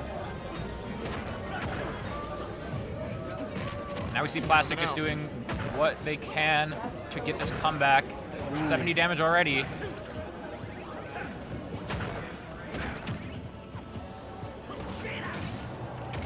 Oh, wow. Stalled him just enough to get that. Yeah.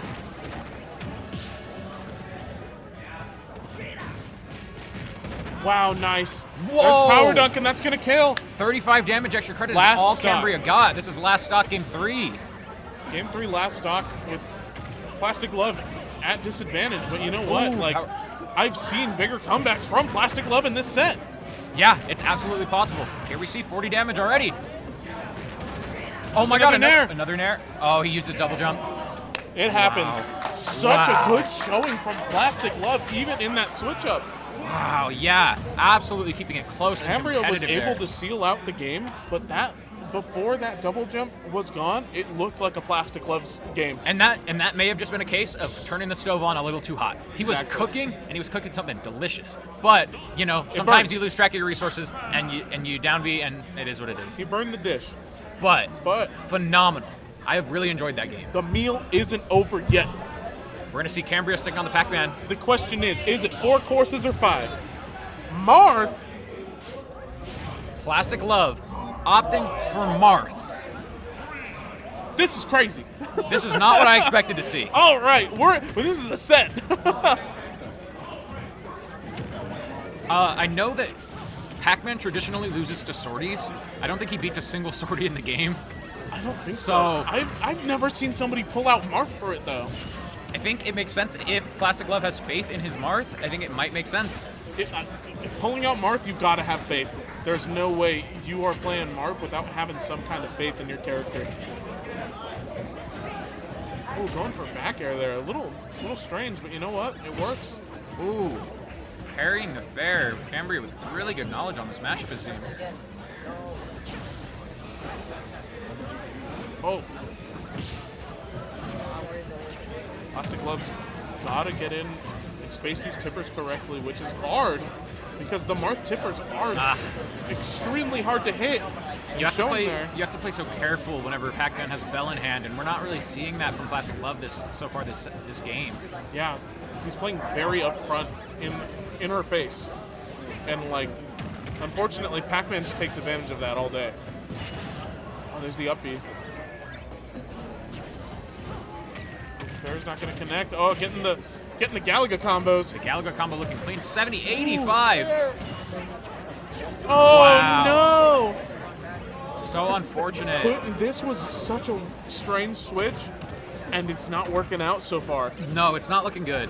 Cambria looks to have like so much more experience in this matchup than Plastic Love does. Yeah, I'm sure Cambria's played against plenty of sorties. That and did Cambria ever play against flippers who did play Marth? Yeah. And there's the stock. That's a 3 stock from Cambria. From Cambria. And you know what? Like, the whole thing could have just been, like, that was just experience. See, now, what I'm curious to see in Game 5, did Plastic Love get too much dip on his chip with that Marth switch? Is he going to go back to an FGC? We're on PS2. I wonder what his logic will be going forward. Are we seeing? Okay, we're seeing the Terry. We're back on Terry. All right. I thought we were seeing the Kazuya. I was feeling it. So that was a one-game field trip. That was a quick side trip, a detour, if you will. It was a side dish. You know, Yeah. you gotta have the fries with your burger. Oh, but man. Here we are at the main course, Game 5. Game Big stuff here. 5, great set so far, and let's see what it's like on PS2. Let's see just how good of a course this will be. Game's already looking really good. I really think that Plastic Love had this matchup learned well and could have just been a panic switch, thinking that Cambria knew more about it than he thought. Yeah, you never know why a player would switch there, but hopefully this Terry can find some damage and make this a closer game. 90% already on Plastic Love. Oh, but 107, meaning go is out. Yep, and the bell is gone. Bell is gone, so this is really good. There's a really good chance for Plastic Love to make something happen. Keep in mind, even if they aren't killing. Oh, wow. Oh, that was wow. Really strong read from Cambria. Strong. Oh, and there's the that dare. killed him. Another strong read. I can't. Oh, my God. I This can't, is looking to be a crazy meal we're eating here. I can't believe that killed.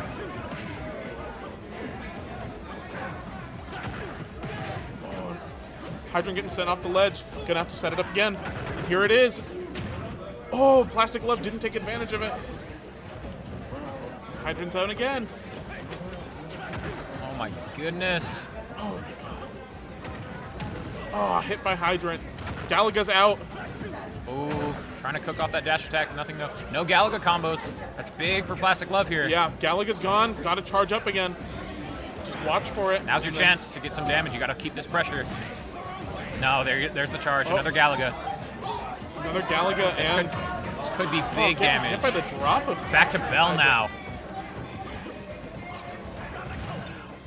Bell in hand. This is terrifying for Plastic Glove. You have to play so careful here. Yeah, and it'll kill. Into the... It doesn't kill. Not going to kill there. Go meter is online. Go meter is, and there's Bell again. Oh, he's not going to die. He's not going to die. But he does... Cambria, she has Bell back in hand. Oh! Oh, wow. I'm surprised there was enough time for that. Yeah, the roll behind up was smash. That was insane. just really good knowledge from Cambria. Now we see Plastic Glove has to make up quite a deficit. Yeah. Ooh, but it is possible. This isn't impossible. Like, this is absolutely still a match. The Galaga combos are making this look rough. Ooh, but the Hydrant double hitting again. Now Cambria's Let's see what on ledge. There's That'll the power do it. dunk. 91. We have a set. We have a game. Oh, yeah, going. we have a game 5 right here. This Last is stock. insane. Bell online already, though. But so is Go. So is Go. You have to be so careful. That should kill. There it is. No, it's not! Pac-Man up smash apparently is not a very good move. Oh, start racking up percent. Galaga. Bell. Wow. Oh, the Nair not able to do anything. That's death. Yeah. I feel like Plastic Glove losing there was all due to not being able to handle Bell. And Plastic Glove losing there was all due to Bell. Bell is such a big factor. And you know for what? Pac-Man. Like, that's a huge factor, but I feel like if Plastic Glove was able to get around that, I feel like it was game. But Well- Cambria took advantage of that. I'll just put it this way. I would have loved to see that set without a Marth switch. Yeah, I would have absolutely. loved to see that set I without would a have Marth loved switch. to see it because that It Marth was- switch changed the entire momentum. It was, you know, everybody's got their own thing. They're going to try out different things that they think might work. But as far as I know, Plastic Glove is an FGC player in this game. And I really wanted to see 5 games of Terry. That would have been beautiful. Because that Marth game felt like a bit of a throwaway. Going for Marth there was definitely not the move. However, it happened. And It did. Because of that, it was stolen. Like, that set was pretty solidly in Plastic Glove's hand. And Yeah, that was a reverse 3-0 from Cambria. Yeah, it was a reverse 3-0 because of that Marth switch. Yeah, well, the Pac-Man big switch. part of it. The Pac-Man switch added to it. Yeah, the Pac-Man, Pac-Man switch was super The Pac-Man smart. switch was definitely the big thing. That was because super smart. I think Cambria was not quite getting the conversions that she was looking for. Like we mentioned, we could see her fishing for those Nair, gyro, Z-drop conversions, but she wasn't hitting them. And so therefore, it made Plastic Glove to have the advantage because Rob is such a big body. Yeah, he's heavy, but Terry doesn't care. And you know what? Go to something comfortable. Go to something Exactly. you know you can hit, and Yeah. you win. Yeah, I And think it makes sense. That's exactly what Cambria did and got to seal out the set. With Plastic Glove, super good work from her. Yeah, and Plastic Love now in losers, so we'll get another chance to see them play. Yeah, all right, and I'm excited for this next one. Grime versus Za? Yeah. Wow. Saw is amazing. I'll just Yeah. put it that way. Saw is really good. I have played him only a few times before, but we played him today in the crew battle, and he's just phenomenal. He uses Samus unlike any Samus player I have ever seen. I really don't see Samus play like that. Normally you see Samus very reliant on charge shot, making that her main part of her neutral, and then throwing some aerials here and there. But no, Saw uses so many aerials, movement, he keeps you on your toes, he edge guards so much. And so I'm excited to see this because I think it'll be an explosive match. Falcon, Samus, Grime, absolute labber of Falcon. Yeah.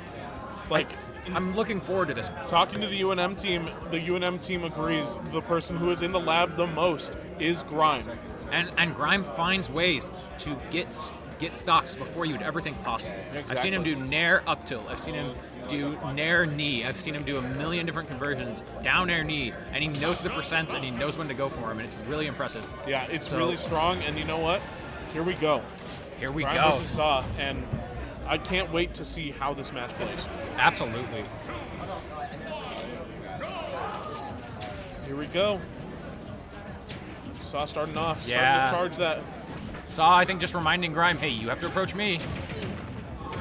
Yeah, here we go. And here's what happens when you do approach Saw.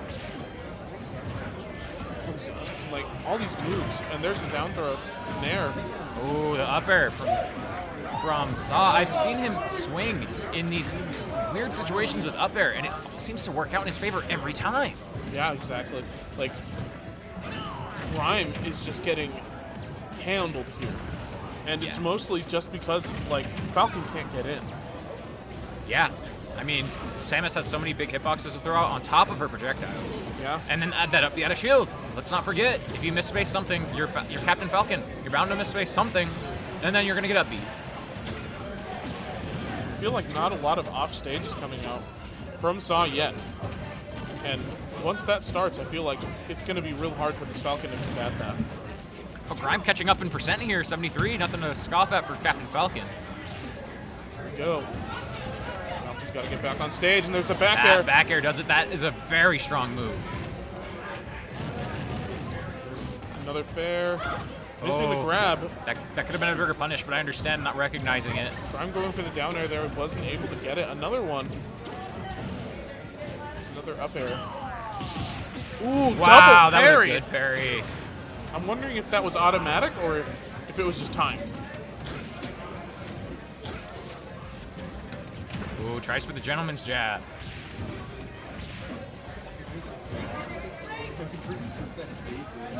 Oh, nice. Nice grab. That's back throws. The parries are crazy. Ooh, going for the nair there, but unfortunately the up B not going to get caught by that. There's the Falcon kick, not going to kill. Yeah, Samus is a very heavy character. Oh, be careful here. Down smash. Down smash. And the down air. And what did we say about Saw's edge guarding? He just isn't afraid to go out there. Oh, absolutely. Ooh,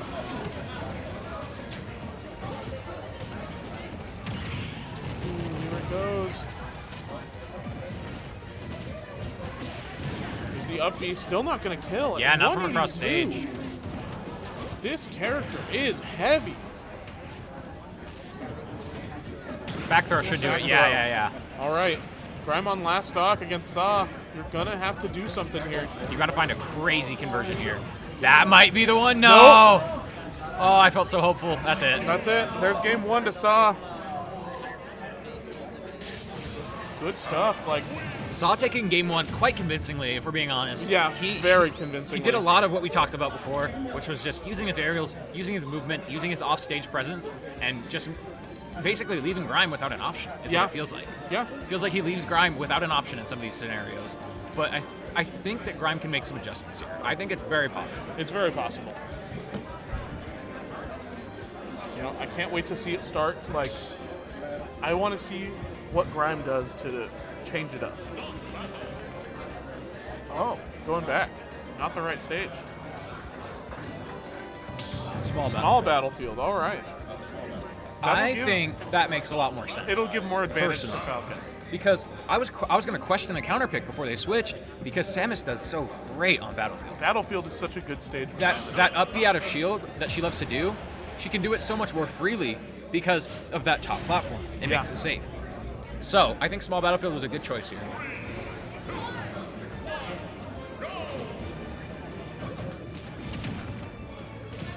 Oh my god. I think it's so impressive what Saw does. He charges charge shot. Immediately, he reminds you that you have to approach, and then he takes advantage of it with all of his aerials. His conversions are so impressive. Yeah, Saw is just able to play this, like you said, Samus like we've never seen. Yeah, it's hitting very all of these aerials. Yeah, he charges charge shot, but he's not sitting there. Yeah, he's exactly. definitely going in. Ooh, he went for the down air knee, and that would have killed. It is crazy how strong knee is.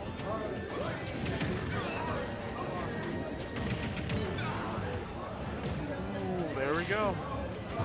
Rolls through. Up B out of shield on that down smash. They're both at even percent. Let's see who can take this first stock and decide no the punish on momentum that. of this game.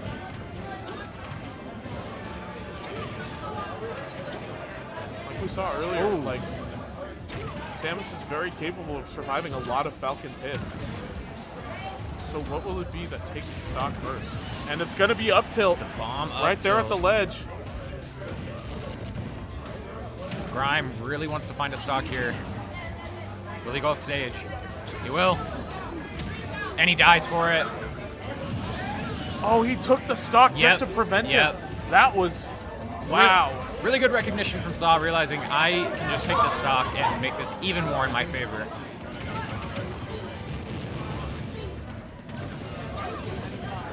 Grime really looking for down air through the platform, but Saw ducking under it. Ooh, getting these up airs. I wonder if this is a matchup they've played a lot. I would assume so. They are both on the same team from NMSU, or UNM. UNM, yeah. My bad. They are both from UNM. And seeing this makes me think, yeah, they have played each other before. Setting up these bombs at the ledge, going for charge shot, not going to hit.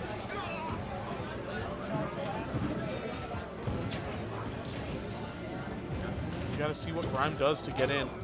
So far, not much can really be done. Up smash not going to connect. What are we going to see, Grime? The ledge trapping is so potent. And oh, is that Nair? Nair. I forget that Nair just kills on sweet spot. Yeah. It is so Samus's strong. aerials are ridiculous. I'll just put it that way. They are very good. For a character who's supposed to be a zoner, yeah. Yeah, and then Samus is just such a good zoner. She's heavy. She has up B out of shield. She has good aerials. She has charge shot. Incredibly skilled.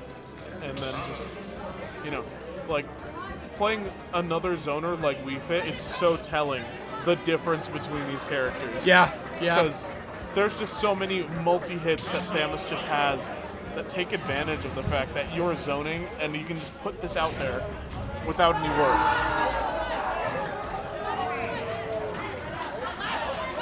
All right, here we go. Game 3. We are on Battlefield this time. I wonder if Kalos was banned. Could be. Good conversion. Good conversion. Wow, there's the knee. Grime Gonna take the stock from Saw. Grime showing off some of that labbing we talked about earlier. That was definitely a lab combo. I saw Grime over at the setup to our left, just labbing out Samus combos. Dedication I'm to the not grind. even on it. And Saw already at 70. Nice down tilt. Grime showing a whole new energy this game. Where did this come from? Is the question. Wow. There's another knee. This energy is insane. The absolute turnaround from last game is bonkers. But now we see Saw kind of slowing he it made down. Right to stage. Up smash. Up smash. Up air. Wow. Grime just isn't stopping. And even still made it back. There's the up B.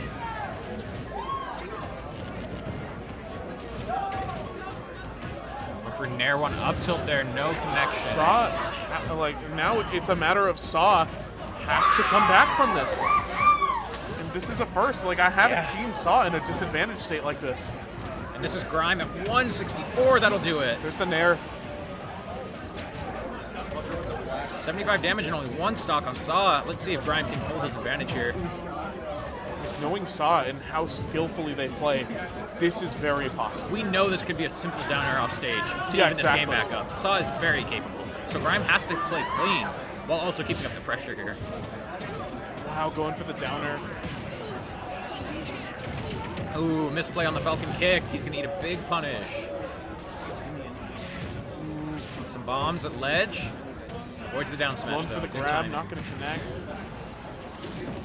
Zare off stage. I wonder if Zaw can find the stock here. No, not quite.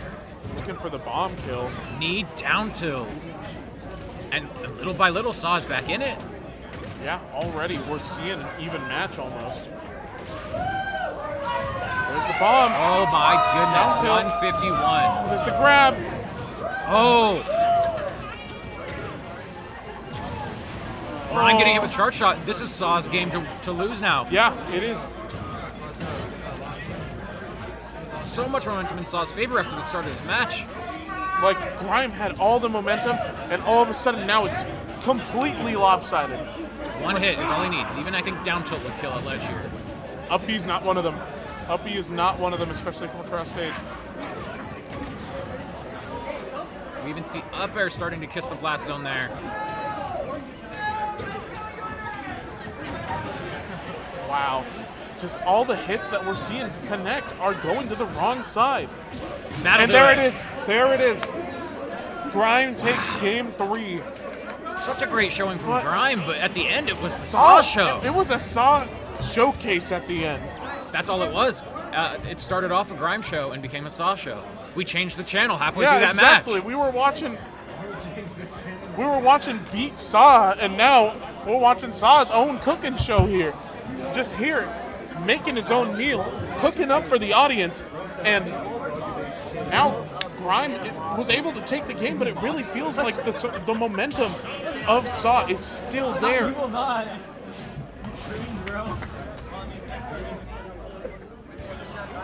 Here we go, game 4. And wow, this was Saw's counter pick to Kalos? That's crazy. This is one of Falcon's best stages. I know Samus gets a lot off of it too, though. It's got to be like one of the stages that Falcons love the most, especially for the positioning for any kind of knee at the ledge. Yeah. They don't need to kill off the top. Exactly. Ooh, waiting that F smash out. But you know what? I've seen Saw kill more off the side than I've seen Saw kill off the top. Absolutely, yeah. Ooh, there's that back. I'm surprised back air went through that. I'm just going to say it. Like, that was wild. Oh, there's the bomb into up tilt. That's good actually work. Really unfortunate to see for Grime. Really good work from Saw. Oh, that's okay. He doesn't get punished. Wow. No punish, and Grime actually had the advantage there to grab. There's a back air. I thought he was going to go off with a nair. Not able to mix up that up B much. Unfortunately, was eating some percent because of it. Saw is just controlling the pace of this match entirely. Very different from the start of last game. Very different.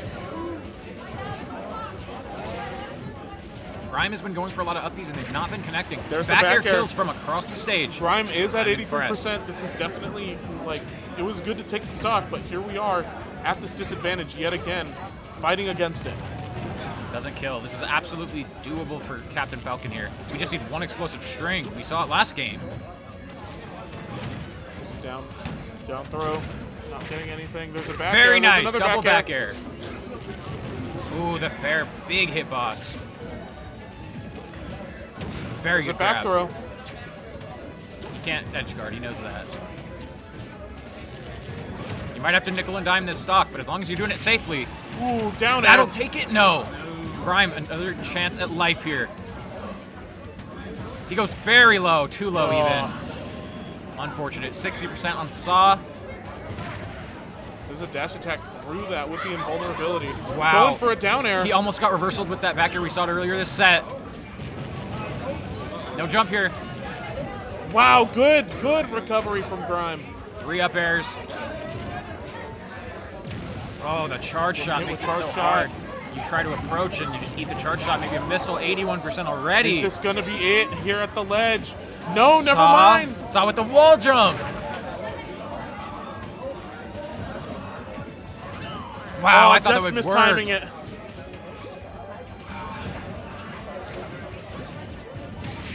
And there's the back air. Wow. Sealing it out for Saw, but Grime, no slouch. Almost getting that. Saw taking Grime to what is one of Falcon's best stages, showing full confidence that I can control the pace of this match, and he did just that. Yeah, didn't even have to worry about stage advantage. Just took it and ran with it.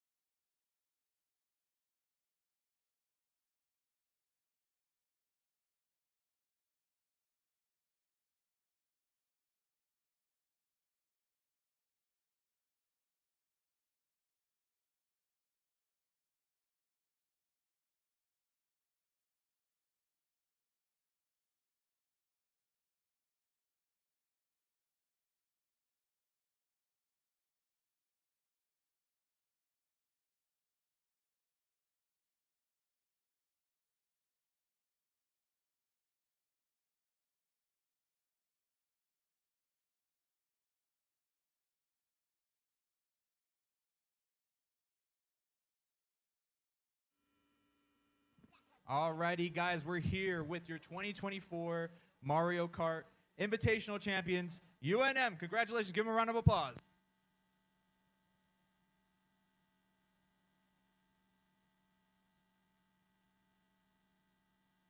Obviously, it's been a long tournament. You guys have played phenomenal all throughout. We have some returning champions. You guys here, these two in the middle, were from Sandia, who won last year, so back-to-back champions. Congratulations to you guys. But we have, you know, somewhat of a newer roster. Let's go down the line. You're from Volcano Vista, or previously, but now you're a freshman at UNM. How's been your first, like, esports event here at Las Cruces? Oh, it's been amazing. Haven't had a lot of opportunities back at Volcano. We did finally get a team, so hopefully we'll see them next year, but just glad to be here. Definitely, we're glad to have you. I'm going to move down the line while I interview you, so we'll switch spots here in a bit. There we go. I'm going to have you step to my left. Perfect. Returning champion, how does it feel to go back-to-back? It feels amazing, especially since we're doing it for a new, organization. It feels great to bring it, what we did from Sandia to UNM, and we hope to continue to do this and have success and just overall win it. It's just amazing. There's nothing else I can really say. Definitely. The winning culture runs deep here at UNM. We'll go ahead and switch spots with you, sir. Obviously, once again, you're going back-to-back. What does it mean to have, bring a second title to UNM? They've already won, obviously, crew battles in Super Smash Bros. What does it mean to have two for UNM, this invitation?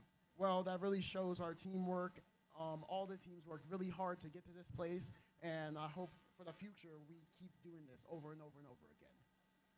Thank you so much. I'll switch spots with you one last time. Obviously, UNM, they have a strong culture within Mario Kart. They've been playing it for a while. Obviously, I think you probably played with them for a couple, maybe a semester or two, or not yet? It's been a semester, and I was part of Clovis before this. I'm a freshman at UNM, Clovis beforehand, and so they were my rivals in Mario Karts. Definitely. How does it feel to now? Obviously, you were rivals. Now you're able to win for them. How does that feel?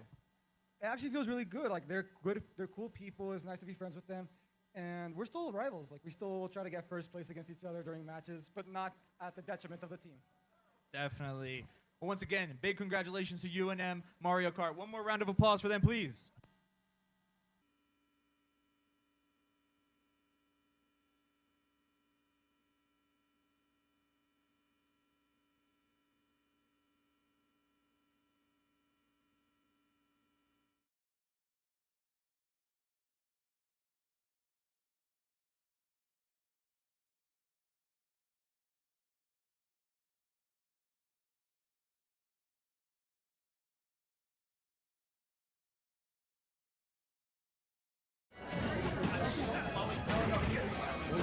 Down air. No grab there. Oh, wow.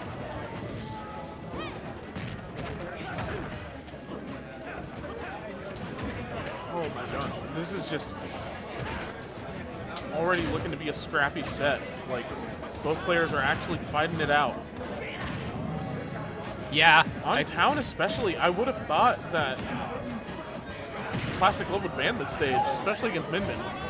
I would think so too, right? But you have to think maybe he has stages that he's less comfortable on. That could be because as well as Terry really likes killing off the side. I was about to say Terry gets a lot off the town, but killing off the side really early can be nice.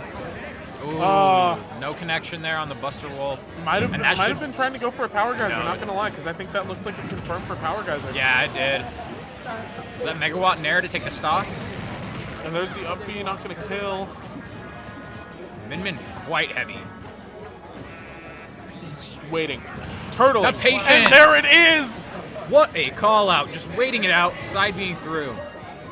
Oh, it looked like a real FGC match, just waiting it out. Yeah. Like you're gonna make the mistake before me, might as well. Oh, nice roll in. Ooh, and here we go, racking up the percent starts again.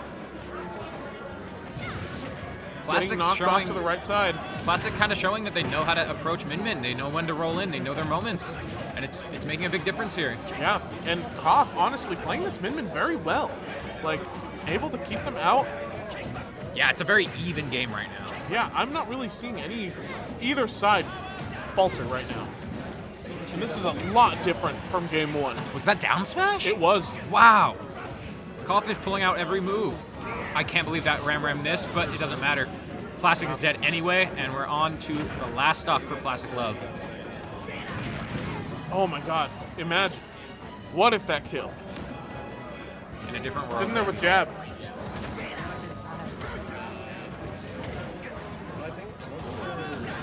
Going for another power dunk. Getting hit by Ramran, which isn't a lot of damage. Surprised that Koff didn't follow up with another arm. Yeah, maybe not confident in it. Could have been that.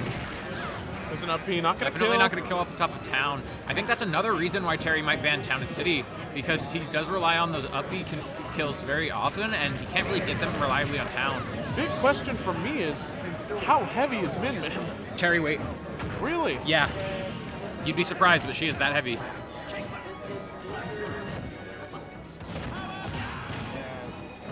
You would think there would be, you know, for this character that has so much advantage, that she would be a little lighter, you know? No, they love to make zoners heavy. Look at Samus, look at Snake, look at Min Min. Yeah, that's true. It's just a trend. They Not love Wii Fit to. Trainer, though. Yeah, not Duck Hunt. Fair and honest, fair and honest. That's all I'm saying. Yup.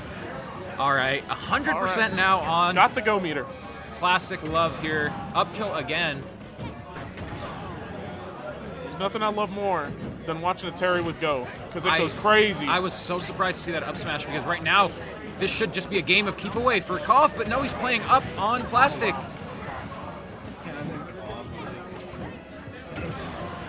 Wow, almost killed off the top. Right now, this is 100% a game of don't let Terry touch you, because things like that can happen. Wow, Very and nice, there's the Megawatt. Megawatt. All right, game 2 goes to Koff. Very good stuff, but you know, Koff barely took that. It was close. It was a close match. That was very close. You saw the power geyser in the wrong direction. If it was in the right direction, I think it would have killed. Plastic Love was hooking. 1-1. We're back on PS2. Here we go. Terry versus Min Min again. Both characters seeming pretty solid for him. I'm wondering, are we gonna see a switch from Plastic Love this match? Honestly, I doubt it. I think that Kazuya struggles a lot more in this matchup than Terry. That's fair. And I think they're both players are doing their jobs as their respective characters. Clank, barely saving Plastic Love there. Yeah, I saw that. Yeah, I think both players are doing a really good job of finding their characters' win conditions. It's just come down to a really close match. Oh my god, the down 3 tilts. down tilts. And here it begins. Go meter already, but Koff hasn't taken hardly any damage. Koff is really finding their footing here with the up B for the edge Ooh, guard. getting hit by Ramran. This should be a stock. Oh, the Not a Ramran stock. barely misses. Wondering why, like, you think? Yeah, there it is. I was wondering, are we gonna see the megawatt switch? Yep, and there it is, and it kills 21% only on Koff. Nair.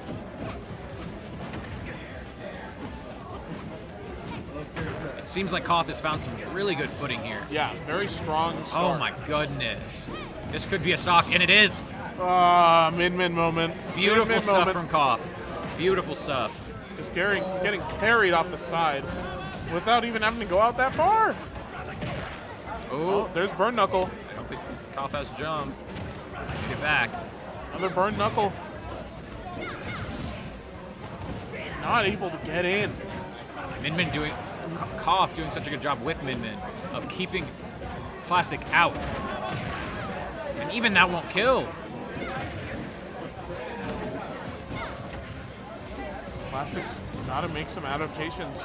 Yeah, I mean, absolutely. Like, right now, we're seeing one arm and then another arm follow right after. Yeah. We're seeing that every single And time. you know what? Because of that, just read it. Read Yeah. what's going to happen. Well, that's exactly what has to happen. It has to, or else this is over. Yeah. Here we go. The crack shoot for a little bit of damage. Gonna have to be more than that to take out this Min though. And you see Koff going for these nairs, trying to get the megawatt nair. Oh. Ooh, switching dragon, double dragon. Oh, they're not staying on it though. And there's the up smash. Super tall move too. Like that up smash reaches very far up, right through It's the a platform. good up smash. It's very solid. I mean, it reflects too. Yeah, just and in it case reflects. you didn't know. Just in case you need a little something extra. You know, because this character needs it. Needs it. I'm sure. Oh, Fatal Fury music. Fatal Fury Oh, music. I can't wait to listen. I can't wait to listen. Plastic Love is about to cook. I'm feeling the cook. I thought he was gonna go Byleth. Show us, chef. Show us some moves here. Yeah, Plastic Love just needs to make an adaptation to the double arm that's happening, because he's getting caught by double arm every single time, and Koff isn't mixing it up much. He's doing double arm. Oh, there we go. 37 to start off.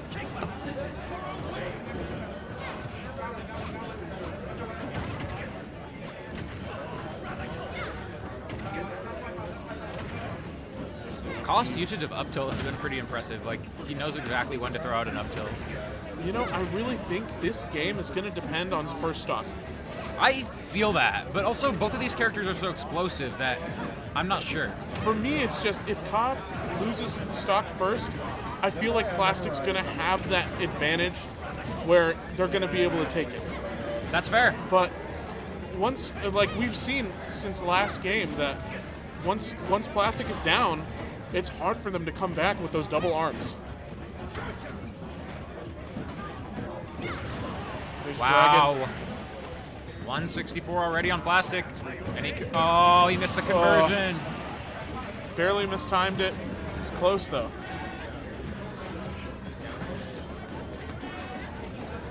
Here it is. Let's see if Plastic can get back out of this disadvantage, especially with Koff at such like a middling percent. It's looking rough, I'll be honest. Koff is really doing a good job with Min Min here, keeping Terry out and not letting it happen. Burn Knuckle not converting there. Wow, went for the craziest. And there's the down read. air. You know what? It might have been worth it because Koff might just be feeling themselves. You know? Here we go. Go percent all ready for Plastic Love.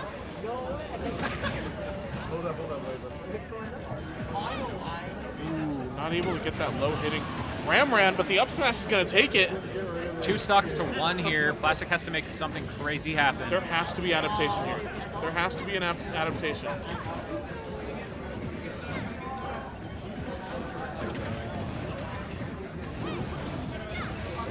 And now Koff just super content with sitting back and letting Plastic try to approach. All right. Koff has present and stock advantage. This is massive. That's it. Is that it? Wow. Okay. Suddenly it's looking like a game for Plastic Love. Another one of those unfortunate SDs. We might have a game for Plastic Love. We'll see. Oh, the Ramran barely catching him. Charged Ramran too, so that's some good damage. Going for the down tilt there. Not going to. Wow. Huh? Huh? Koff, that hits from there? Yep. What? Koff's advantage state. That set. Excuse me? Now we're getting the Ninja Falcon, so come on. Pick up the face a little bit. I think that Koff's advantage in that set was very good. Like just knowing I have the lead, I'm gonna keep Terry out. I think that was very impressive. But one thing I found very impressive was Koff's just normal disadvantage. It seemed like Koff knew exactly when to air dodge every single time he got hit by Terry, and it made it where he was not taking much damage. Yeah, and because of that, you know, Plastic Love wasn't able to seal it out, which is the end of Plastic Love's tourney run. But fantastic run nonetheless. Very impressive. Made it to top 8 through winner's side. Top 5, like super good. Impressive work. And you know what? I hope to see more of them coming in the future. Yeah. But here we go. We have another UNM match. Isolde versus Grime. You know, the Greninja versus the Falcon is going to be an interesting match. It's going to be very fast-paced. But we know that Isolde likes to play back. Like, you know? Yeah. I think this matchup is interesting because Falcon can just kill Greninja so easily. Really? Yeah, I think that it's somewhere close to even. That's what I was talking to Isolde about, was we think that Falcon Greninja is probably slight Greninja favor, but it's somewhere close to even because Falcon, similar to like how Byleth can kind of just kill Greninja in 2 neutral interactions, like Falcon does the same thing. He needs 2 neutral wins, and he can take the stock. Yeah, that's so fair. he also has a lot of good hitboxes to hit Greninja. That's what I've heard. All right, well, let's see if it's true and if it'll hold out as we watch Isolde versus Grime. 2 players who we personally faced in Cruz. Yeah. Going up against each other and see it go.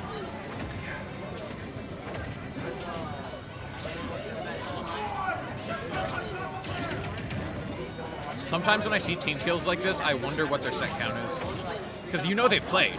Yeah. And that's not even counting the probably hundreds of hours of friendlies they've played. I just wonder what people's set count is whenever I have to see a team kill. Yeah, exactly. But here we go. Like, Grime already at 74, but like you said, any interaction would change this up and make it very Grime favor. Yeah, Grime doesn't need many interactions to get the kill on Greninja. Oh, Down here we tilt, are. Great catch. Greninja in disadvantage.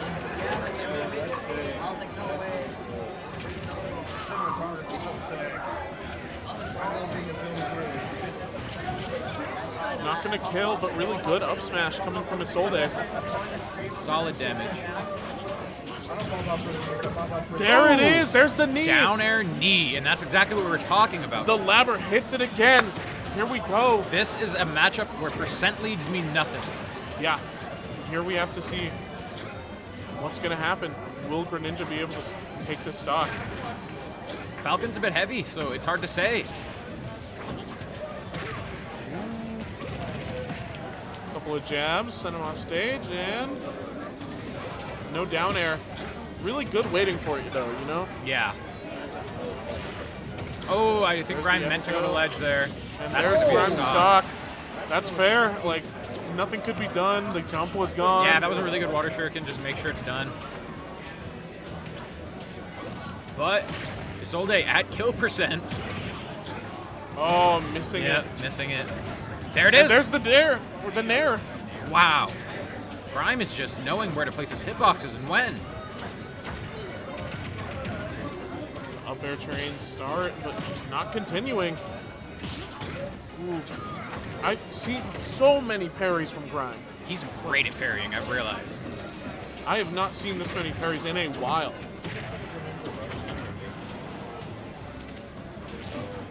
There we go. Solde has the stage advantage, but there we go. Grime's already taken it back. Oh, and doesn't connect. Greninja often has these problems with his multi-hits. You know, I haven't seen it a lot recently, but that showing right there is really telling me that could be a factor here in this matchup. Ooh, I'm trying for up air knee. It's not going to hit. Ooh, tries for a mix-up with a drop-through up B, but it's not going to hit. Could have been trying to read a jump, you know? Yeah, it was an interesting mix-up, though. I liked it. Ah! It was a really good attempt at an edge guard because at that point, Isolde knows that they need something to make this game happen. Yeah. So I appreciate the attempt at a super deep edge guard, even though it didn't work out. Yeah, unfortunately. But here we go. Let's see what we can get here from these players. Can Grime... I mean, Grime took game 1, so can Grime keep this momentum? There we go. There we go. This will be your guys' last.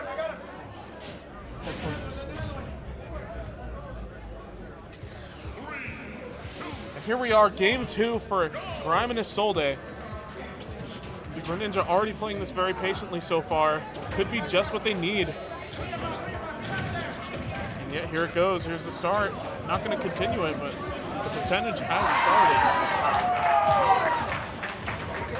I think the town and city counter pick makes sense for Isolde here because both of these characters can kill early off the side, but Knee is going to kill you at 65 on any stage. Yeah. So it doesn't make a difference to Falcon. But for Greninja, that could be the difference between down tilt fair killing you at either 90 or 110. Wrong angle, you know. Yeah. Unfortunate angle for Isolde here. Wouldn't have happened with a game controller. That's all I'm going to say. Are they on pro? They are. Oh, not able to get the fair there either. Yeah, You can speaking really of see. down tilt fair, you see Isolde really trying to find those conversions. Yeah, something we've seen connect quite often that just isn't. Which again shows just like the knowledge that these two players have in each other. Yeah. Just the back air, not gonna kill. Water Shuriken also not gonna connect.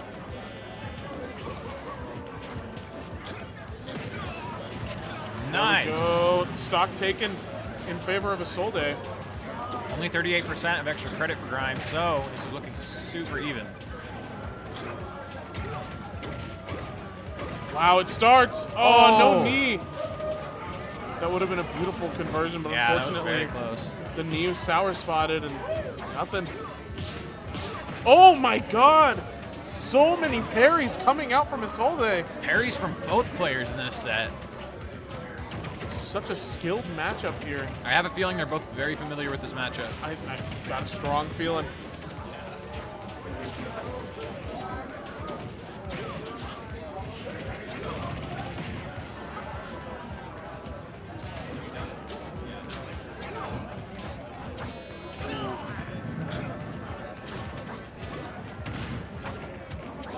Back air is nothing though. There's Wow. back air from Grime. Full hop back air just takes it. What are we gonna see here? What is Isolde gonna cook? That drag down was very nice. No down, like the down smash connecting but not killing. Which there's the forward fair, call gonna out. take it. Isolde evening up this match here. The question is, what are we gonna see from either player to take this? And so far, Grime is showing excellent performance and precision on this Falcon. Oh my God! Any hit could just be your stop. Grime is so good. Grime is incredibly solid on these conversions, and we just saw an example of it right here. Oh my God, Grime cooking up a storm for us here in this matchup. Unfortunate SD at the start of that game, but wow, what a match. All right, and here we go, game 3.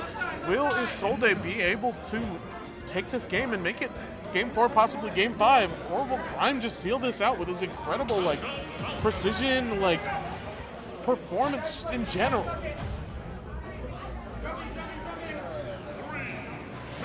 Hollow Bastion for game 3.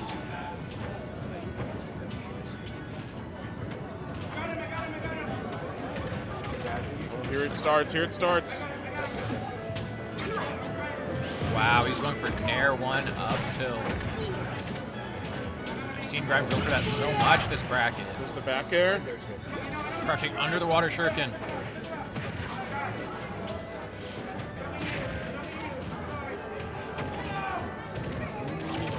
More up airs. Yeah. And it starts. Here's the racking up of percent. Isolde with safe pressure under the platform leading to some damage. Ooh, this rapid jab's gonna miss. No punish though. Ah, no knee.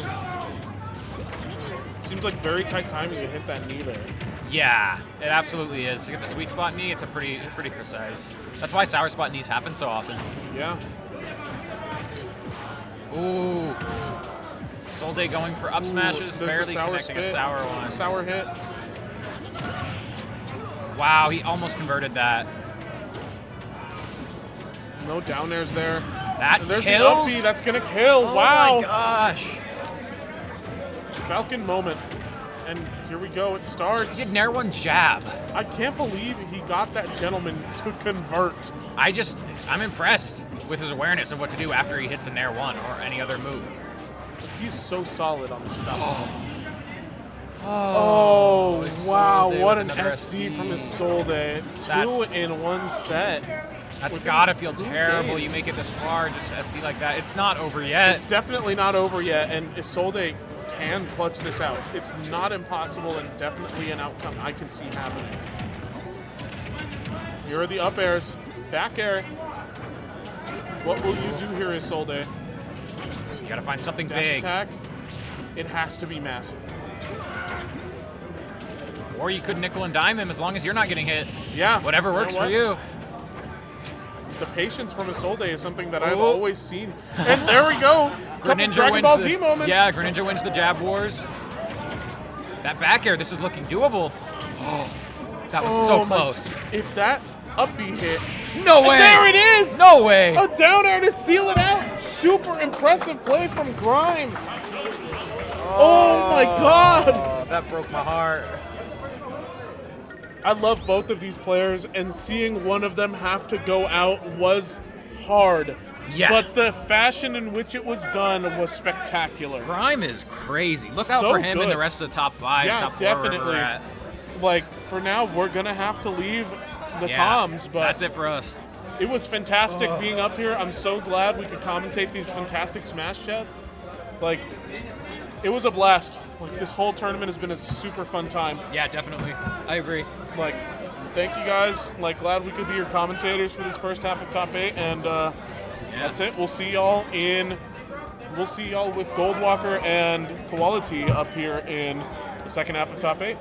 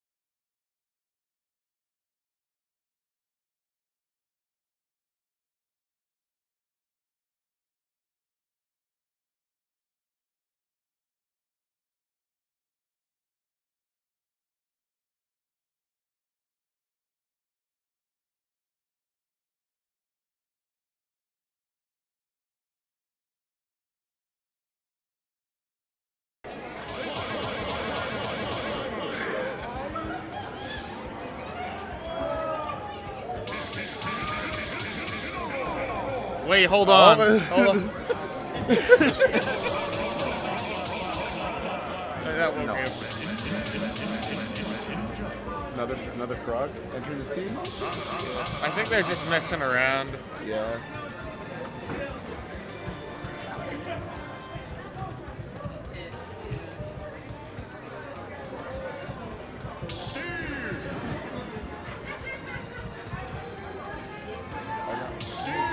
I don't think that character. We didn't ban him for this, huh? Steve's available. Yeah. Okay. No, he's legal in New Mexico.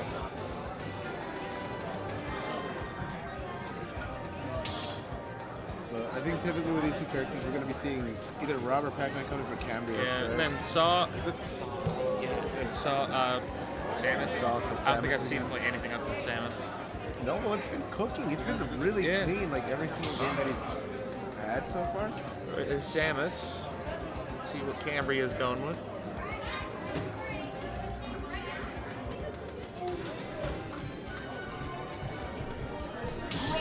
It's Rob. Okay. We're going to see a lot of projectiles thrown around.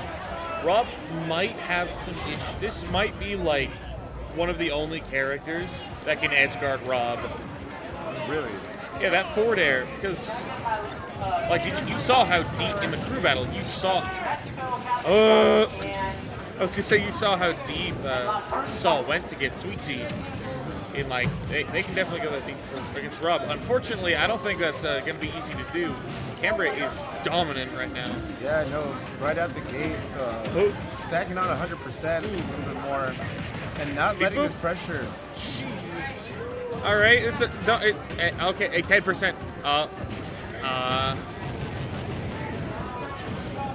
not able to get anything off the up smash, but I mean, all right, pretty much keeping it in Cambria's favors. Yeah. So far. Oh, that bomb absolutely saved us off from a back throw and having to deal with an edge guard situation.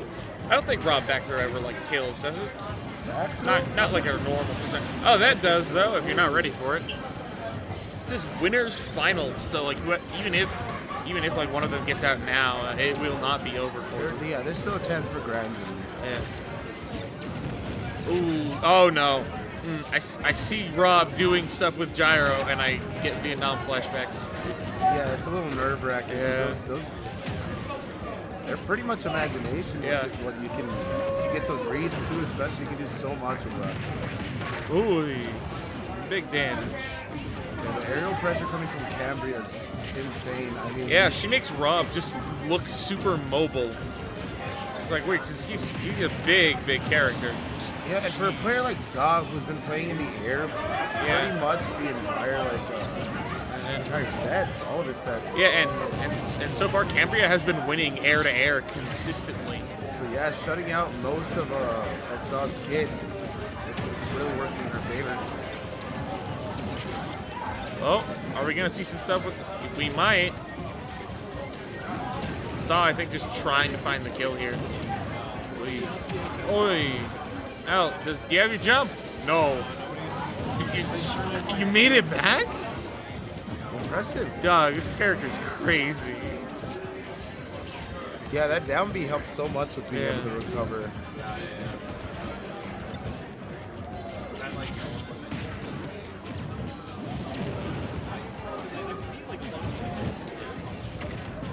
Yeah, I don't know. I think that might have happened yesterday. I kept telling All right. So this bread and butter is this little extension there. Oi. I don't think that's quite it. No, That's it. That's game one. Yeah. So yeah, Cambria extremely explosive with this character. Clearly, not giving much room to breathe for Za, whether they're up close or far away. Yeah, I can't hear what they're saying.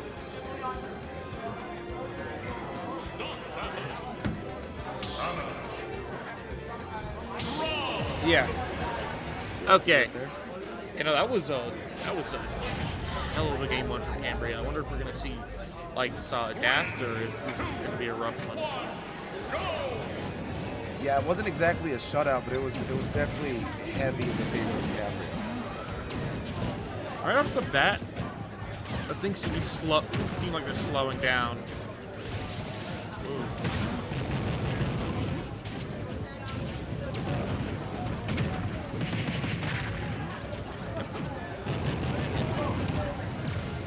Both kind of taking their time, finding their way in. Oh, now we might see something. Yeah. Already a lot more even than last game. Yeah, I feel like for a lot of these games, the farther in the set they go, the better they're. Yeah, it's gonna get closer and closer every time.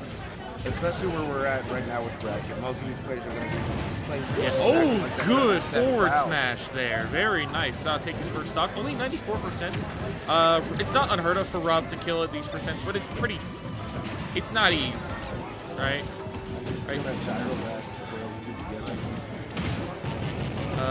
Usually, if Rob wants to kill this, he needs to like land something big. Like maybe what's the one? Down throw. Maybe you could do like down throw into up air. But even then, that's kind of a mix, like on if they mash. Also, Sal's ledge trapping kind of going crazy. 75%. Ooh. Oh, nice air dodge. It's always that 50-50 scary against Rob when like he's got you up in the air and you're like, oh, that's gonna be killing me. Okay. Oh, laser snipes are really good. Ooh.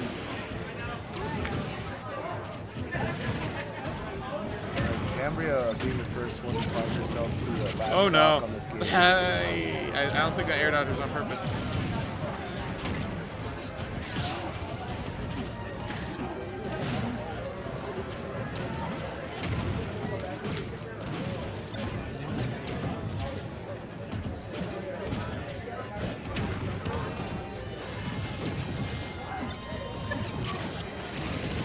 Oh, that's it, right? Yeah. Cambria taking that stock, only a little bit of extra credit. 46 isn't nothing, but that's not a percent Rob is likely to die at. So I think she's probably sitting fine, especially with how much the percent is evened up. Oh boy. Yeah, now Cambria's found herself. Oh, that's huge, actually. We were just talking about, like, his edge guards. Rob can't go high this time. Oh, but that, though.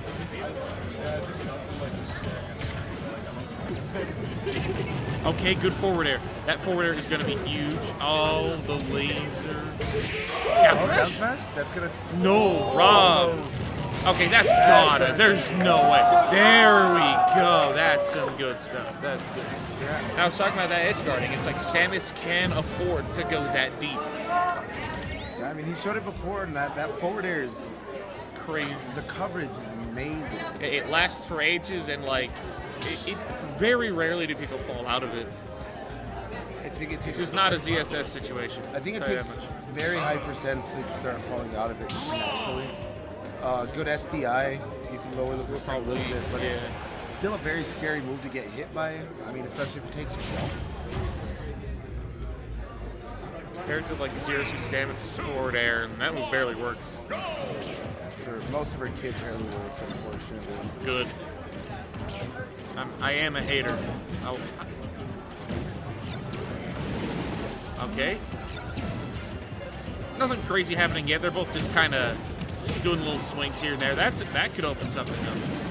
Yeah, right after that, Saw doing very nice on defense and just kind of walling Cambria out, taking advantage of the fact that Rob is huge. He gets hit by everything. That is like, genuinely, I think that is Rob's only real weakness as a character, is how big he is. Yeah, it makes him extremely easy combo food. Yeah. Not even just combo, but it makes neutral harder. You have to respond to almost everything at some point. Like, you can't just be like, oh, let me jump over this. Or like, it takes more consideration to be like, oh, I can jump over this, or I can crouch into this, because you are tall and you're pretty wide.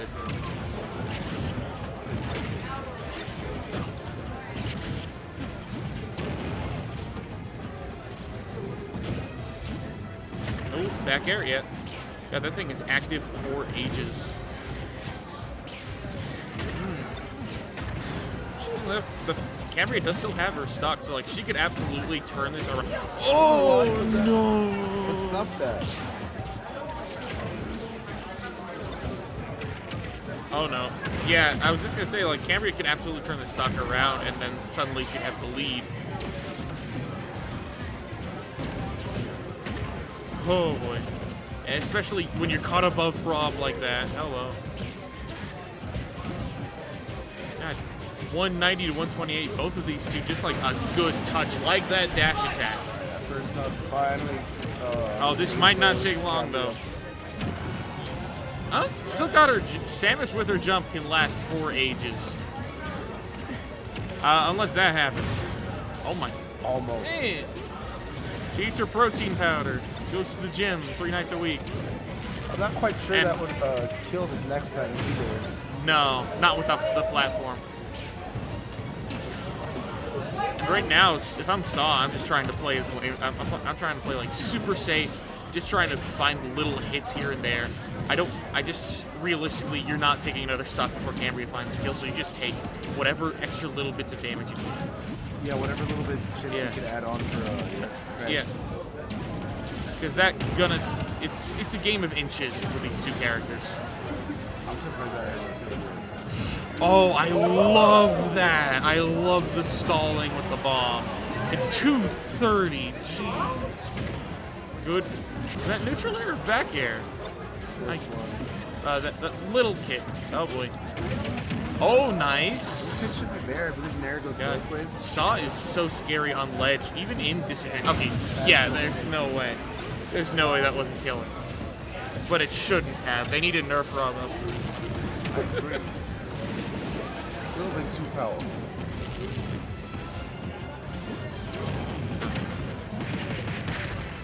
Right.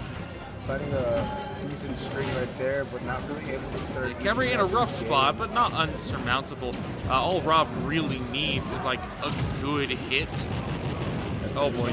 Yeah, there we go. That's some good stuff right there. I'm surprised Za is going for like full charge shot. Usually I thought at these early percents you want to like half charge it to try and do some grab confirms and stuff, but it's almost full.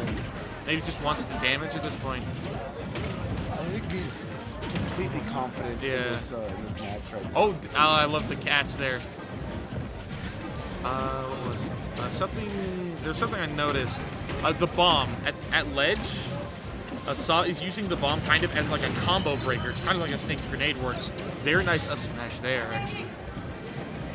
Only 50%, only 60, only 72%. We're good, we're good. Oh god, that ledge trapping is so scary. Samus, like, I think Samus hasn't answered everything. It's just like, do you know what they're going for? Or do you know what they'll probably do? Yeah, all the answers are there, but it's just a matter of player choice that's going to make or break how well you're playing this character. And ooh, I don't know. I don't think that side B was intentional. Because like that's almost always an edge guard tool or like a high percent kill option. Well, not high percent, you know what I mean. All right, so keeping up with that distance between them, Cambria spacing their options really carefully now. That could be. Oh. I think like at long range. That is a Rob moment, everybody. I was so focused on Rob like drifting away from the stage, I didn't realize Zal was falling off. Yeah, right there after. I don't know what happened there. They're like, I definitely could have made it back, right? Like, I thought so, but I don't know how far they dropped because of hit stuff too. I don't know. It looked like it could. But either way, this third game's got Cambria, putting her in the advantage in this set. She wins this, is going to be going into Grands. Zal was kind of crushing it, so I'm wondering if that's going to swing the momentum, like maybe mess with the mentality a bit.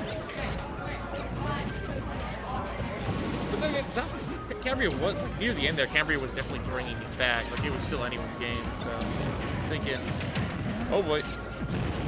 Ooh. Yeah, no, it's very hard to call it right now. And especially since it's best of 5. Ooh, like that, jumping over the laser, not fully charged, so you can so it's pretty narrow. Oh, that's gonna be a problem. You have your jump? Yeah, there you go. Nice. Ah, but that'll do it. Ah, you thought you were making it back? No. We all got the back burner up on that. Oh no. Oh nah, don't make me watch it. Okay, cool. 64, that's fine.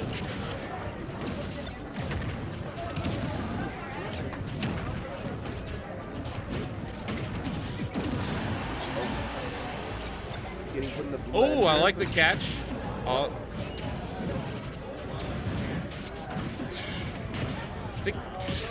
Oh boy. All right, it's getting away from Saw a little bit. If he gets this stock quick, he can definitely work his way back, but not if he gets desperate with those edge guards. Oh well, never mind. All right, I know when I'm wrong. Yeah, in a matchup like this, every little percent is going to count.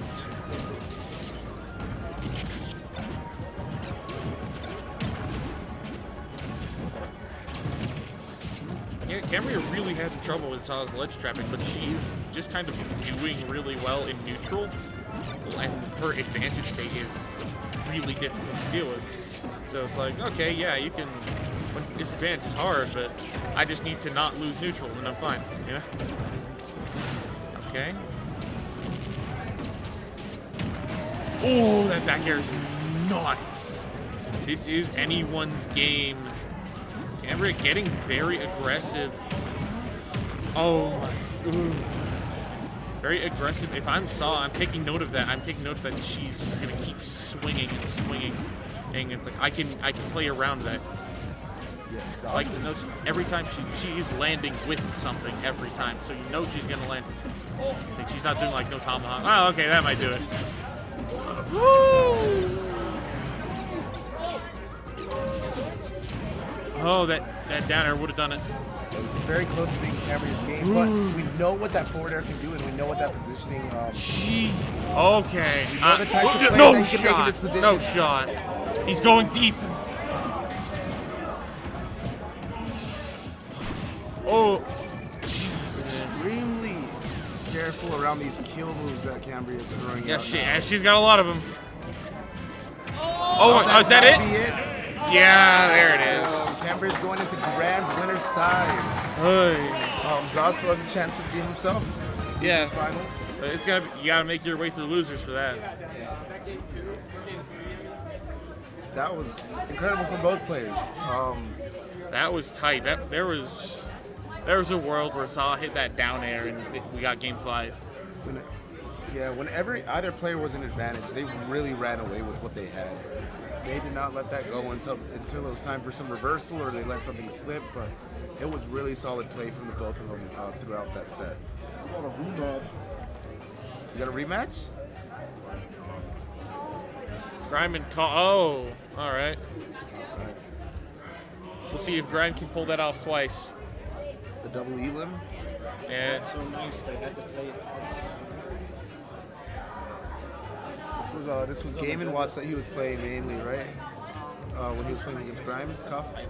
He only played Game & Watch in Game 4. He lost, but Game & Watch is like Falcons' worst matchup. So it wouldn't shock me if we saw that coming out.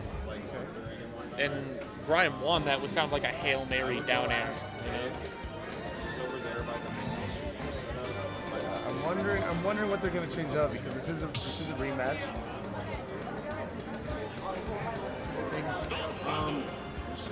From COG, we're probably gonna.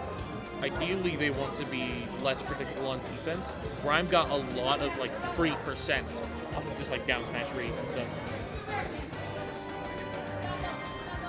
Yeah, I definitely think that Koff's spacing with Game & Watch is really well done. If he can keep that consistently with the awareness of where Grimes is going to be moving, in accordance with his spacing and attacking, I think he'll be able to put himself in a better position. Yeah.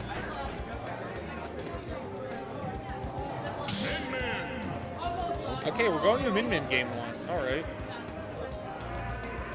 I think it might just be feel out for this, or maybe might stick with Min. All right, we're getting the run back starting on PS2.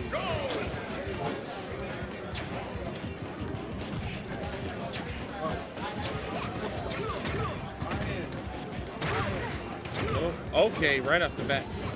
Grime really going in, trying to just like smother Koff with that advantage state. Yeah, Grime's aggression is really unmatched with this. Ooh, that's gonna hurt. The aggression's costing him right now, though. He's gonna play a little bit more defensively before he starts to break into those combos and big moves. Yeah, not enough percent to get that up smash.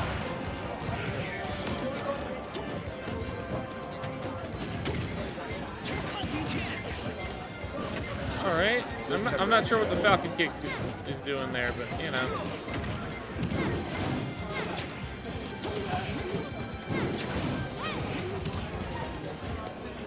Yeah, that Ram giving him some trouble. Oh. That's a good back air. That's nice. Yeah, he struggled to fight an in for a second, but the moment he does, like, he can do so much. Okay, Dragon Arm is like boosted or whatever. I don't know what it's called. I just know it exists because people on Twitter talked about it once. And I was like, is that real? And it sure is. The Dragon Boost? I don't know. Yeah, off of like getting a throw. Ooh. Up smash has some invincibility on it. Does it? I believe so, and it works as a reflector, I believe. Yeah. It's that, or just that the hitbox didn't come out in time. Oh no, that could be big. Okay, didn't chance it or anything. I think, yeah, Grime's win condition obviously is just to keep in Min space, keep her from ever like getting to properly play the game. I would not have teched that. I do not think anyone in this room would have teched that. Who would have expected to tech in that situation?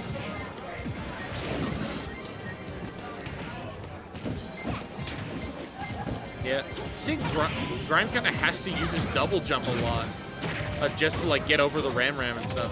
Yeah, it doesn't seem like that's being snuffed out. I'm wondering if. Oh, Minmin's just not fast. Yeah, like can't she's really not slow. She's kind of like middling speed, but.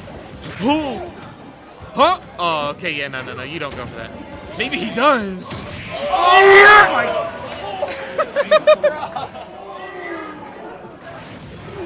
I'm pretty sure I said this about him last year. I love but Grime knows how to put on a show with this Yeah, character. Falcon's so much fun, dude. Like, this is already a flashy enough character as is. I think Grime has like their own little special touch that they had. Yeah. I love watching Man, it play. that was just really good all around. Koff, we all know Koff is like no slouch at all, but like and yet Grime was still like just absolutely pressing that advantage state. He's constantly keeping Koff on his toes. Just no way. Looks like they're going to be sticking with the min-min character switch. On Town and City. They actually, in the last set, they went to Town and City, and Grime did win that game.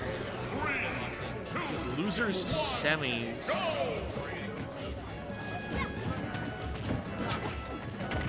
Ooh. Oh. Oh boy. Yeah. I think Grime is just looking for like, okay, I need my one hit, and then I'm gonna start pressing and see if they can get me.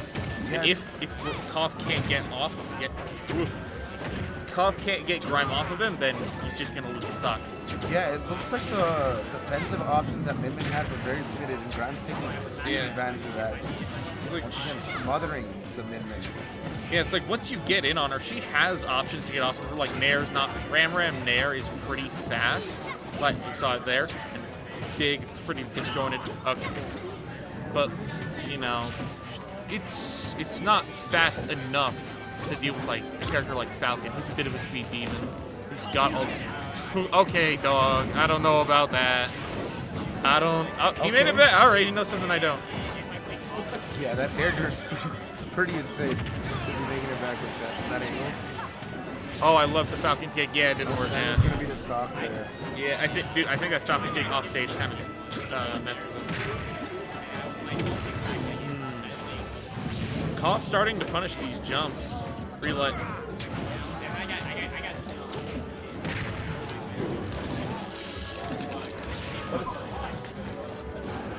That split choice right there. Oh my god. Min-Min's coverage is insane. Yeah. Good. Oh wow. Man. Good. Just like back air, forced attack. It's like, all right. See if you can make this. Oh. The landing weak spot kick. Yeah. Okay. Yeah, like Min-Min's defensive options, like or her escape options, you got down air, but yeah, in that case it hit. But if it doesn't, have fun. You're gonna die. So it's like she has to take these risks against Falcon. But yeah, that's over. I don't know about that air dodge. It happens. Probably just trying to air dodge to the ledge and misjudge the distance.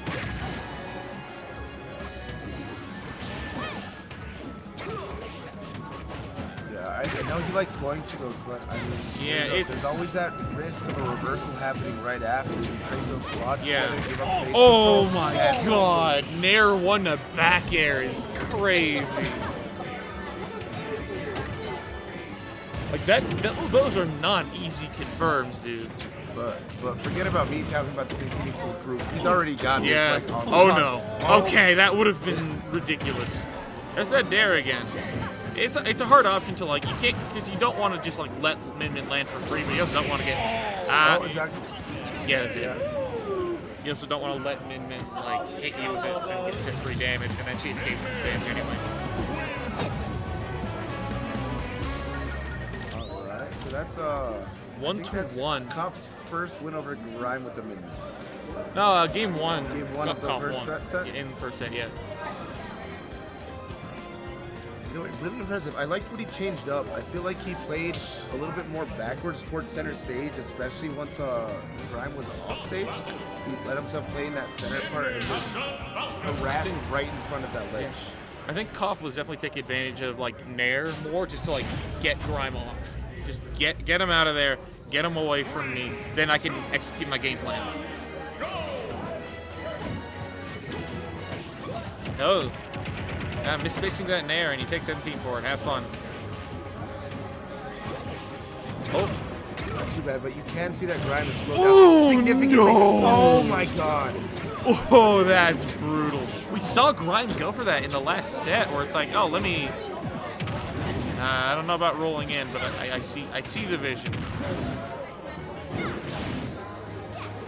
Yeah, but then here comes a min-win wall. Yeah. Have fun playing the game, dingus.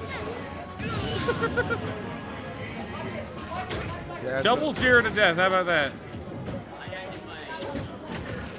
Yeah, something also, Min doesn't really have good out of shield options. Against, at least not against stuff like Raptor Boost, which is what Falcon really has to pressure. Ooh, I like that. Oh, no. Oh boy.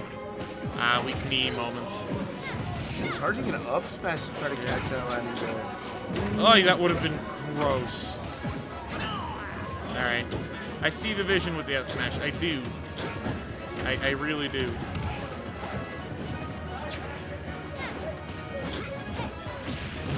Battlefield, this had to be Grime's choice, right? Oy vey.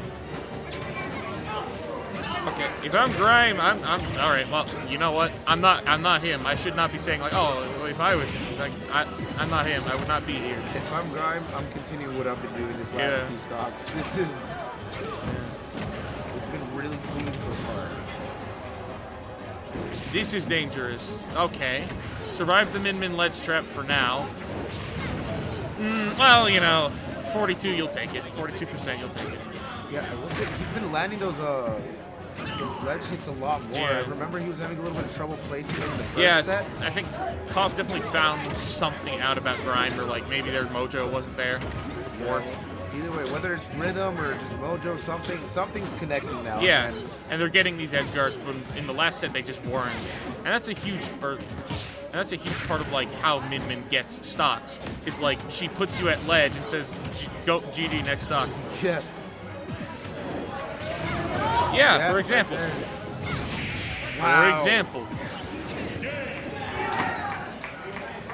There it is.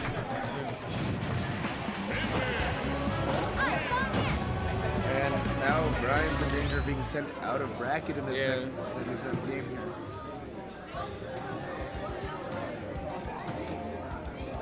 Wow. Amazing improvement from Koff. Yeah, these last nice few games. adaptation.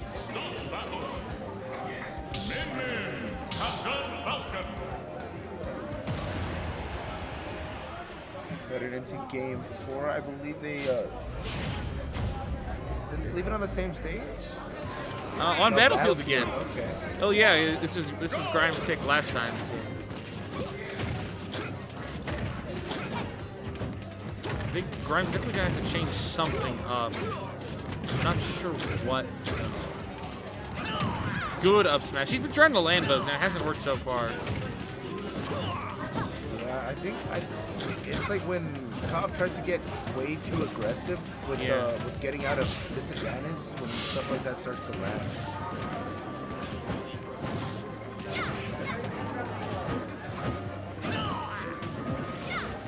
Yeah, it's hard not to panic on those ledge situations. But you really can't afford to. Because if you do, then bye.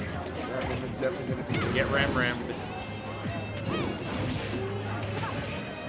Calling out the jump from ledge, he's been doing that a lot. But also, like, what do you do?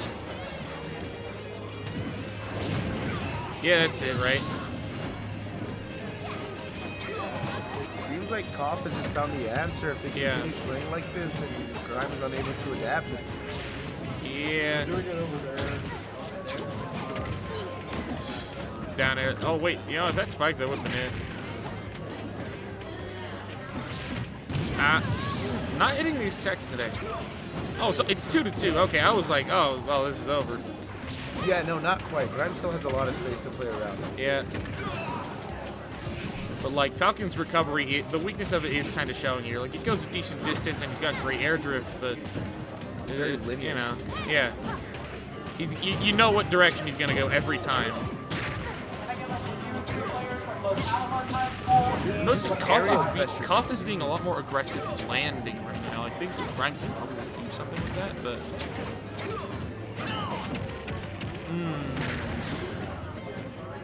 Not gonna go quite yet. I think in another 10% it's over at ledge. Yeah. There we go. Nice Falcon dive. I'm calling it Falcon dive. I think that's what it is. Back here doesn't quite take it. All right, I don't know about the knee. I don't know about the knee of justice there. Yeah. So 121. This is easy for Falcon to kill at if he just gets something good. Oh, for example. Oh, that might do it.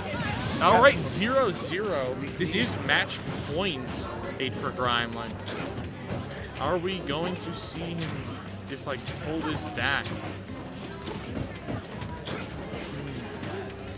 Ooh, maybe a bit of a panic there with that with grab. Kind of feeling the tension. Did he just stomp on the Mega Watch? I don't know. I think all of her arms are disjoints. Good drift back to not get hit, but unfortunately, you thought it is still a min-min situation. Yeah, on ledge. You thought you wouldn't get grabbed when she's almost at center stage. Nice try.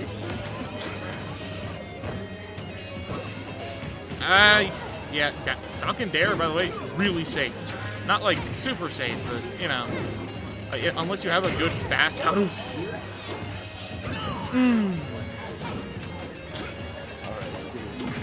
This is very scary.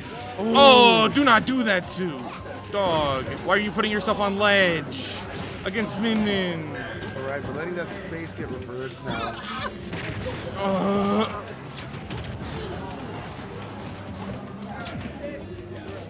This might be it. Oh, Falcon moment. So bad. Okay, still not dead.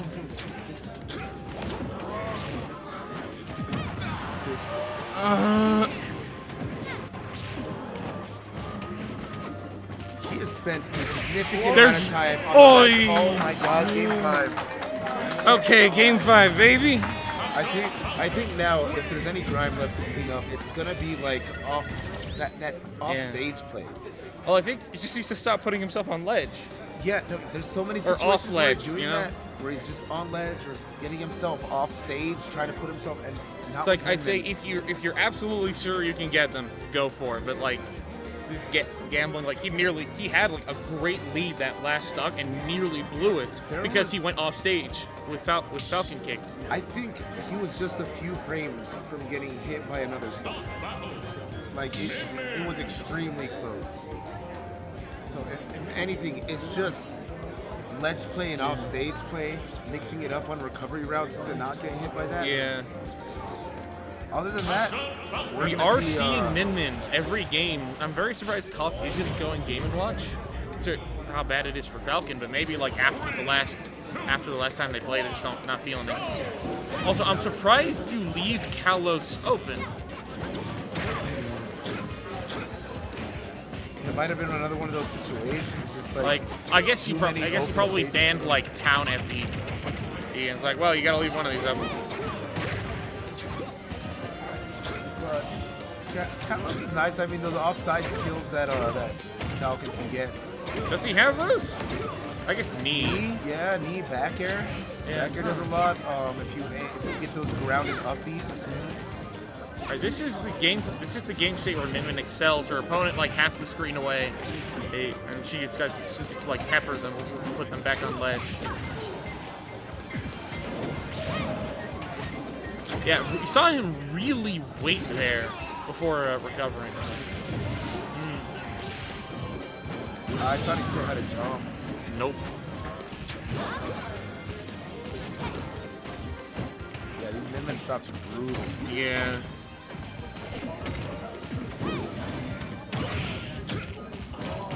Falcon moment. Falcon moment, everybody. There we go. Oh my god. Kalos, baby.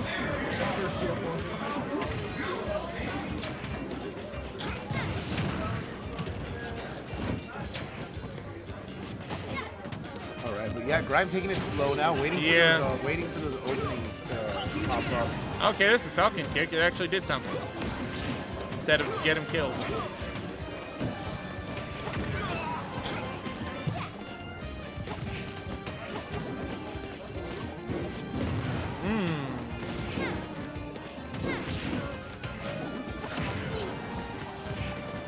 seems like he wants to force these scramble situations up close, Yeah, but Koff is just won't not. allow it. Yeah, it's just not happening.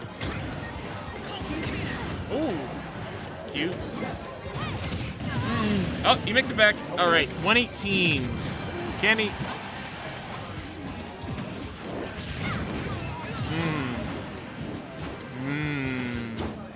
I don't know how much wall jump can be utilized right now. I mean, it's probably nice, but went for it again. Honestly, yeah, at this point, you might as well. I think it's just a safe recovery option too. Yeah. Just in case they do try to get at you, you get that spike. Yeah. But if not, you're back.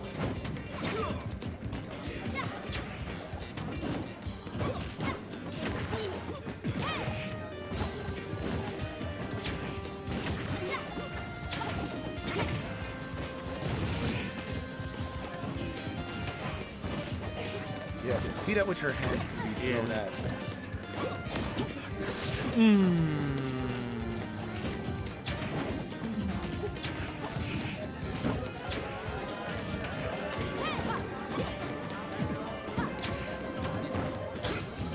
Lots of jumping around going on.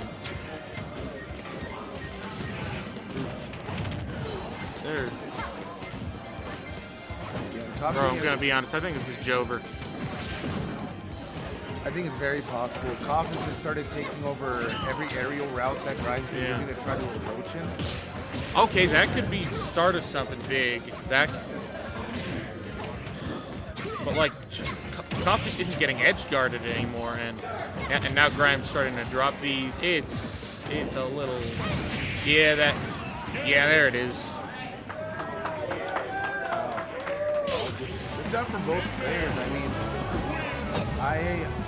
I wasn't ready to see the Min start to excel like that. I'm really happy to see more of his character, how they were playing it, especially the adaptations that they had. Because I was really concerned from seeing the first set that, you know, there's just going to be more one-sidedness. Yeah. And I'm really happy to see that he put on the show. He's showcased his skills exactly. Is he out of here? What? No, that's. I thought is he leaving? Yeah, that's. Shields? I have no idea. I don't know what he's up to. No, really, I saw you guys looking at it and I meant to. Really good job from both players. Are they going to be playing another round? What's this? Losers finals now? This is Saw and Grind. Koff, yeah. Zone Koff. Oh, I'm good now. That's right. Because we were already in loser side. Yeah, that's right. I got mixed up.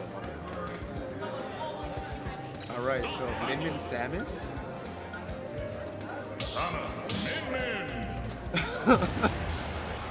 It's a zone war. No matter who wins, we lose.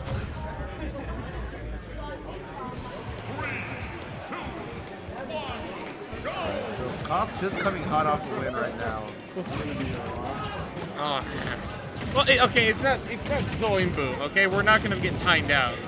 No, honestly, both of these players, as much as they zone, they also play like a really aggressive play style. Already 54 stacked up on the mid. That was weird.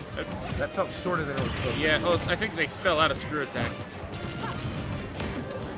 Interestingly, I think Saul will definitely have an easier time edge guarding Min than Falcon would, just because of that infamous forward air we all love so much.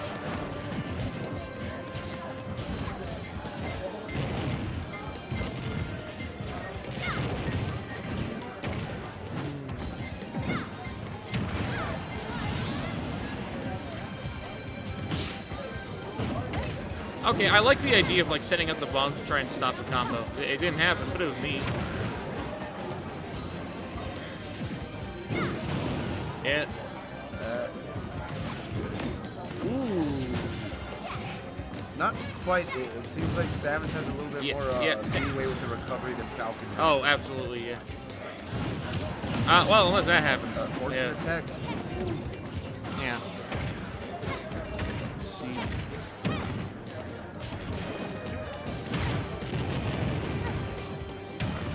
Okay, good nair. I like it. All right. That what happened? I don't know what happened there. I feel like it might have been a little bit of fear. Maybe.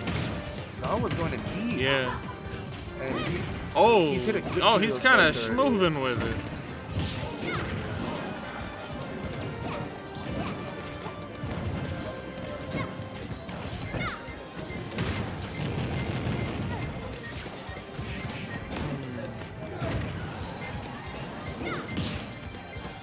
Oh, there it is. Nice. All right, game 1 goes to Saw.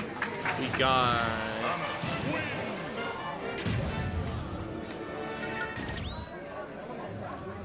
I'm wondering if we see Koth switch to Game & Watch ever. Just 'cause, I don't know. It seems like Game & Watch would have a better time. Just because he's got better anti-projectile options.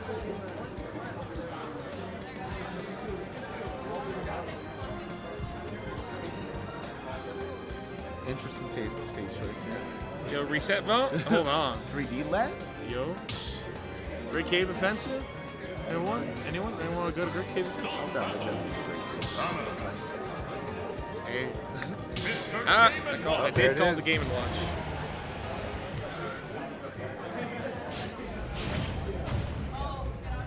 So yeah, giving the Midman a quick rest and letting the Game & Watch come to play. Okay.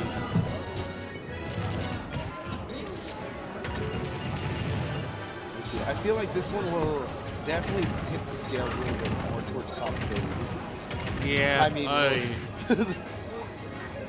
plus, like, Bucket alone just makes Charge Shot so hard to use. I wouldn't say he's anti-zone, but he definitely shuts down a lot of things zone is trying. Yeah. I should have never made Bucket a reflector, I'm gonna be real with you. I think that choice is a little bit insane too. Oh, I like that. Kind of like baiting out Bucket with the bombs.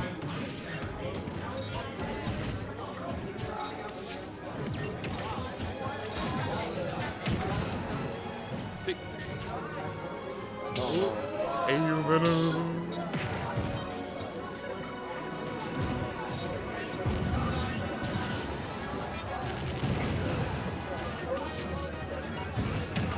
Nice. Dude, got this.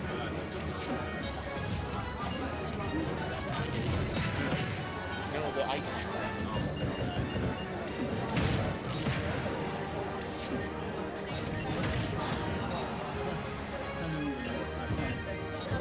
Oh, I love that stalling. Just to, yeah. I didn't think he was making that back. That was so deep. Yeah, that's Samus, baby.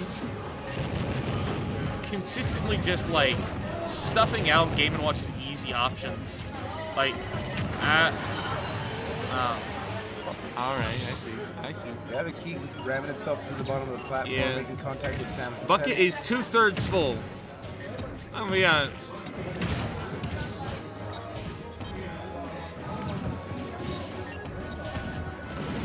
Okay.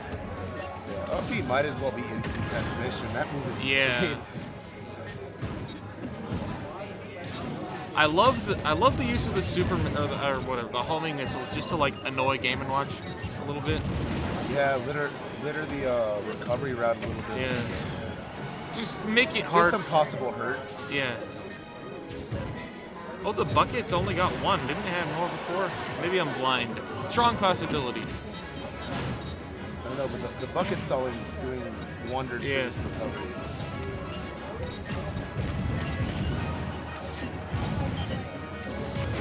Oh, I've never seen down smash punished. I didn't think it was possible. It helps to have that Zare's move. Yeah. Zare like gives you a way of threatening the same way Charge Shot would without forcing you to like use Charge Shot in the matchup where if you use Charge Shot wrong 3 times, he kills you. Oh, nice tech. Very nice. You need to hit those.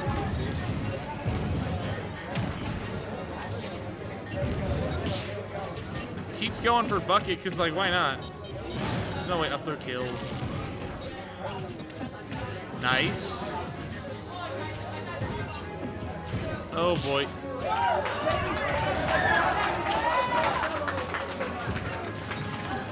Oh, went just a little too deep. Yeah, And these- suddenly this was like a... Oh, it's still pretty favorite. Ooh, especially after that. That's chunky.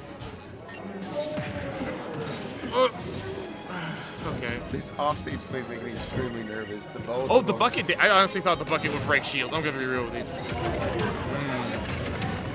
If that was a 9, I would have left. It's like, all right, I've seen enough.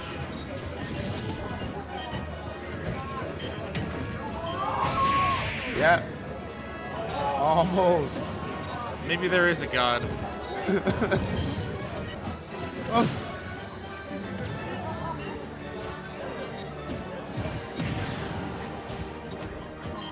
What did he hit with? I don't know, man. Yeah, these scuffles are getting a little bit too fast. Okay, Oh, there's no that's chance gonna it be doesn't kill. Hooray!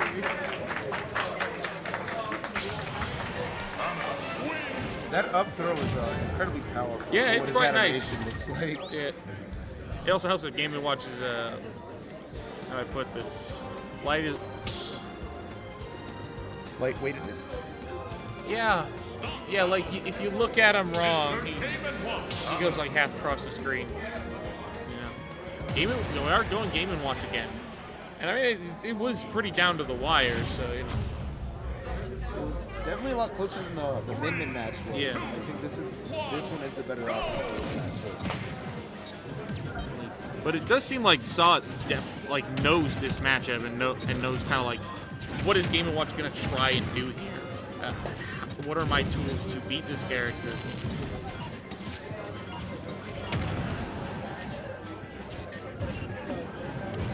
Are those bombs at ledge though? Like, yeah, I know they can give you damage, but Koff is more than comfortable just like taking a hit if it means he gets another little thing of his bucket.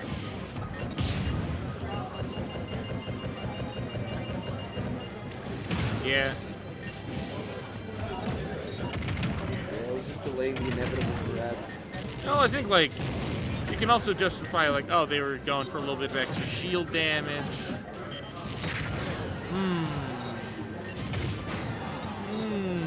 Man, Samus is heavy. I can't believe that didn't kill yet. That's as close to the ledge as they were. All right. Was that a shield poke or did they try and like roll or something? I think it was a shield poke. Oh well, we're right back 0-0 at 2 stocks. This is match point for Koff, so if they want to if they want to have a shot at the win, they gotta do stuff. They gotta do stuff. They gotta do it real good and real fast.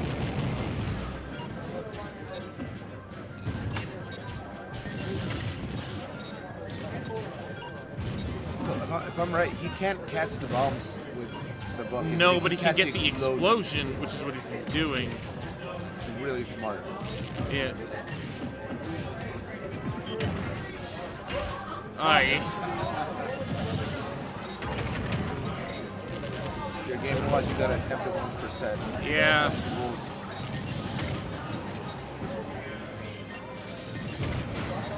Ooh, good edge guard. Went super deep for that.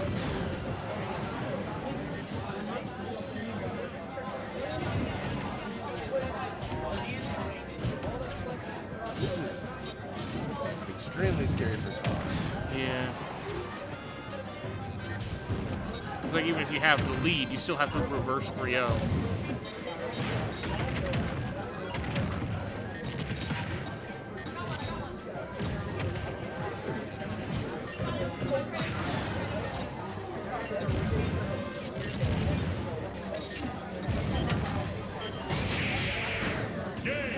Okay. Huh?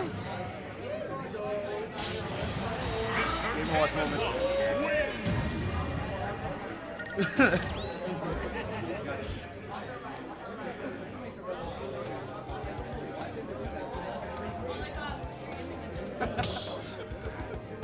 A little baffled.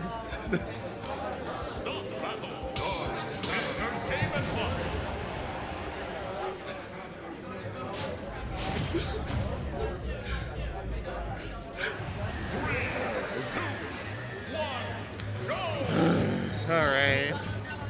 All right, so Koff in the first Yo, on the, game wait, of the the Dark set. Samus counter pick. This is crazy. Does this actually change anything? I think like her roll animation is different. Maybe that'll matter. Not too sure.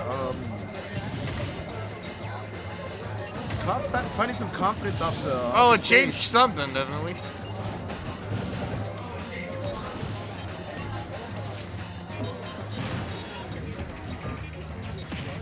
I don't think we've seen that move get pulled out yet. Oh. Down tilt. Oh yeah, no, huh? You get more juices at ledge sometimes, but maybe it's hard to hit on Samus. Okay.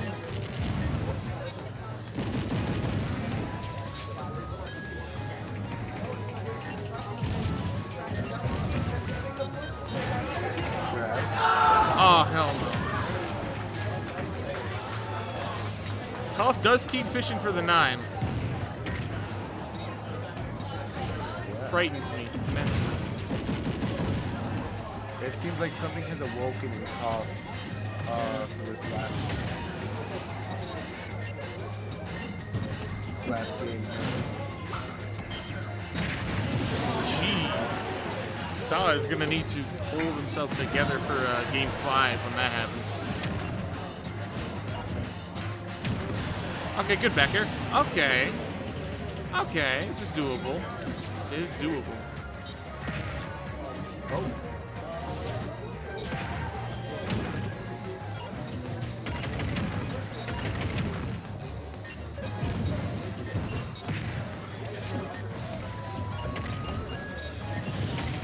Yeah, no, Koff is just all over his on now. Yeah, he's hitting them.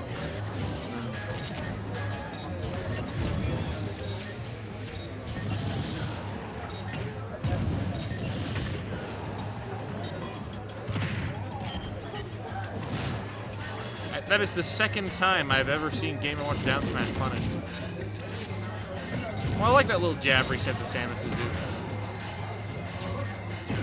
Ooh, good forward air. Okay, good there. What do we got? Dark Samus forward air is just going to be as scary as Samus Yeah. forward air, so But no, it's scarier because it's blue. It means it's evil. it's hotter. Yeah. The hell is he doing? Alright. No, ignore that, everyone. There's some shenanigans afoot. Alright, so this I kind of thought this was an L game, but Saw is kind of crushing it, right? Well, it has been for this last stock, but commentators curse wow. everybody. How are we doing? All right, we got a game 5 situation. How do I take this inside and explain that you never land on Game & Watch? Still land on the Game & Watch. Do not land on the Game & Watch. Don't land on the Game & Watch. All You'll right. either up smash you or get away from you with an up B. You do not win those situations. Okay, the counter pick. We're back on regular Samus.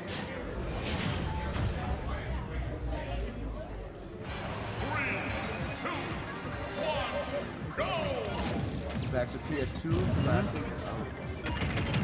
All right.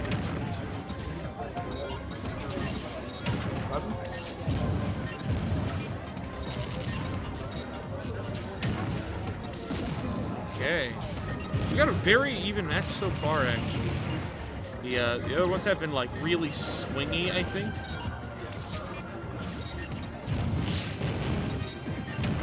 Ooh, oh wow.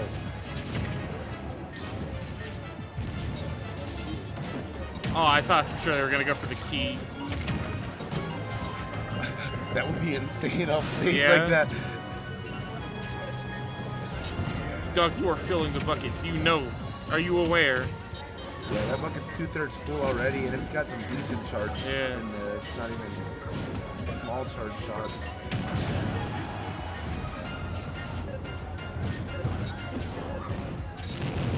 Okay, good forward air. Okay, first stock goes to Saw. We'll see what happens next.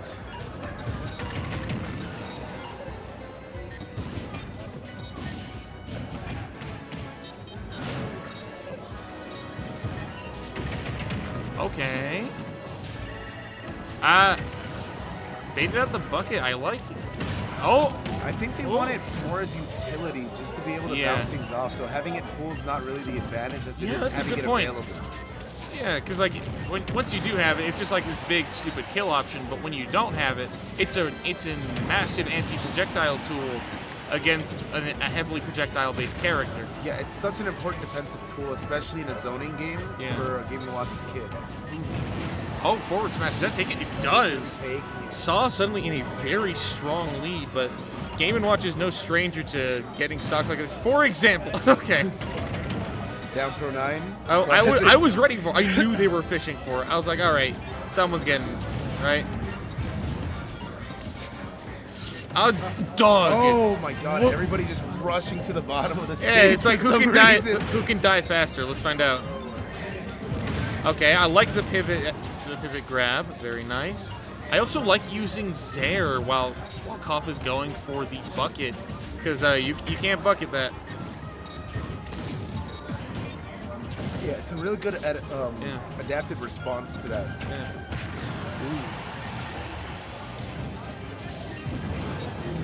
It's scary, but it's never over till it's over. Except when it's over. But then it would be over, so it's still never over till it's over.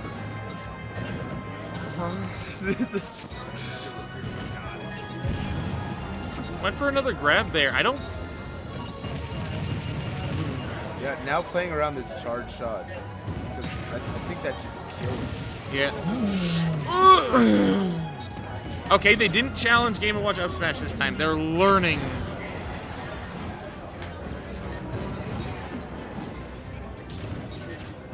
Back throw.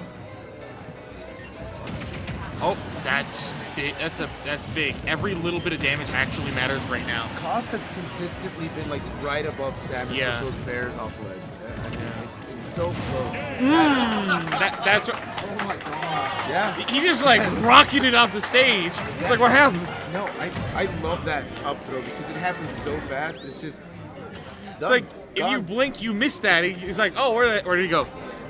Yeah, and from the range that you're getting grabbed at that, it can happen so fast. Well, it's because it got confirmed. You got the little charge shot. So, yeah, no, good job for him. Didn't pummel or nothing. No time to DI. Just get out of here. I've had enough of you. Just like me. But that was losers finals. So we're hitting the grands now, huh? Yeah. Do we still have winners finals? We already did. Winners finals was Cambria Grind. You can't do losers finals without winners finals. I don't know. I don't remember how things work. I'm old. You got to give me a break here.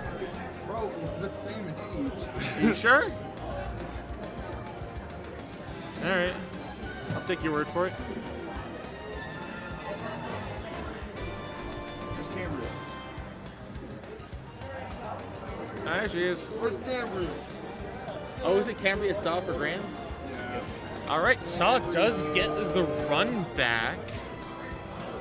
We'll see. He almost won that last set, so, you know, but he's got to win twice now. No, I'm not been aware of Zaw's presence since before the Invitational. Let's go. I'll be aware now, that's for sure. Yeah, no, so for today, getting to see how he's playing, I really enjoy him. Yeah. And I can't wait to see what he brings here. Well, heading into Grands, we've got the hype going up in the crowd, the remaining crowd here. Yeah, I think most people are tired. They just want to go home. I know. I got to drive 4 hours tonight. Yeah, no, once most schools are done with their stuff, they just... Understandably so. Game on there? Which one is it? Top left. Oh, they're labeled. Handy. All right. We got we didn't update the thing. Russ. The thing. The thing. Work. It's fine. The numbers. Oh, shit. Also, Cambria's on the wrong character in this one. I literally switched it to... All right. Right now, Cambria taking the lead right now, not quite running away with it, but definitely keeping Zaw just away from their most. Holy, that down.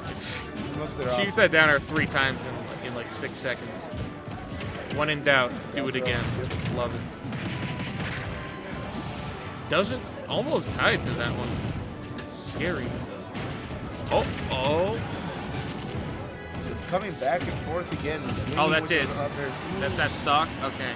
It looked like he tried to air dodge back to him. Might have been livable? Very iffy. Not sure, but.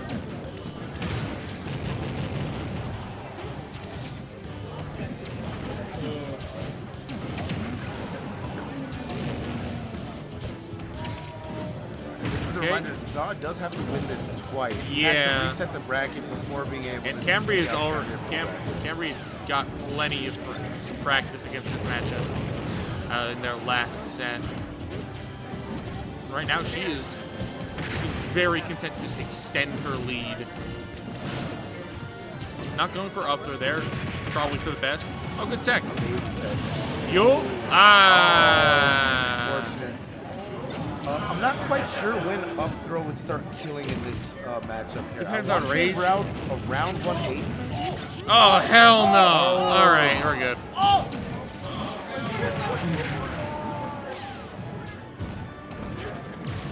Okay.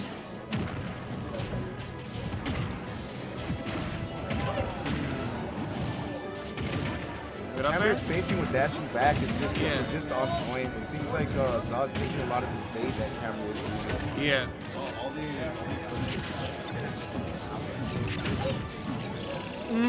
Oh, yeah. What are you going to do against that wall of projectiles? It's like you got the gyro, and then you got the big laser just coming through, ready to eat you alive. I think you do just what happened and just move on to the next round. Yeah, you go next. Huh? Okay, so this is the first time we're seeing this out of Za. Chris Pratt? Is that you?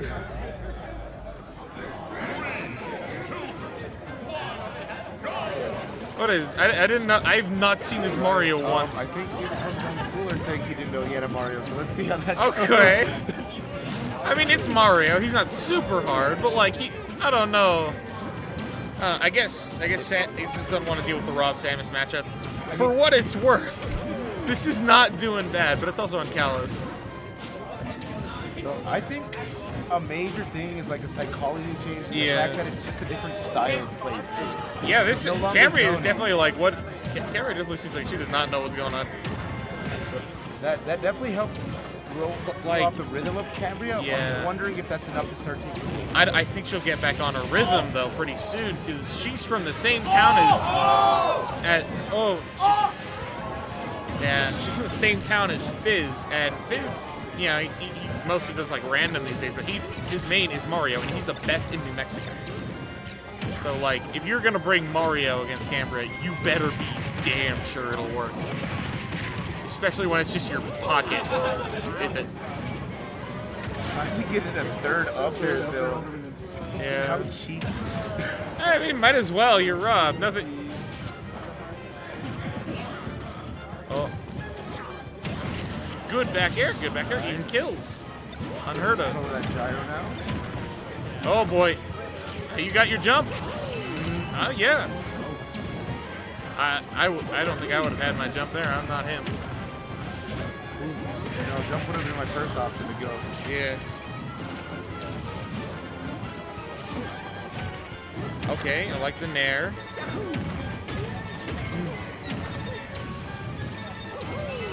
Okay, and even some damage on the way up. Very nice. Honestly, the Mario is not awful. Like, it's working. Kind of. Now, that's not gonna kill, not but yet, but no. racking up good damage. You take it. You'll probably just like wait until it's unstale, or like you'll get a kill another way through like up smash or back air. Those are usually what like Mario's gonna go for when he can't get those ladders. Ooh, that's some good recovery though. All right, well you know you can't win them all.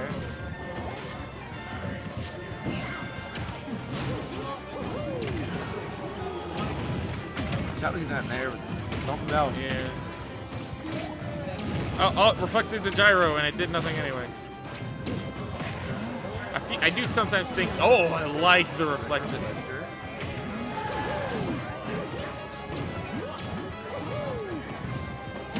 Ooh, good back air. Good back air. All right, and I think at this point, Shaw's going to want to slow this game down a lot. Definitely, so right? He can find those openings and just get more clear punishes. Oh. Now, why doesn't that just kill Rob? He's a robot. Oh! Oi! I'm.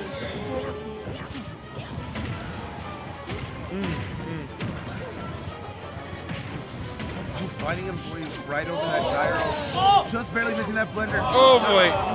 Oh, okay. This might be it. Beep boop. Beep boop. Okay. This is match point. It's all or nothing. This is turning point. Can he do it? Do we get to go home early? Let's go. Yeah, no, impressive showing from this this quick character change. Yeah, no, the Mario's pretty solid. I was not ready. This is kind of the kind of power that you need going into Grand. Dog, I got a long drive. I got work at like 6 tomorrow. Rob moment. Okay, look, 49, that's nothing. That is nothing for one of those Rob combos. Yeah.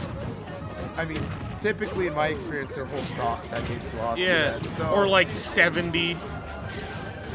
I remember when Miggy like was playing Rob for a bit, and he like hit that on me all the time, and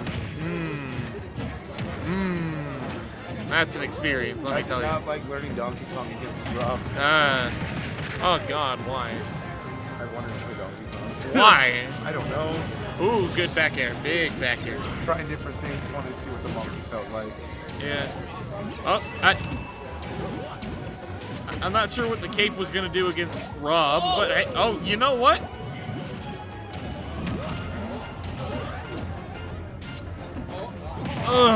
That we would have seen another man there. That would have, I think, taken that stock. All right, hear me out. What if Rob, once he ran out of fuel for the stock, that was it? That's over. I would think about it.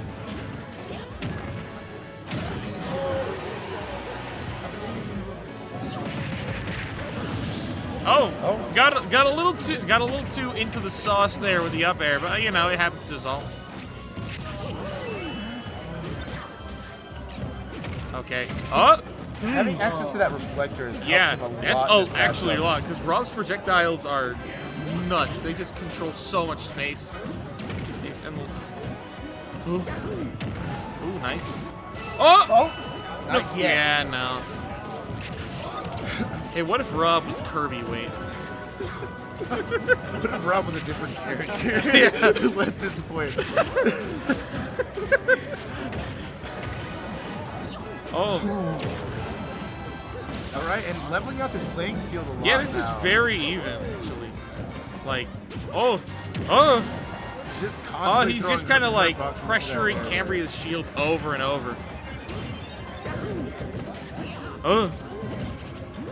There's the jump scare up smash. Remember when Renzo would terrify everyone just by spamming up smash over and over? What were you gonna do? Just let him throw out another one, I guess. Yeah. Good. Ooh. Oh, good back air. Doesn't kill. Doesn't kill, but he does find himself at a percent. There and you now go. a stock lead for the first time in this set here. Yeah, and this is Mario Max Rage, baby. I want to see the most nonsense ladder combo ever. I want to see a grab and then death. Never mind. All right. Either way, momentum's definitely changing from how it was in this first game. No, yeah.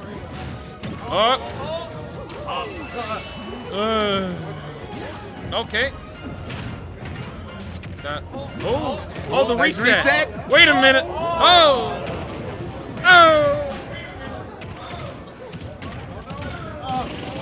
Oh. Wait, what? Not gonna kill. I did not know you could jab lock into rotor arm. What on earth?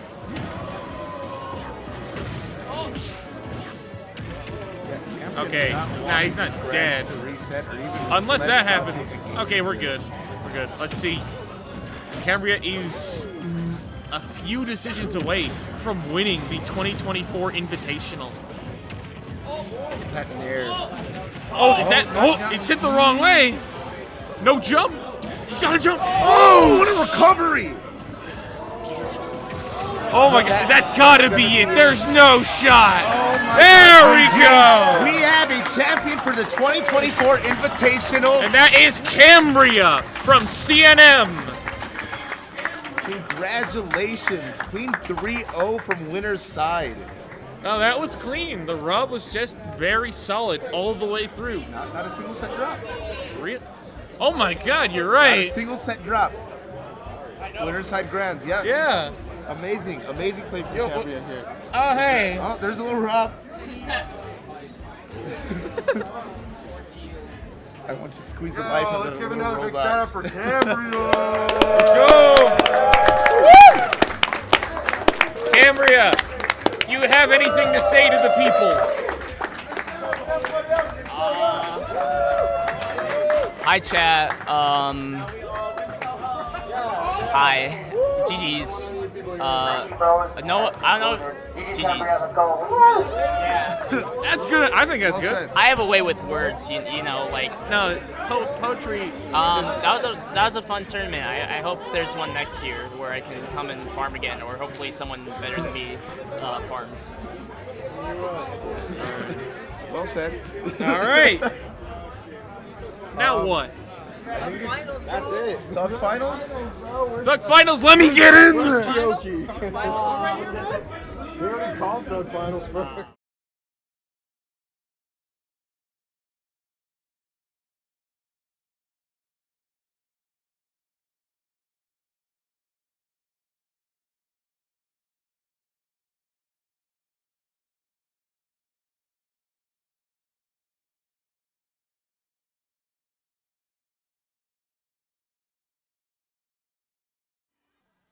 Alrighty, we're here with Cambria, the champion of Super Smash Bros. Singles. How does it feel to be the only winner? Feels amazing, honestly. I came down here, 3.5-hour drive. Myself and one other person carpool with me, but yeah, only me from CNM. Was super looking forward to this, seeing all of my, great friends I've met throughout the scene, and performing well, and I did and won, so feels great. Awesome, and congratulations. Obviously, one of the toughest brackets here at the Invitational is the singles. What was your secret weapon to beat everybody here? My secret weapon was cheese. So basically, I would just kill everyone in one hit with Rob because that character is broken. And I feel a little bit of remorse, not very much though. You know what? Spoken like a true Rob player. Congratulations. Thank you so much for coming down. Congratulations, Cambria, once again, our Super Smash Bros. Singles. We're actually going to go ahead and have our sponsor come up, but go ahead. Oh, thank you for the stage. Alrighty. We got Nick from Best Buy. We entered all the names from the MVPs from the teams selected by the coaches. Nick, it's time to go ahead and announce the winner. Go for it. Assassin, you got the name, right? Sorry, they didn't tell me the name. All right, we're waiting for the name Kaze. Where you at? Kaze? Kaze?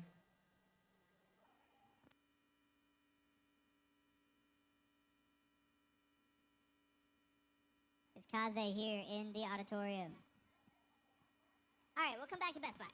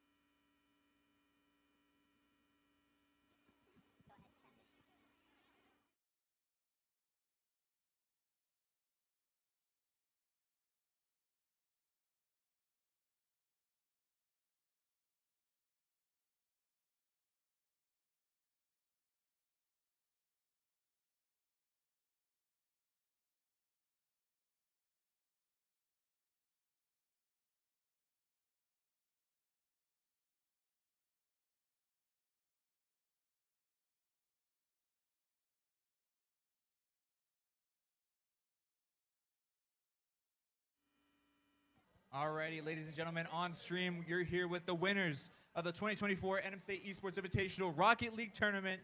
NMSU Aggies, the hometown team, bring it home. 2 straight years in a row. This is formerly known as NMSU Aggies to anybody else that's played them before. Congratulations. Classy, we'll start with you. Classy, how does it feel to win, land here at home? Winning here at home is probably the best feeling ever. You know, the way I have my team here, the way I have my coaches, everybody supporting me, I just knew we would win. Well said. Thank you, Classy. I'm going to switch spots with you. Sad lad. You've been to a couple of these invitationals yourself as a coach, as a player. Talk to me what it means to win one yourself. Well, I've been here from the beginning, and it's just insane to see everything grow and become bigger over the years. And this is honestly like the craziest experience. Like I saw NMSU win the first, or they didn't win the first one, but they won the second one, and I'm happy to be here, up on stage. Thank you so much. I'll go ahead and switch spots with you. Daily Scrub, you are now one of the, I think, top 2 most winningest players at NMSU in terms of Rocket League. How does it feel to have another chip on the platform? It feels great. It's just the endless support that keeps me going, you know, the strive to get better. Moments like this, you know, you can't pass up. You know, you got to work for it. Here we are on stage. Feels great. Definitely. Sadly, I have one last question for you. What made this invitational different than the last 2 for you? Because I know you've been here for all of them, pretty much. I don't know, man. Just the families out here and the people. I just, it's crazy seeing everybody like enjoy themselves. Like just the amount of passion that I'm seeing from everybody here, competing or just watching. Better said. Gonna be better said. Thank you so much. Congratulations once again to the MSU Aggies for winning NMSU Invitational. Thank you.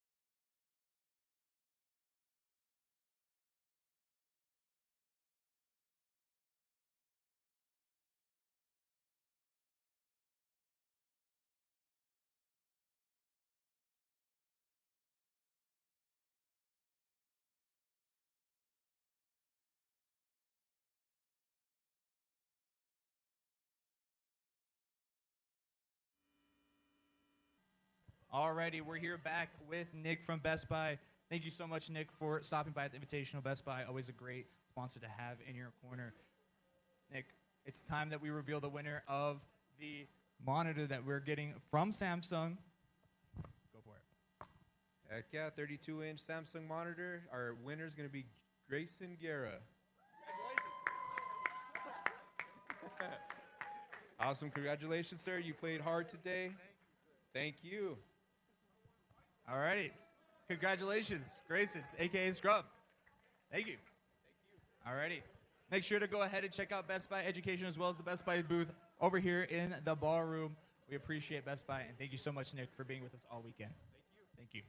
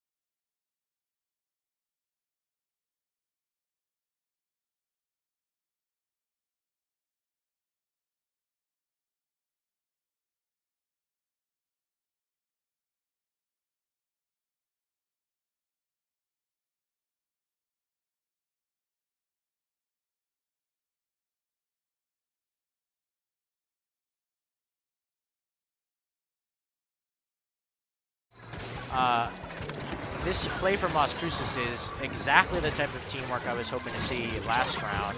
They definitely pulled it together during the second attempt, and I was hoping they would keep the same energy, and they absolutely have. They're making it difficult for Los Alamos to get to the next checkpoint, even though they get that that Rainmaker explosion. Las Cruces is just doing a great job staying alive, protecting their Rainmaker player. Rainmaker is just kind of slowly getting paint down on the enemy side, maybe getting some limbs. Oh, a 3K there from something. That must have been a super, but I did not catch it. Maybe it was just a really well-placed shot and a lot of people standing together, which is unfortunate. But we are still on Purple's half. They got a wipe there, but nobody, looks like almost no urgency on the Rainmaker. Maybe they didn't have anybody to support them and they decided to just kind of leave it where it was. But while those 3 people were down, even if there's just 1 person alive, I don't see why we don't just take that Rainmaker, make a path, and get as far away from the middle as you can.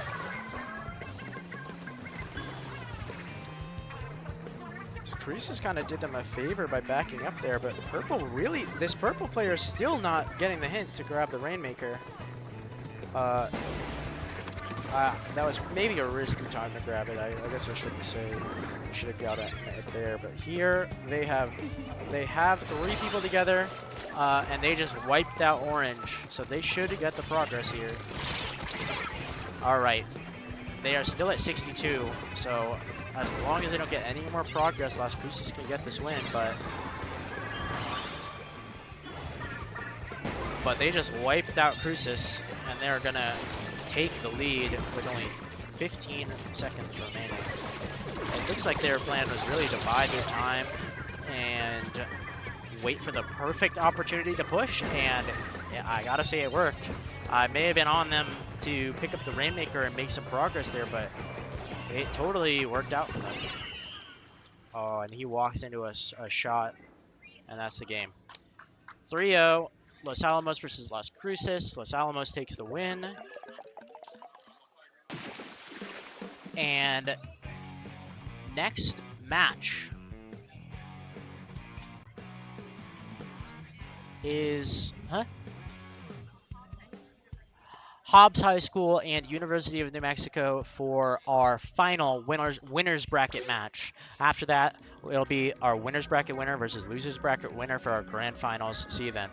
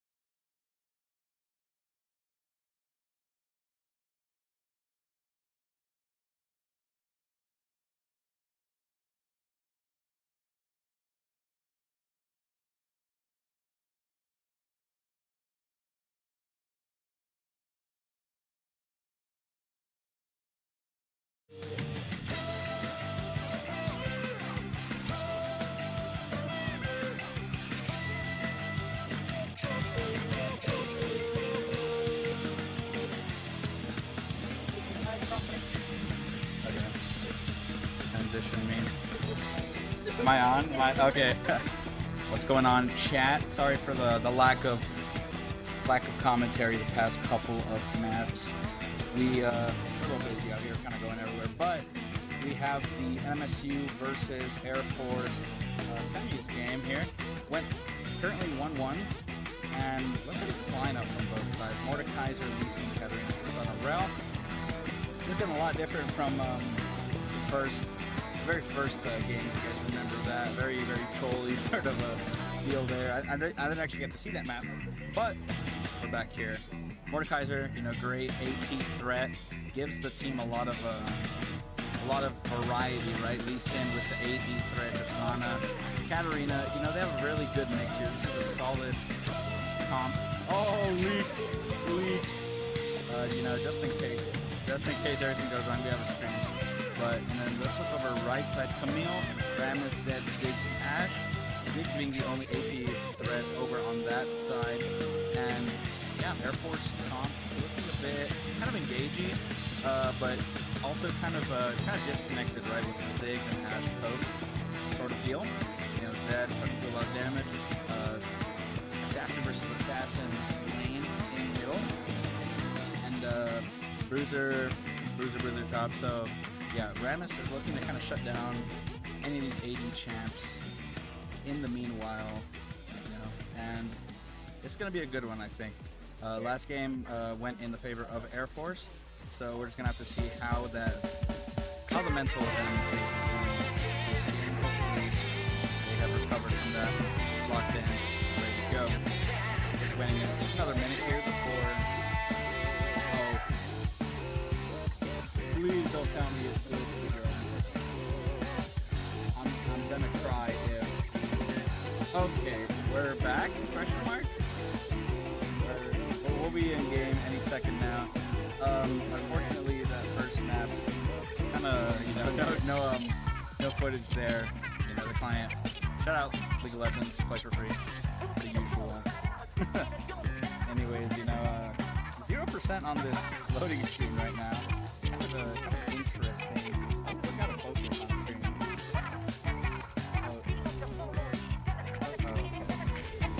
And we are in Game 3, MSU versus UNM. They've been playing a lot of matches back to back, and they still have grand final versus. Wait, that's UNM. I meant Air Force. My bad. They still have UNM. Hello, everyone, and welcome to the last match of semifinals. And this is going to be a great match, I could just tell. I'm already pretty hyped for this, as the winner will be fighting Los Alamos in the final match, taking home the winning W. Coming up from the B team was actually a sub for that team. Comes from as well. We see a lot of them stacking here, bottom bush. Trying to look for some on sort of yellow cheese. team, Probably you looking have for some Hobbs, play, and but on instead blue they just team, you round have up. Trying to go for the UNM. invade here. Ash sees something. Smexy goes in, gets a bit of a pick here. Ash. We're presses already up, he's seeing trying to by get the away. Quarter weapons that master it's going to getting be in a there. Flash pretty is close forced match, out by minus Bartholomew. 2 people, And if being you're the Air Charger Force, and the you really Crossbow, don't want that. both You of which look are like probably going to Lucy use Flash their for free there. weapons to keep Bartholomew control and keep really sight good lines ran available when they had a for good available chance. movement. Instead of It's having all to about turfing, and it's use all Flash about there, where you can or go. maybe ask for a little help so Flash can have We're some already boost. seeing from UNM But some that is great just a big teamwork, advantage being able to for push up to Hobbs' spawn. Will be able to take advantage of that. Uncontested over here, jumps back. We're already seeing Hobbs kind of being steamrolled right now. It just seems like UNM is a non-stopping train here on the tower. There's nothing they could do. It seems like Longbow over here is trying to get a good flank off, but gets caught in the process and splatted. UNM is just not stopping. I don't think they even got off the tower. There's 15 points left till they make a 100% score. This early game is going to be very sort of chill. I'm predicting a longer. Hobbs is still trying to push back with tower, with no one on it, being able to reset towards middle. That was a nice charge from the Charger over there against the Brush user. Playing it chill, kind of farm under tower here. Hiding in that bush, looking for potential plays with W. Level 2 comes out flat. Maxi. We're seeing the tower reset all the way down to middle as no one's claimed it. UNM is kind of waiting back, waiting for their teammates to make a move in order to be able to do something. And it pays off with Hobbs being wiped out. Down flash.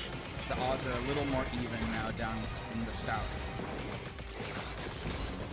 Gungick farming up. Frost. Mexi This is the second push from UNM, and I think there's a lot more momentum coming into this with 3 of them up towards the front, towards tower, and I don't know where the 4th is. I think they're respawning right now, but it's a charger, so they should be able to get back real quickly here. Actually a great support player. All right, it looks like Hobbs got a 2K, and using that, they're going to be able to push forward here. There's a person trying to hide here and shark them out, but it's just not going to happen. And no one can really stop this attack from NMSU onto topside jungle. Camille has to roam down to try and get some pressure. All right, it looks like they're in blue control right now with the triple airstrike going down, being splatted mid-striking. Farming up close quarters, has to be a little bit on health. Two mana-less champs here. So it's really going to come down to getting back on the tower. This is now the 3rd time they've tried to make movement, but Hobbs is not letting him have it. It looks like Hobbs will be on the offensive this time, taking mid control and eventually making their way forward. However, 3 of them get killed. The last one has to pop and gets wiped out by UNM, and now this is the 4th push that UNM has done by themselves. Level 4 gets the W off on Kungbik. Getting some damage in there. The triple Trizuka stops the tower momentarily, but Hobbs tries to get on. Looks like they're able to get on for at least a split second before being splatted off. Dragon will be up in a minute or so, I'd say. Boss levels up level 4. Might be looking for a trade here, but great trade from close. We're seeing a Trizuka in play, trying to snipe out their crossbow, but it won't work. But not much damage coming out. Less than I expected. UNM getting back on the tower, trying to keep the momentum going non-stop.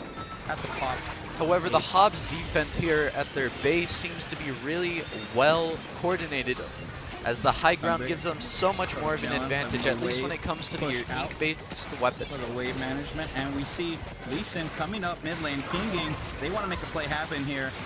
And in the top lane, meanwhile, Kungbik gets ganked. We're seeing that the tower is just going to be reset to mid here, and this is now the 6th attempt to take the tower. With 1 minute remaining in the match, Hobbs has barely moved, while UNM has just kept up the aggression and kept the points going and making it harder to recover for Hobbs. Quite quickly from Zed. Big engage coming from the south side. Smexy Nano will end up getting Bartholomew. First blood goes to Smexy. We're seeing 2 of the UNM players having to back up while the other 2 respawn. Hobbs just got 2K'd right now and now has to fall back. But one's risking it on the tower, trying to make some headway while they can with 30 seconds left in the match. That strike got one of the players over there, and he's going to keep up the momentum over here, making sure, but gets taken down. The bucket's going to try and do something, but gets splatted. It seems like they can't do anything once they hold tower. I don't think they'll be able to push them out here. I think this is going to be a win for UNM. With 10 seconds left in the match, they're going to have to hold on to the tower the whole way right, and I just don't see that happening, especially since everyone now is not even focused on the tower, and that is left with the first match being 1 point towards UNM. Finally for an engage, that E doesn't hit. I swear it looked like it hit. Interesting detection. Ramus clearing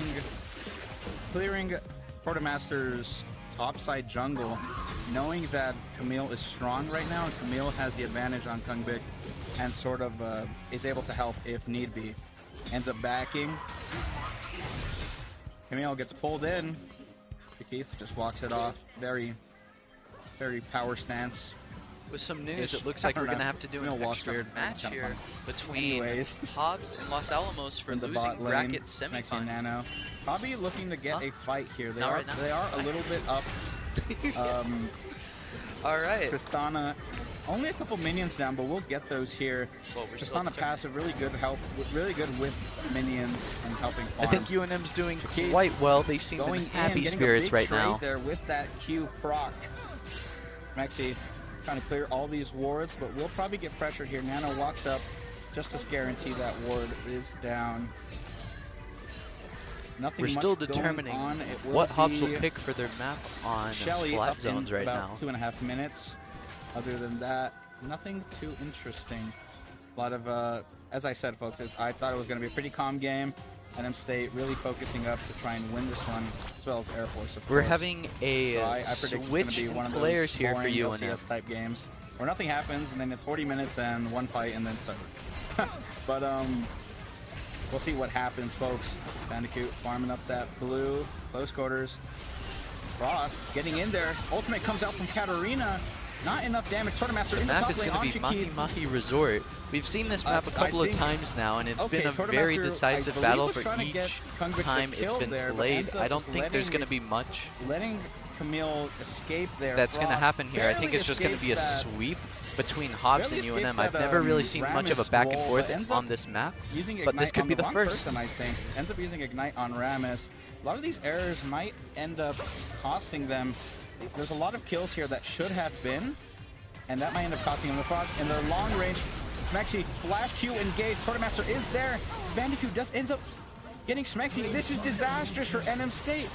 Frost might end up going down. Not much health to give. Ultimate comes out. Bandicoot flashes to catch up with him, but Katarina is way too fast, and Camille does not seem interested in getting this kill. Kungvik getting some damage done here. Oh, but monster shutdown. Getting the turn onto Rammus. I think Camille should have backed out and helped Rammus. That would have been an easy kill otherwise. Bit of a big blunder from Shakith up in the top lane. I think giving up a few. Everyone's queuing up now. I don't think there's going to be much weapon changes for this map, as helping your there's some there. high ground, some very key high ground nodes, and especially with Frosty, low tides being possible, very close to death. this there. could lead to a long-range map with some key small nodes of little sharking areas. Q comes out, and that will be a kill. Flash comes out to secure the kill. One thing I really like about this match in particular is there's been a complete lack of feeding right now, which is running into the enemy one-on-one and just keep losing every time non-stop. For Air Force here.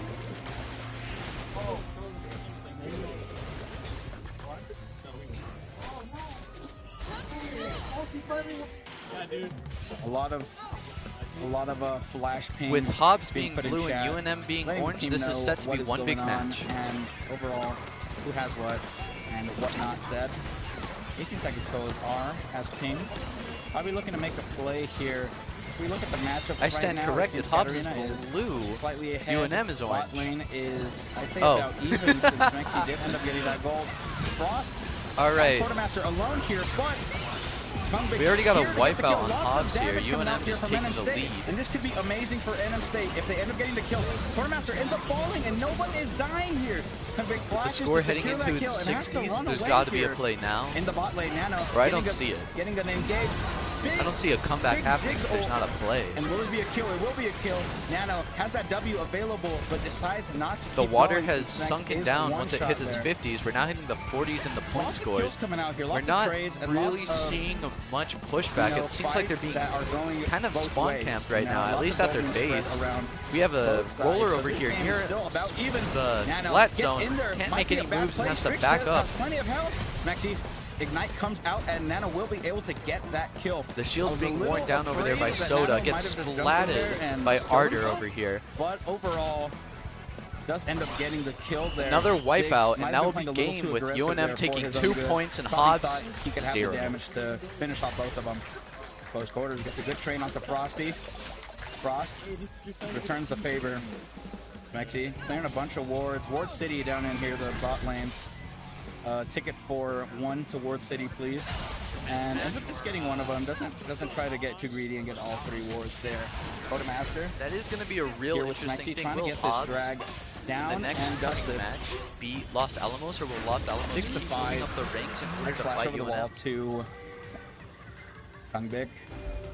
Killing, farming in the top lane. Kungvik has a slight advantage, a bit more gold. Has boots fully built, as does Shakith. And probably All hoping right, to that'll get be it. more We'll be components on here break, soon. Both setting up for sides. the next Hexdrinker match. Thank from, you, and from see you Camille, back I guess real playing soon. more secure, more defensive, right? Instead of trying to go too aggro with the item building. So, not Hexdrinker, sorry. Is that the component or the full item? I'm not too sure. Anyway, Maxi clearing wards here, doing the huge.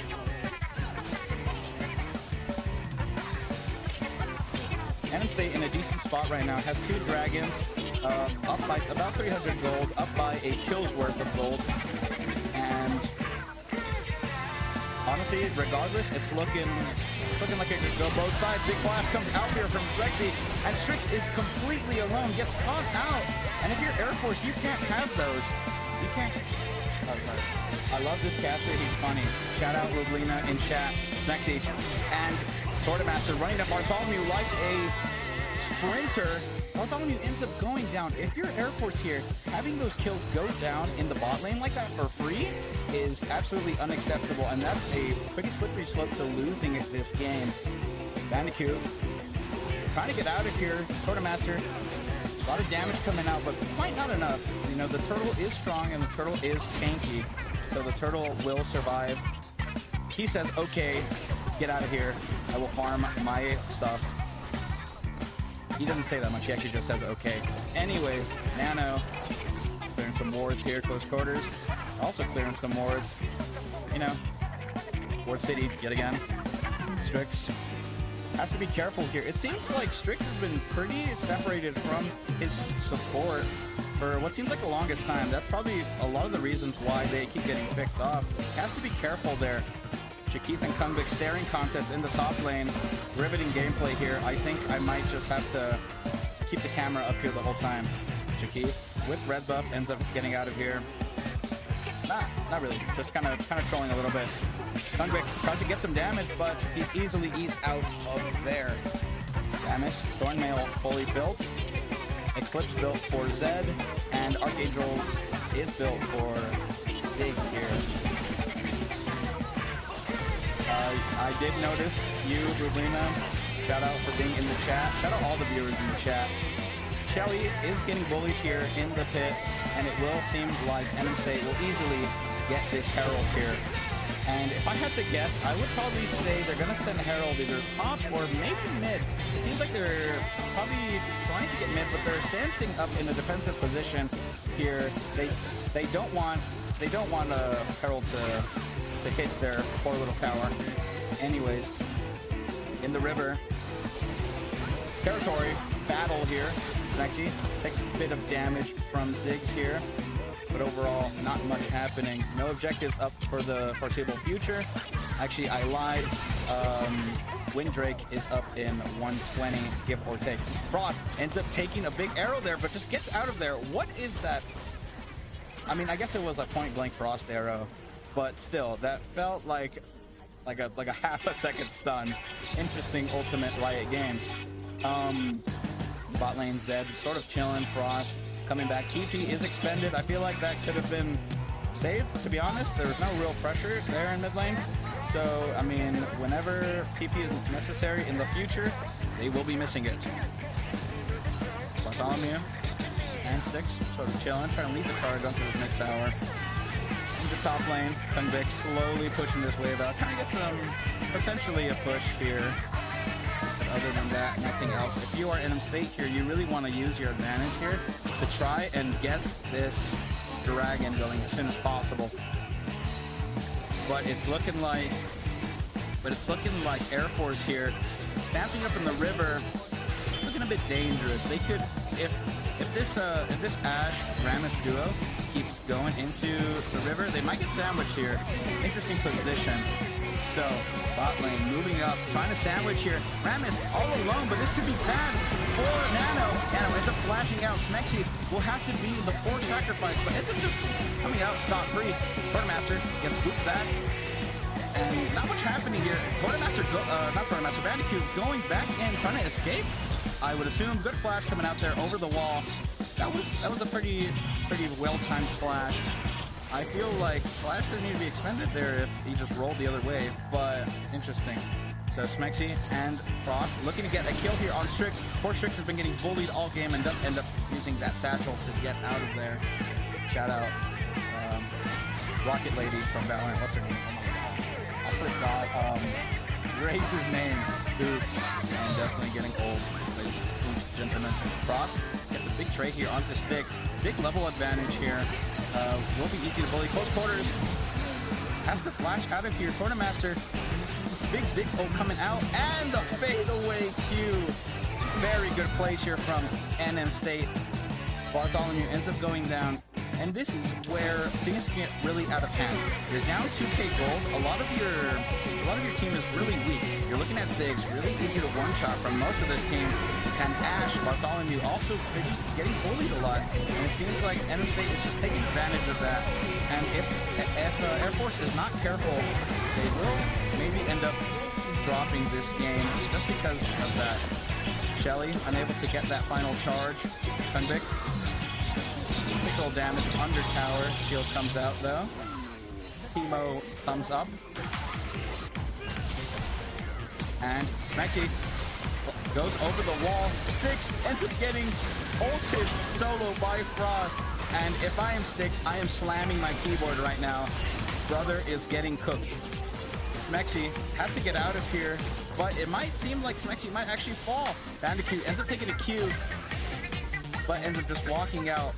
NM State is getting away with too much tomfoolery here, and Air Force is really just not capitalizing on any of it. Quartermaster farming up here, close quarters, getting his... Oh my goodness, it's so loud in here. I'm sorry. Hard to concentrate. Quartermaster punching the frog. Little boxing contest here in the top jungle. It seems that the directed camera thinks this is the most important thing going on right now. And potential game coming on. Bandicoot over the wall ults. Kunvik does get the aggro of the tower. Kunvik one shot here. Shakith tries to get the kill here. Kunvik survives by the edge, the skin of his teeth. And Shakith also 1 health here. Quartermaster unable to get the kill, and Ziggs bomb just to ward off Quartermaster there from any kills. Smexy. I can't see if they have some I can, I'm just a little silly. Smexy does not quite have flash yet to make any plays here, but they do end up taking this top tower seemingly for free. Not much else going on in the side of the map, and this is where Air Force really starts to get pushed out of their jungle. They start to get pushed out of their lanes, and this is when objectives become basically free for NM State. So they have to make plays here, and they have to make them fast if they want. That has to get a little bigger here, start one-shotting some of the squishies. But if I'm being honest, the only potential one-shot targets are maybe Tristana and maybe Katarina. So even then, it's still slim pickings. The timer for these early game champions are starting to dwindle. All right, fast. welcome back, everybody. We've got our final losers bracket match. Buff. We've got Hobbs versus Los Alamos High School. If Hobbs wins, we get our revenge match against UNM. And if Los Alamos wins, we get big not trade 0 to here. Kunvik, They weren't the first over the wall. Shakith has to I think they were eliminated. Smexy does not have him fight in range. Every ultimate in the known universe coming out here to try to get Shakith.